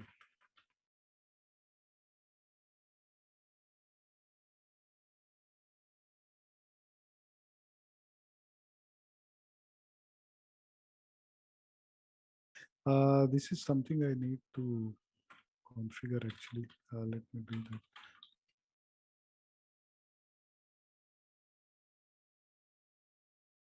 Yeah, and multiple data entry also.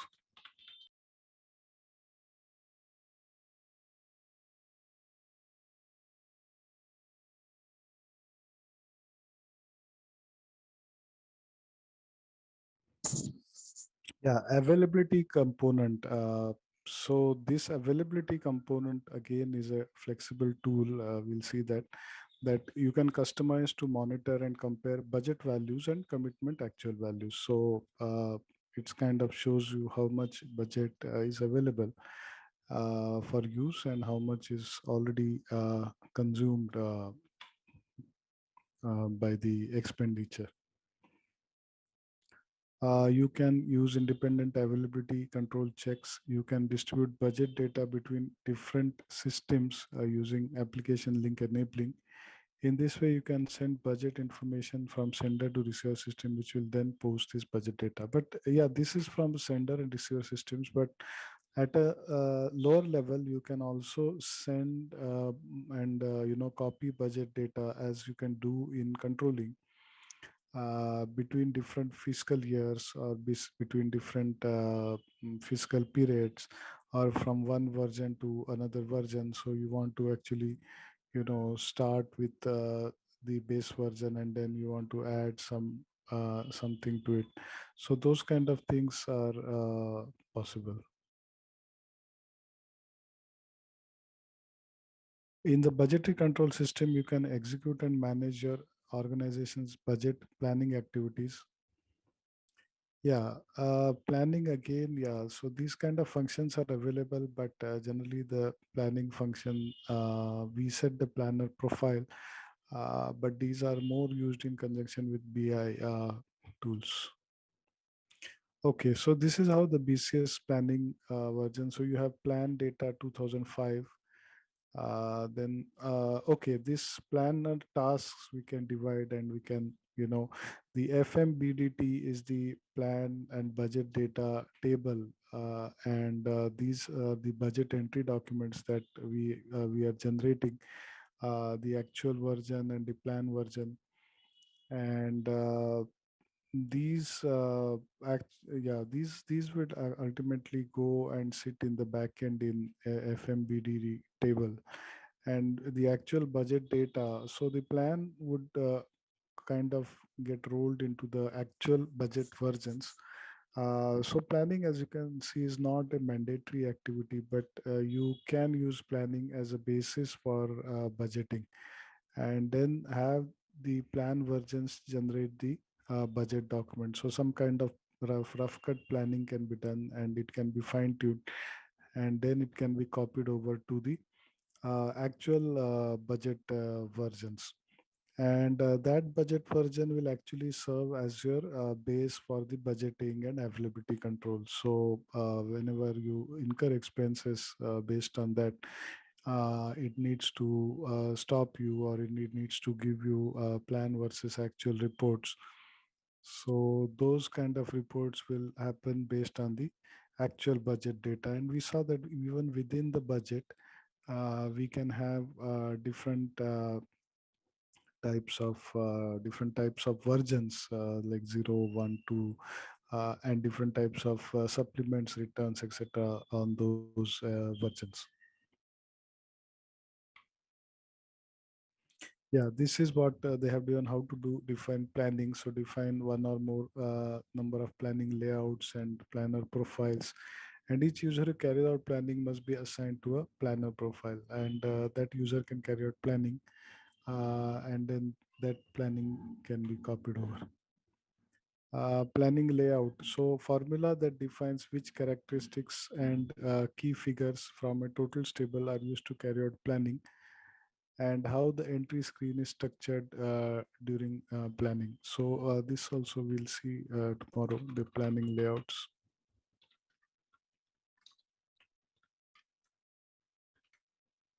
And how the entry screen is structured during planning. It is predefined in the system that planning layouts are based on the total table FMBTT. The characteristic and key figures you want to use to carry out your planning, how the entry screen is structured, and whether you want to specify particular values or intervals, and then whether you want to include actual key figures.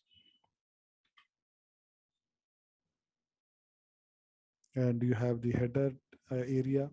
So header area, we saw that it contains the higher level thing like the version, the fiscal year, the controlling area, sorry, the FM area.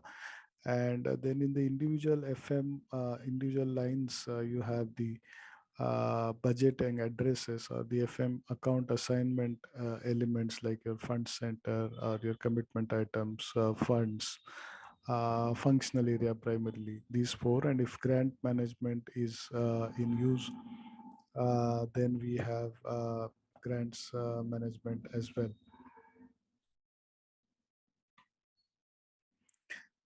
Value column. So value column contains the key figure to be planned, and that is the plan value or display values, for example, the budget data of the previous year. So different. So this is similar to your COPA. So value columns are like the uh, planning data of this year or previous year, and which can be used as a basis for budgeting. Again, it's the same thing.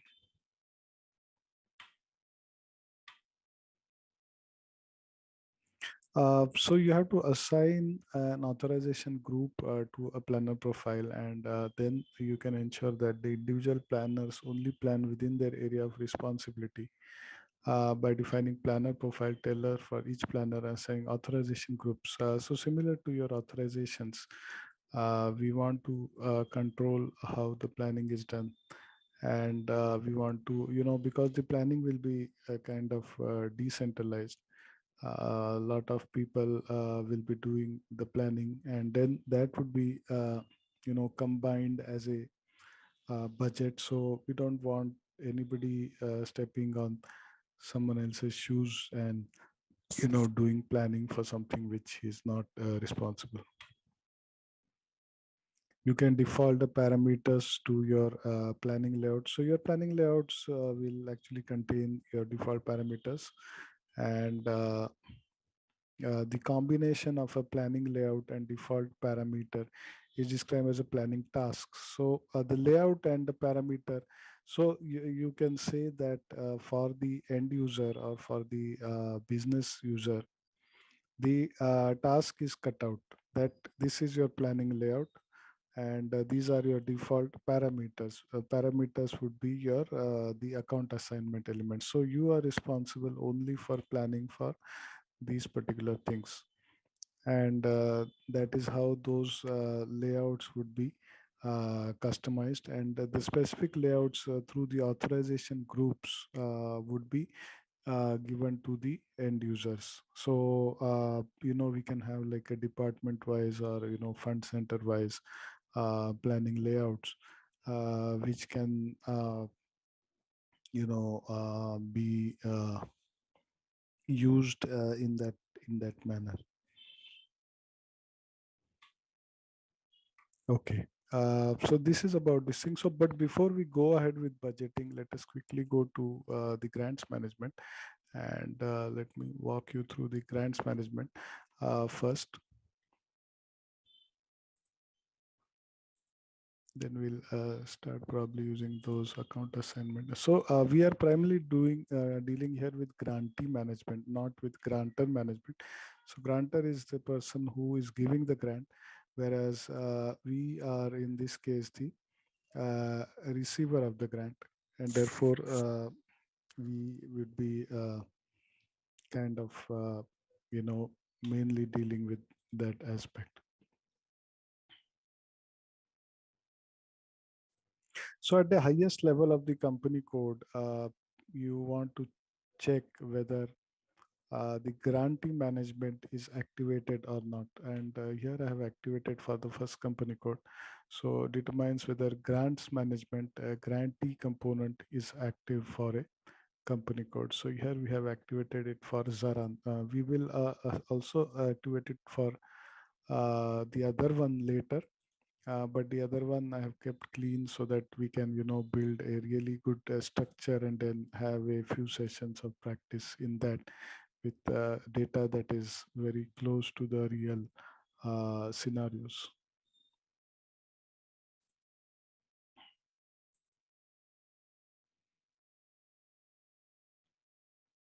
Mm. Yeah, so these are the general update settings set for which GL accounts you want to use the grant management functionality, and here I have given a range of GL accounts. so we can narrow it down later, uh, so that yeah.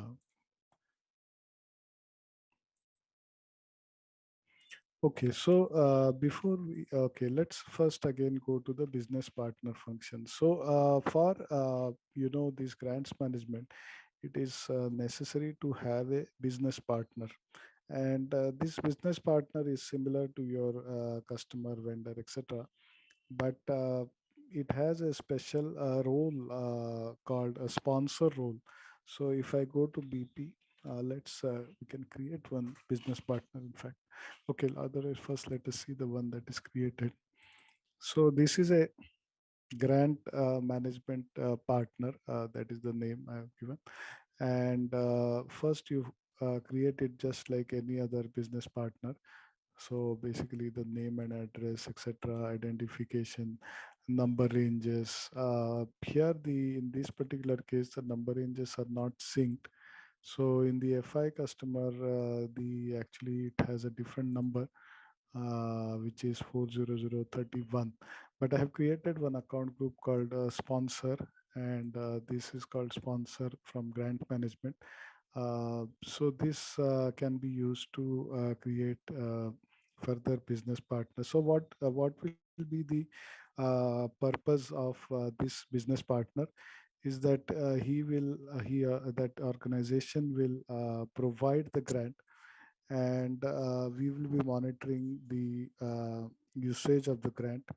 And in future, so grant management has an additional functionality that this customer can also be used to build the work that is done against the grant. So you may actually do some billable activities in the grant, and then you can bill out those activities to that customer. So this also serves as a logistics kind of customer.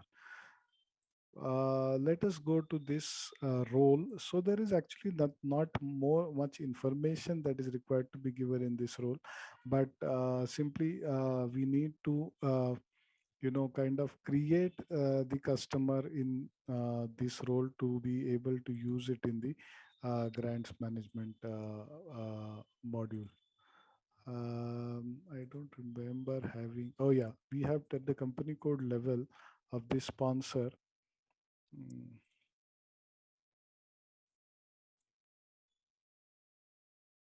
So surprisingly, I don't see it assigned to the uh, mm, our FM area anywhere, but that assignment happens through the when we create the grant, because that same customer may exist in different roles in different FM areas and in different sales and distribution areas, general areas. So there is no hard linkage to the FM area.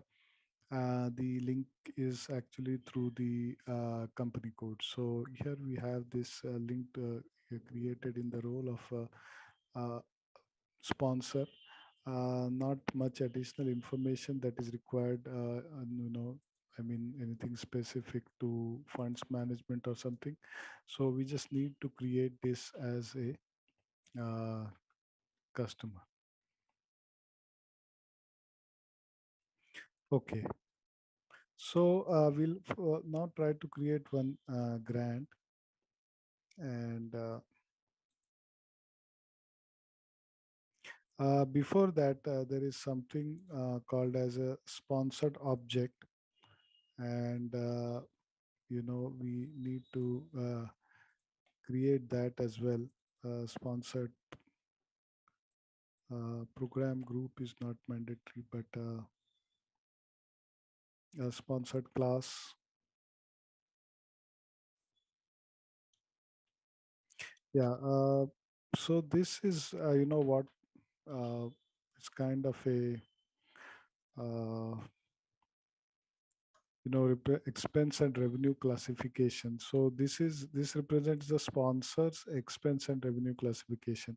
So sponsored class is used to group expenses and revenue in order to satisfy the sponsor's view and reporting needs. Okay, so the sponsor may have, some reporting needs as to how he wants us to report the utilization of funds to according to his requirements. So it's basically like whether you spend a grant on expense or you send a grant on creating revenue or program income. So these are the different sponsored class types. Uh, or rather, I would say, sorry, not income. So whether it is spent in recording income or expense.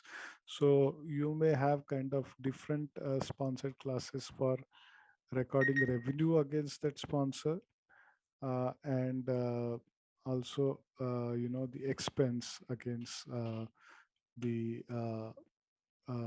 grant.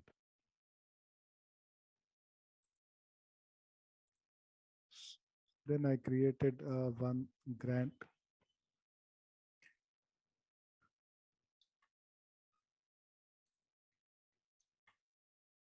So grant, when you create a grant, it essentially requires a sponsor. So the grant is always tied to a sponsor. So here you can see the sponsor and the company code, and again the grant type. So uh, again, here they have given status network, no status network. You have your own classification. So I created one called Z1.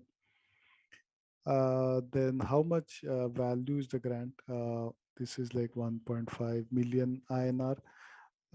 And if it is in the if it is not in the FM area currency, then you would have to specify the exchange rate as well. So suppose I get a grant in USD, then to maintain that I would have to specify. Generally, it will take the M rate, but you can specify a different rate because a grant would be received at one point of time, and then it would kind of be used against different points of time. Okay, and then it has a validity from to date. If it is, generally a grant would be need to be utilized in a particular way, and then it would, in future when you it allows you to have what kind of posting activity can be done against this grant, and whether the billing is manual, milestone based billing, periodic billing, RRB, resource related billing, or those kind of things can be mentioned here. So for the sake of simplicity, I have kept it uh, simple.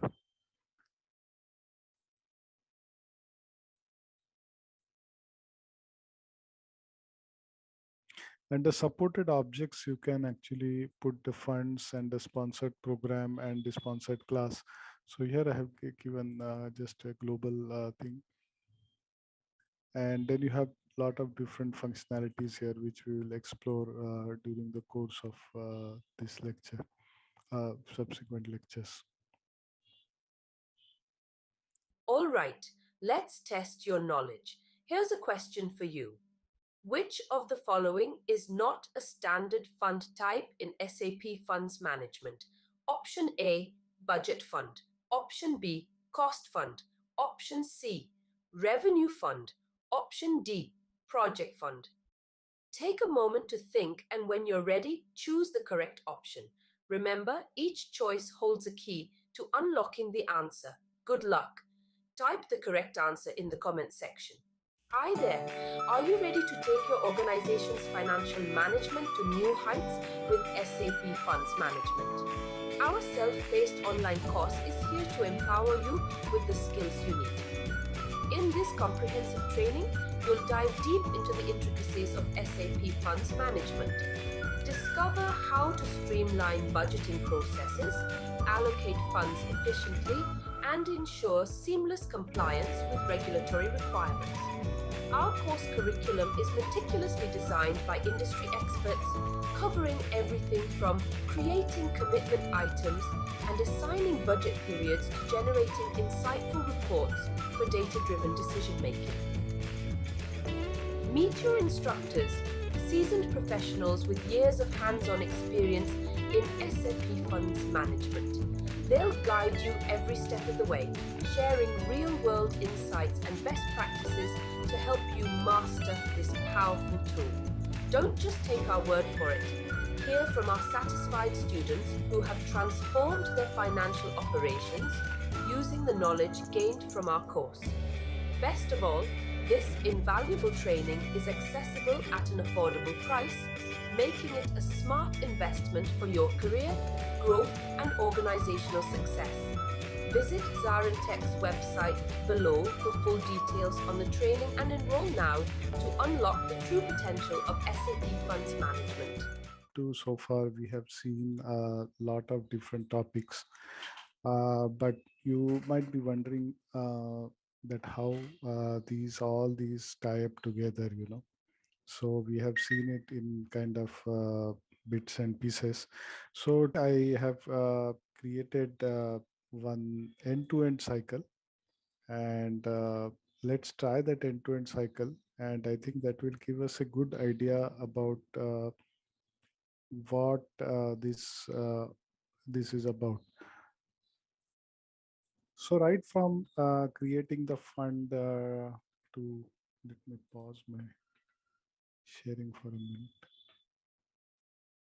So we'll create a fund, we'll create the hierarchies, we'll create budget address, we'll create posting address, then we'll do budgeting, we'll release the budget, and we'll book actuals, and then we'll see the couple of reports which will show you the budget and the actuals. So after this, I think then we'll be in a good position to target the very specific topics, and then how the data load happens. So did you get a chance to, try out anything in the system? Yes, in my system, in my not in the system. This one. Oh, you have another system, is it? Not this one. Yeah, yeah, yeah. Okay, fair enough. So you're familiar with now creating fund, doing all, etc. Yeah, fund center and all that stuff. Yeah. Okay, okay. So let's proceed with this. And if you find that you're already familiar, we can skip ahead. But what I want to show you here is that, try to utilize as many things as possible. So, okay, first thing we'll create is a fund center. And when we create a fund center, see, generally what we will do is whenever we have funds management active, we will make those fields kind of mandatory. Because if you are trying to sidestep, I mean, you in the sense the user is trying to sidestep this thing, then there is the whole purpose of having the funds management will be defeated. So firstly, we will have derivation rules, which will derive. So that these derivation rules could be like 15, 20 in number, because for each of the scenarios, we'll have to build one derivation rule. Like you could derive it from the material group, for example, in case of purchases, in case of other expenses from different types from the GL account, in other cases from some other account assignment object. But I don't think it will be possible. So we'll have to build controls in such a way that it is not possible to create it without, or if you want to create it without, then I think the best alternative is to create a dummy fund center, and whatever you don't want to assign to that fund center, you can assign it to a dummy fund center. Okay, got it. Okay. Yeah. So I will create one fund here. See, what I'm trying to do is now create the fund in a hierarchy. So earlier, sorry, the fund center in hierarchy. So earlier we had this kind of fund center as EDU 001 as a fund center.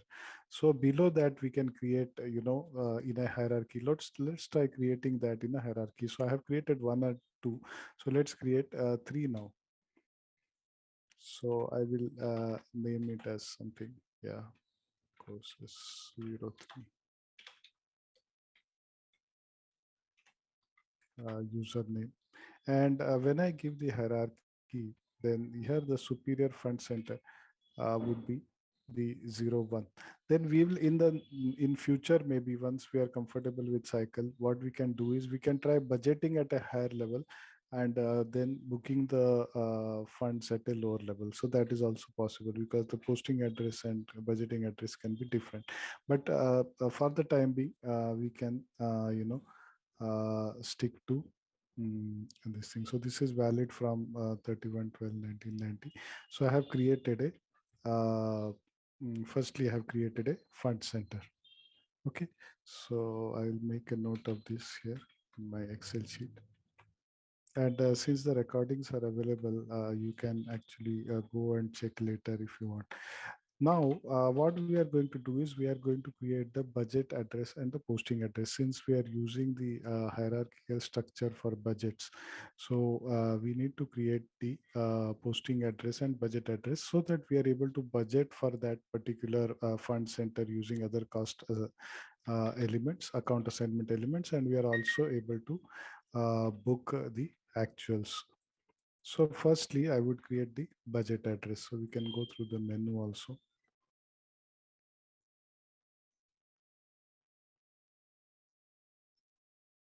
Sorry, it is in master data actually. Funded program, use of account assignment elements, budgetary control system, budget structure, budget address. So first I'll create the budget address. The year with 2022. Budget category I'm using as the payment budget. And budget structure, you have to create one at the top, and we have created this default one. Then with what combinations I'm going to create the budget address. So the posting ledger is 9F, not 9A. Then the fund is the one which we used earlier. We can even put a grant here, but let's leave it for the time being. Then the fund center is going to be the one which I created. And commitment item, see, when we automate this process, we can create en masse, or we can even enter multiple things out here. But currently I'll create just one, so that we are clear what we are exactly booking. So with these four combinations, I will create one budget address. So this account assignment elements you can see here. So if I save this budget address gets created. Okay. Any questions, you can let me know. So this is created. Sure. This is mark it in a different color. This is created. Now I will create the posting address, because when I post the actuals, we need to. So yeah, everywhere you can see the mass processing options. Okay, sorry. For the actuals, it's 9F. So this is for the budget, and then 9A for actuals.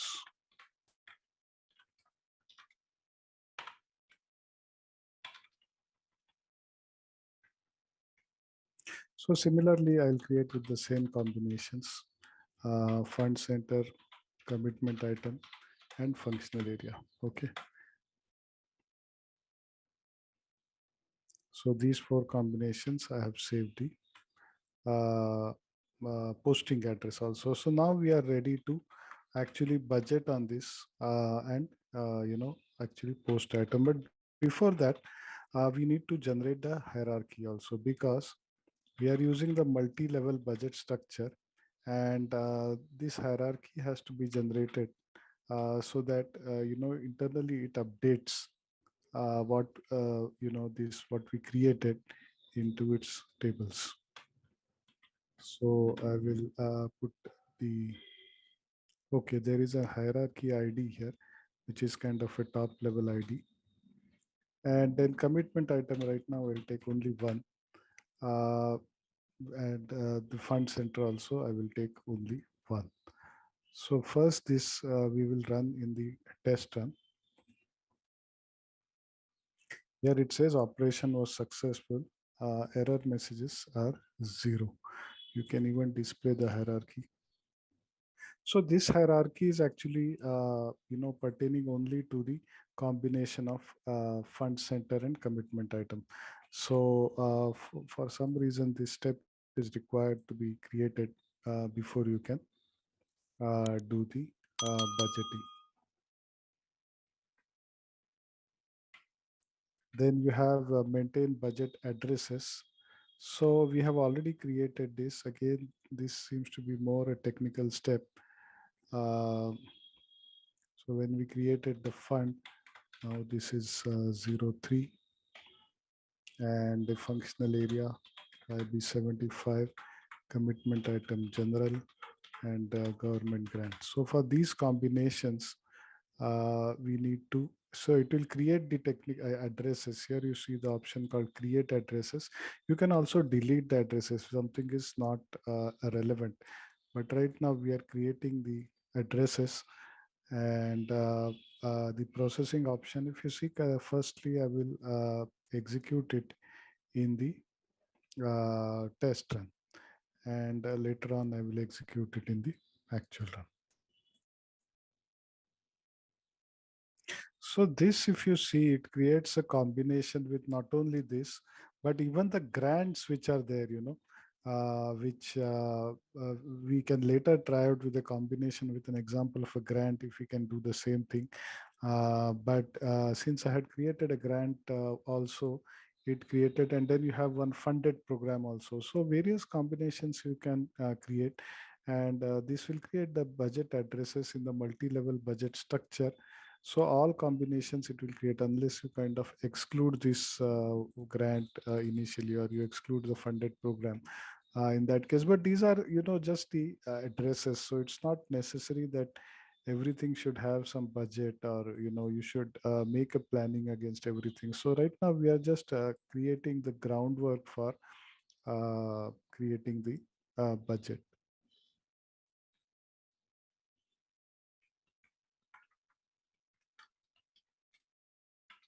Okay. Then we have, yesterday we saw various options to run the budget. Now, I actually will show you one more thing that, okay. So this, if you go here in the budgetary control system, you have the entry documents to create, and we'll create individually. But here actually I tried to create a template, but there is some issue. I'm not able to create, save it. It gives some weird error.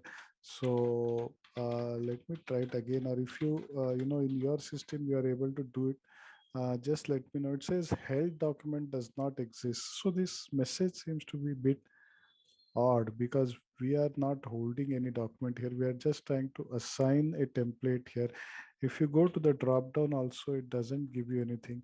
If you go to the help also, it doesn't give you the right configuration node here. And whatever the procedure they have assigned, I thought I followed it, but it's not working. So we'll figure it out in the coming days.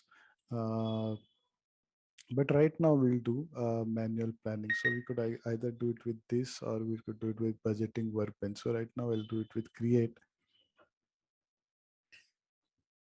Now, when we create, yesterday we saw that, you can actually go and select the various criteria. So let us assume that first, let us put some budget figures here. So the entry budget, I want to put it as 25,000. And then the return, I want to put it as, let's say 3,000. So the net available budget would be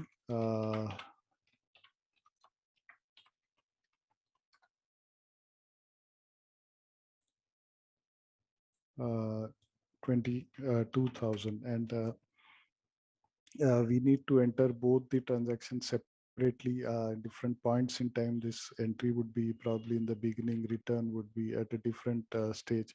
So let's start with entering the budget. We know that this is okay. Carryover also we'll see tomorrow. Carryover is, you can carry forward from one year to the next year. So that is what we'll see tomorrow.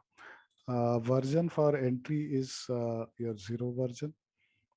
Document date, let's say today.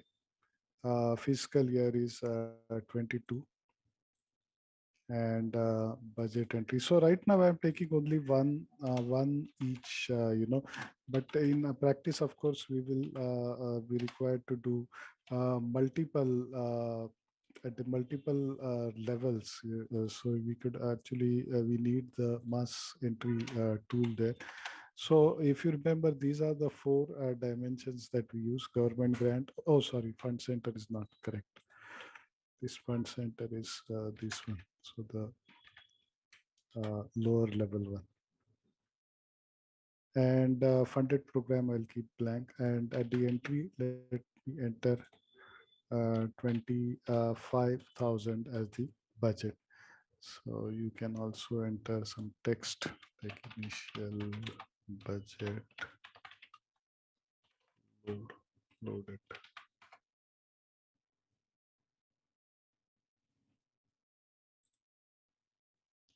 So everything seems to be okay. Here you will see that has updated the expenditure budget as 25,000, and then I will save this. So this saving actually created one document. So your document 20 has been successfully created.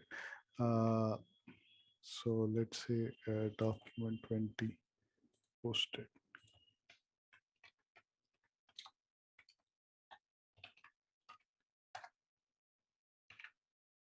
Now, before I carry out return, let's look at this report, which shows the budget overview.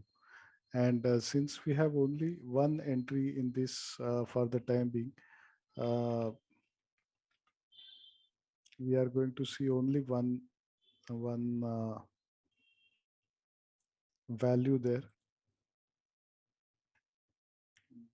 FMRP RW budget, display budget entry documents.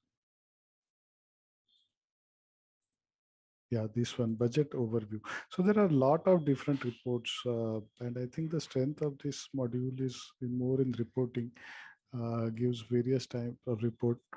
So this one, if you see financial management area, budget categories, payment budget, version is 0, fiscal year 22.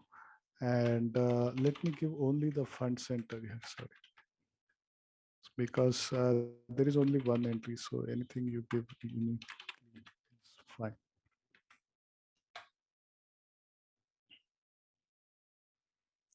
Okay, this is not a set. This is an individual value, fund center.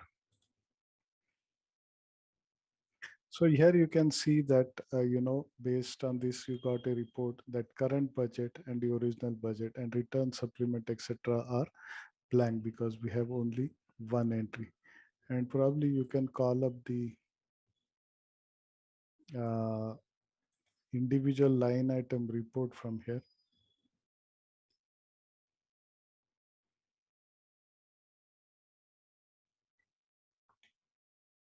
So search actual line item, search entry document. Yeah, so you see here the entry document. Probably you can see it in the another format as the document entry format also. Yeah, this is the entry format. So this kind of drill down is available up to the lowest level in this report. Then of course, if if you have more now if anything I click, it is going to go to the same thing.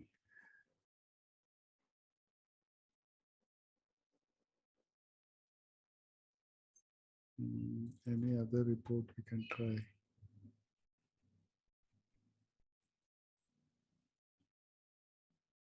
Okay, we have not released the value here, so we can just check this.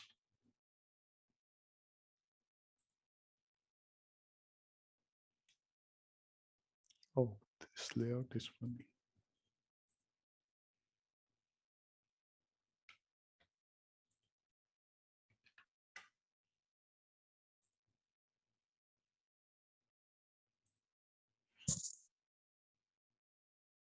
Yeah, this will give you all the history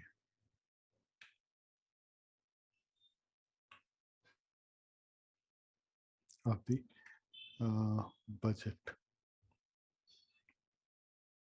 Okay, now for me to book expenses, also I have done the budgeting now, so it's not necessary that uh, I release all the budget at one go, because I may want to release it, on a monthly basis and so on. So, okay, first what we'll try to do is we'll try to create a return first, and then again see the report, how it looks like.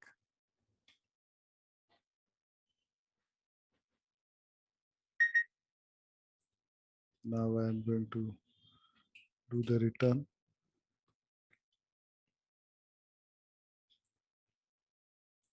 Document type is same. This also allows the return. Let's see, I'm not sure whether it is version 0 or version 1, but we'll find out.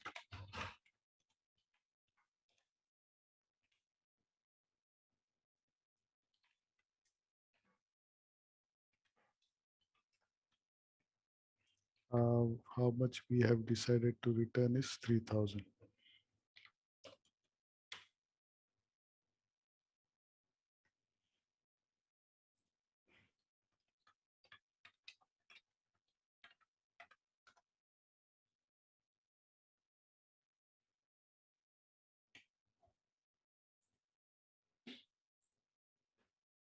Okay.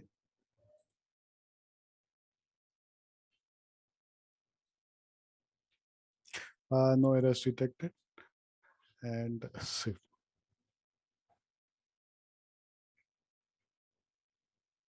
Yeah, so document 21 has been created. So here it doesn't actually show any signs like plus or minus, but it will show you under the relevant bucket.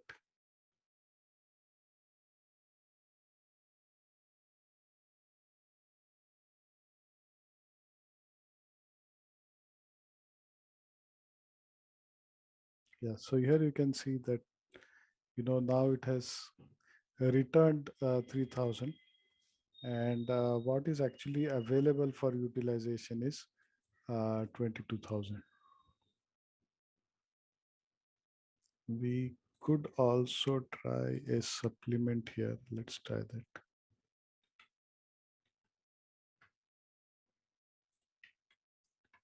So again, going through the same transaction. Now I will do supplement. Supplement requires a different document type. Sorry, normal supplement, unusual supplement, whatever that means. And I think it requires budget version 1, but let's see.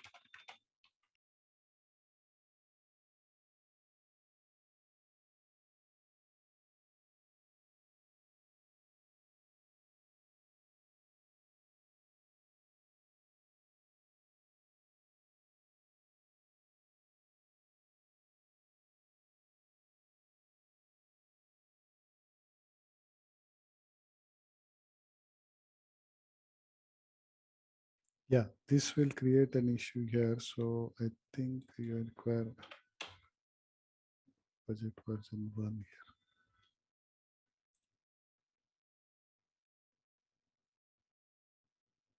here. Right.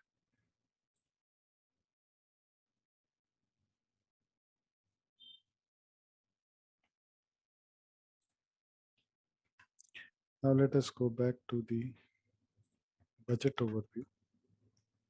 This is a good report. And we are still on the budget itself. So we have not gone to the actuals.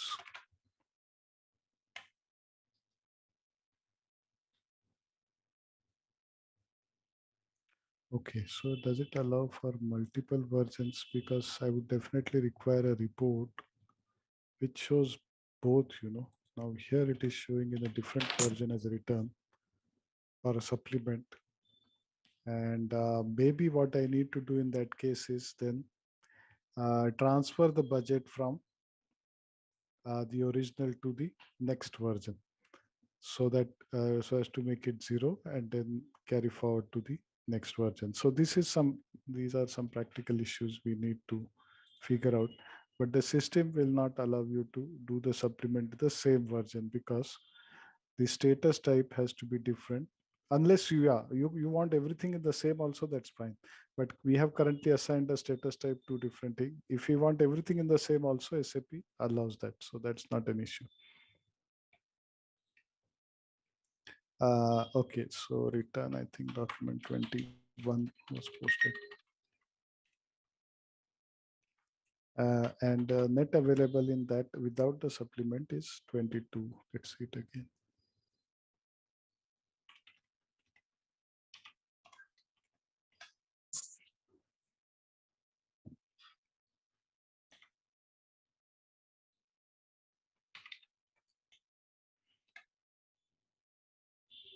Yeah, now what we have is 22.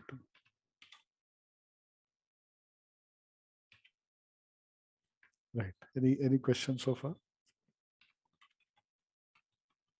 So we completed this. We completed this.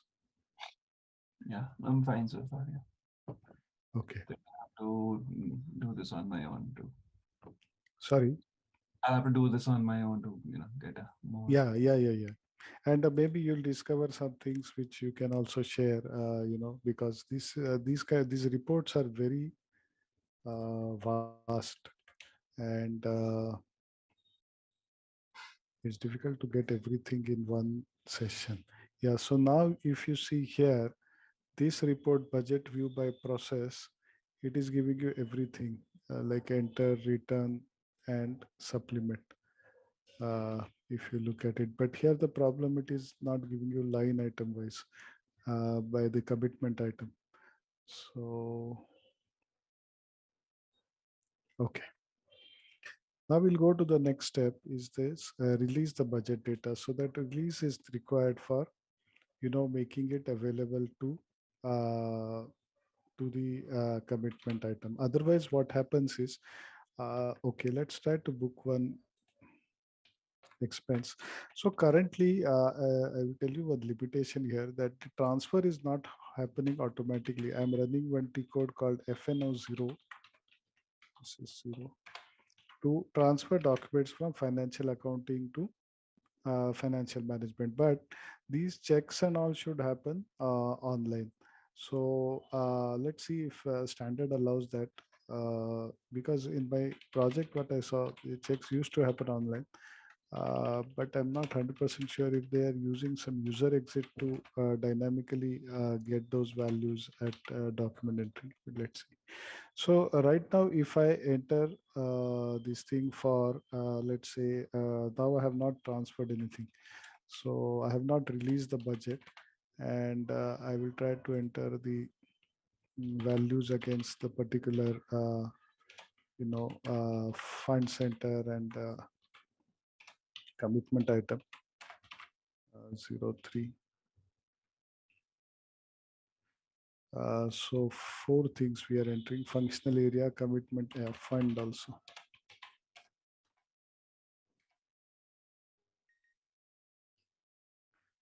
And then 50.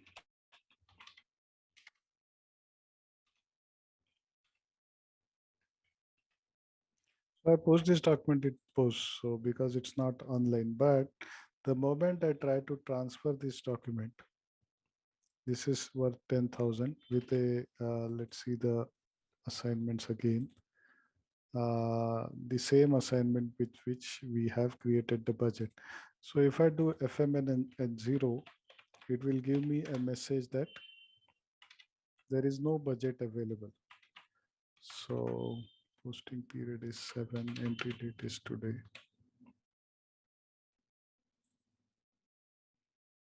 And test run, and you remove this display errors only, because we want to see all the messages, not just the error messages.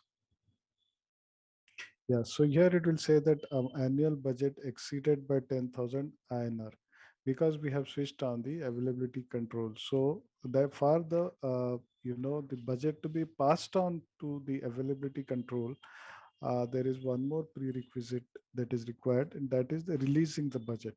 So that budget can be released in bits and pieces, but yeah, or it can be released entirely. So this is the T code where we'll release the budget. Yeah, so this is release the budget data. So, okay, so when we when the availability control gets activated, it creates two special GLs, in case of 9F and 9G, it creates something like 9L and 9S. So those things are stored in a separate special GL, and they are tracked from there. So I did some configuration for this, some document types, etc. But these seems to be kind of standard. So here also we have, let's select this releasable budget, and then our target period is again 1 to 12, because I have selected here fiscal year, entire fiscal year. And okay, let's restrict these things to the fund center where we want to release the budget, and not necessarily the commitment item, etc. But later on, we can try that if I try to book one more document in a different commit using a different commitment item in the same fund center, then also it should not allow, because that budget, that posting address is not there. And that is where this hierarchical comes into picture, that I may not want to track this at a granular level. So either I can use a hierarchical structure, I can use a commitment item which is broad, but a GL account which is at a detailed level. So here I'm releasing it.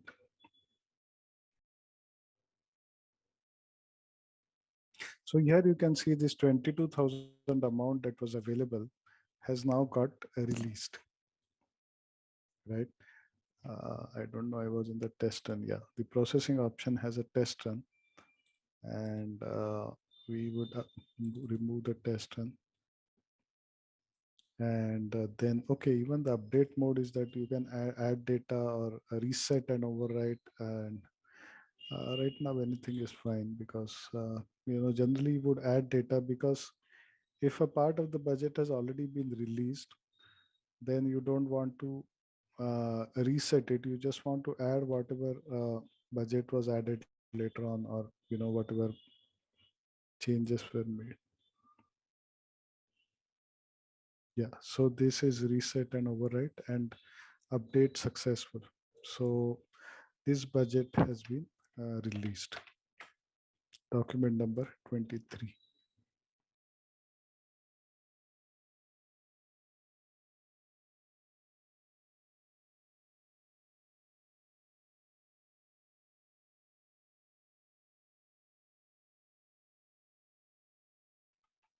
Okay, now what we'll do, we have already booked the accounting entry.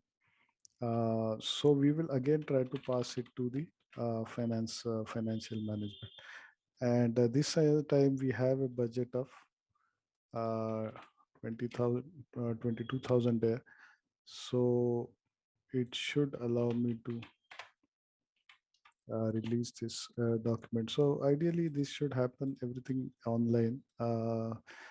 But let me see that.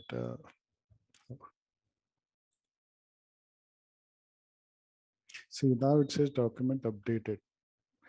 That means the document is passed on to the funds management.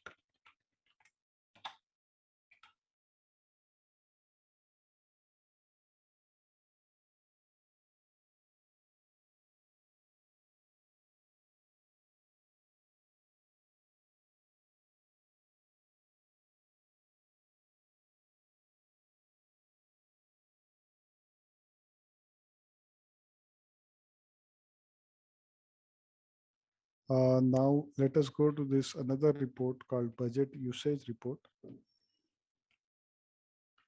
Did we see this report earlier? Yeah, here it is, overview of budget usage report. So this will show you, what was the availability, and then what was, how much is used. So now we saw that the availability was 22,000, right? Sorry, are you with me? I just, sometimes the network gets disconnected. Yes, yes. Yeah, I'm here. Yeah. yeah. Fine.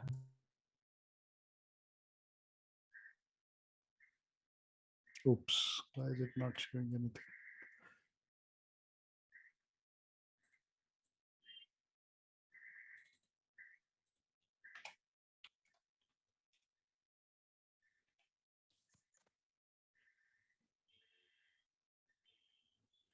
Yeah, so if you see this consumable budget is 22,000 and what got consumed was 10,000. So still we have 12,000 available. So now let us try to post one document which is slightly different in terms of the account assignment because for this edu 003 we have created just one budget address. So if I give any other combination, then it should ideally fail. Let's see that.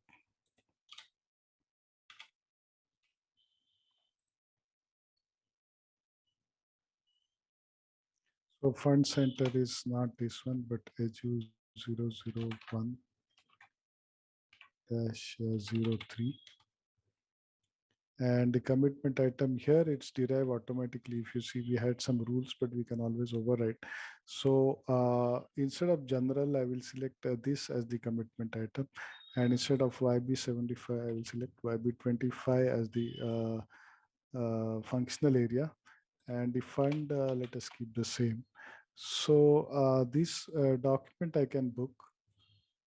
Definitely, let's book it for a smaller amount so that we have some amount left for another example if required.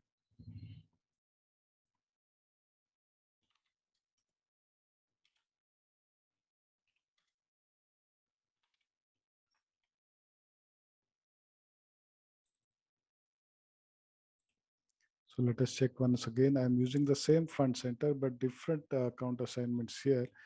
And after posting the document, I'm going to do FMN0 to transfer this document. So this document number is 16. All right, let's test your knowledge. Here's a question for you. Which of the following transactions is used to create a fund in SAP? Option A, FSS0.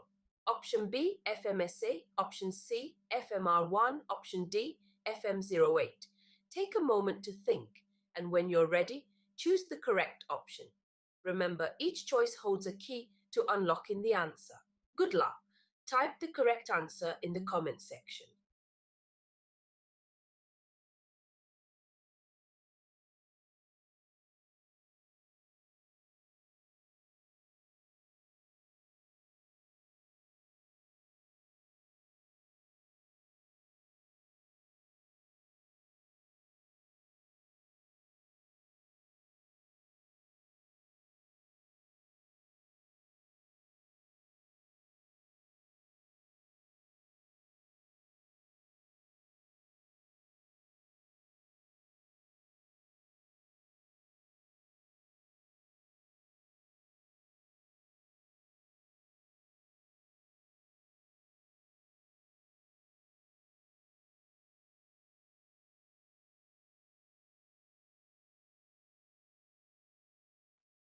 So you should remove these display errors only because otherwise it will show only the errors. But we are generally interested in looking at all the messages. So, okay. Yeah. So now if you see here, it says amount exceeded by 1,500, although the budget is available up to 10,000. But now budget is not available under that particular budget address or posting address. And that is why you cannot post with that account assignment. So that is why, the whole structure, as we can see now, or we can appreciate that how it becomes important, linkage between GL accounts and the commitment items, or between fund centers, cost centers, or between functional areas. So here in this case, is the functional area is different. It will not allow you to functional area and your I think what is different, commitment item is different. So it doesn't allow you to post.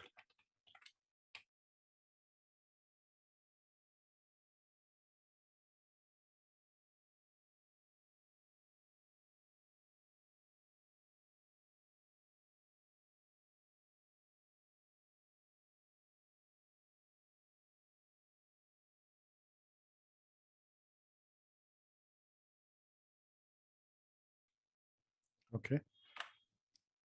Yeah, I will try to show you one more report which I saw.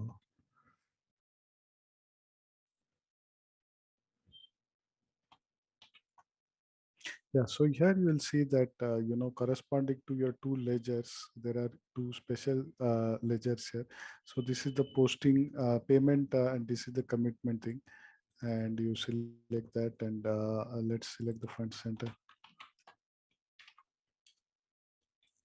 03.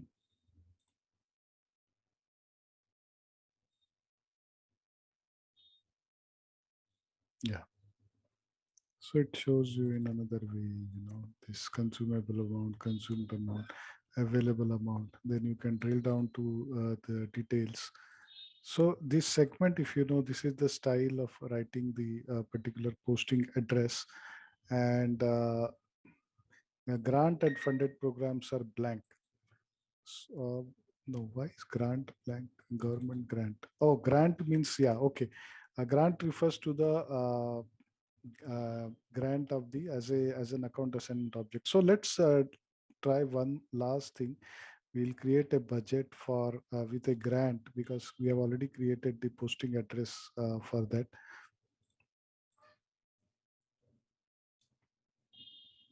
And let's see if we can book something against it.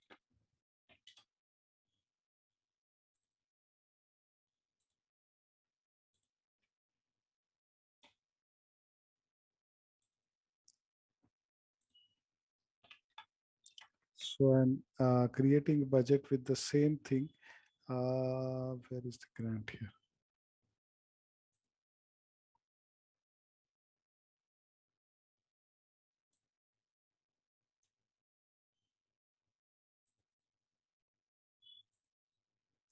This layout doesn't have grant.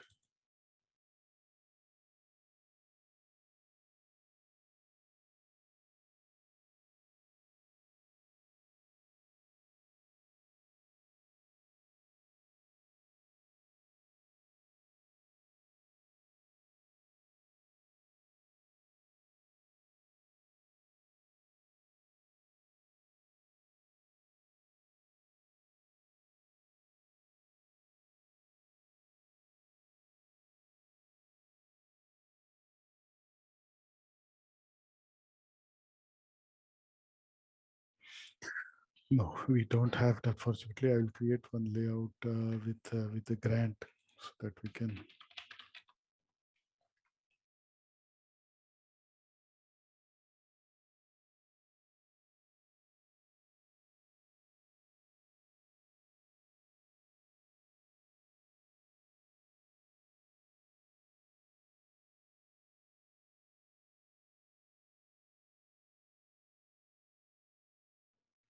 Okay, and there is one more here.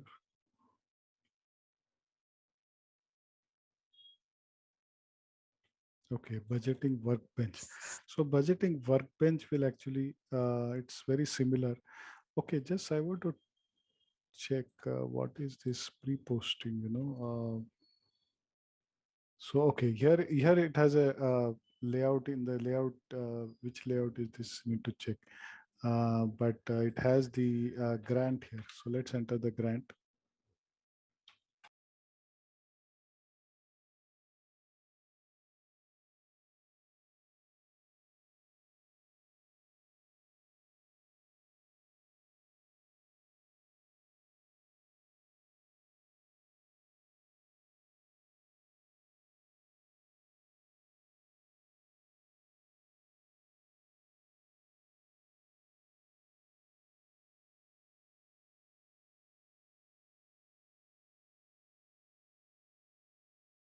Hmm. This budget address is not created, I guess. You're trying to create an entry budget document using a grant. Only the grant with a value of space. A grant without a value. Okay, it's not relevant. Change the line. Okay, I need to check this. I think there's somewhere we are not allowing grants as account assignment objects, or budgeting under grants is not allowed. So that's fine. So possibility to enter a grant. Yeah.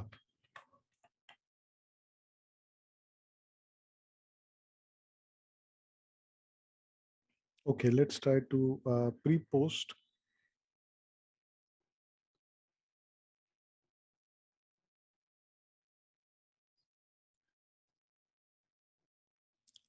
Since this is pre-posted, does it appear in the reports? We have a budget overview report.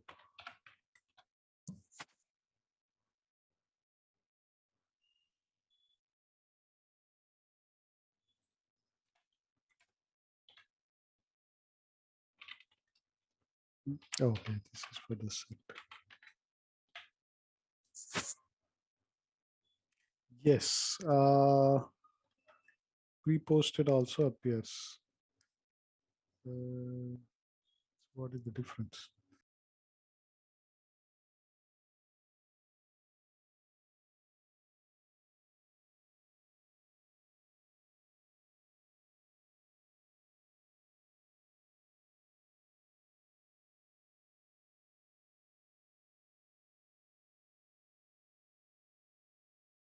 Pre-posted, posted. Yeah, I think, let me check this. What is the facility offered by pre-post?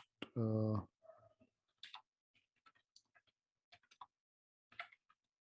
how, what are the differentiators actually between?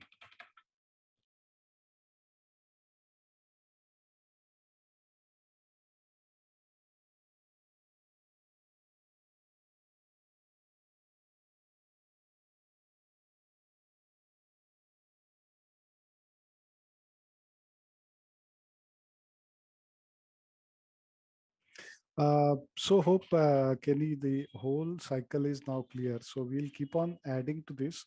Now there are some topics that we'll take up, like earmarked funds. So this is a special facility where you can pre-earmark funds, and you can put them in separate buckets. So there are different types of earmarked funds. So those we'll see. Hi there. Are you ready to take your organization's financial management to new heights with SAP Funds Management? Our self-paced online course is here to empower you with the skills you need. In this comprehensive training, you'll dive deep into the intricacies of SAP Funds Management. Discover how to streamline budgeting processes, allocate funds efficiently, and ensure seamless compliance with regulatory requirements. Our course curriculum is meticulously designed by industry experts, covering everything from creating commitment items and assigning budget periods to generating insightful reports for data-driven decision-making. Meet your instructors, seasoned professionals with years of hands-on experience in SAP Funds Management. They'll guide you every step of the way, sharing real-world insights and best practices to help you master this powerful tool. Don't just take our word for it. Hear from our satisfied students who have transformed their financial operations using the knowledge gained from our course. Best of all, this invaluable training is accessible at an affordable price, making it a smart investment for your career, growth, and organizational success. Visit ZaranTech's website below for full details on the training and enroll now to unlock the true potential of SAP Funds Management.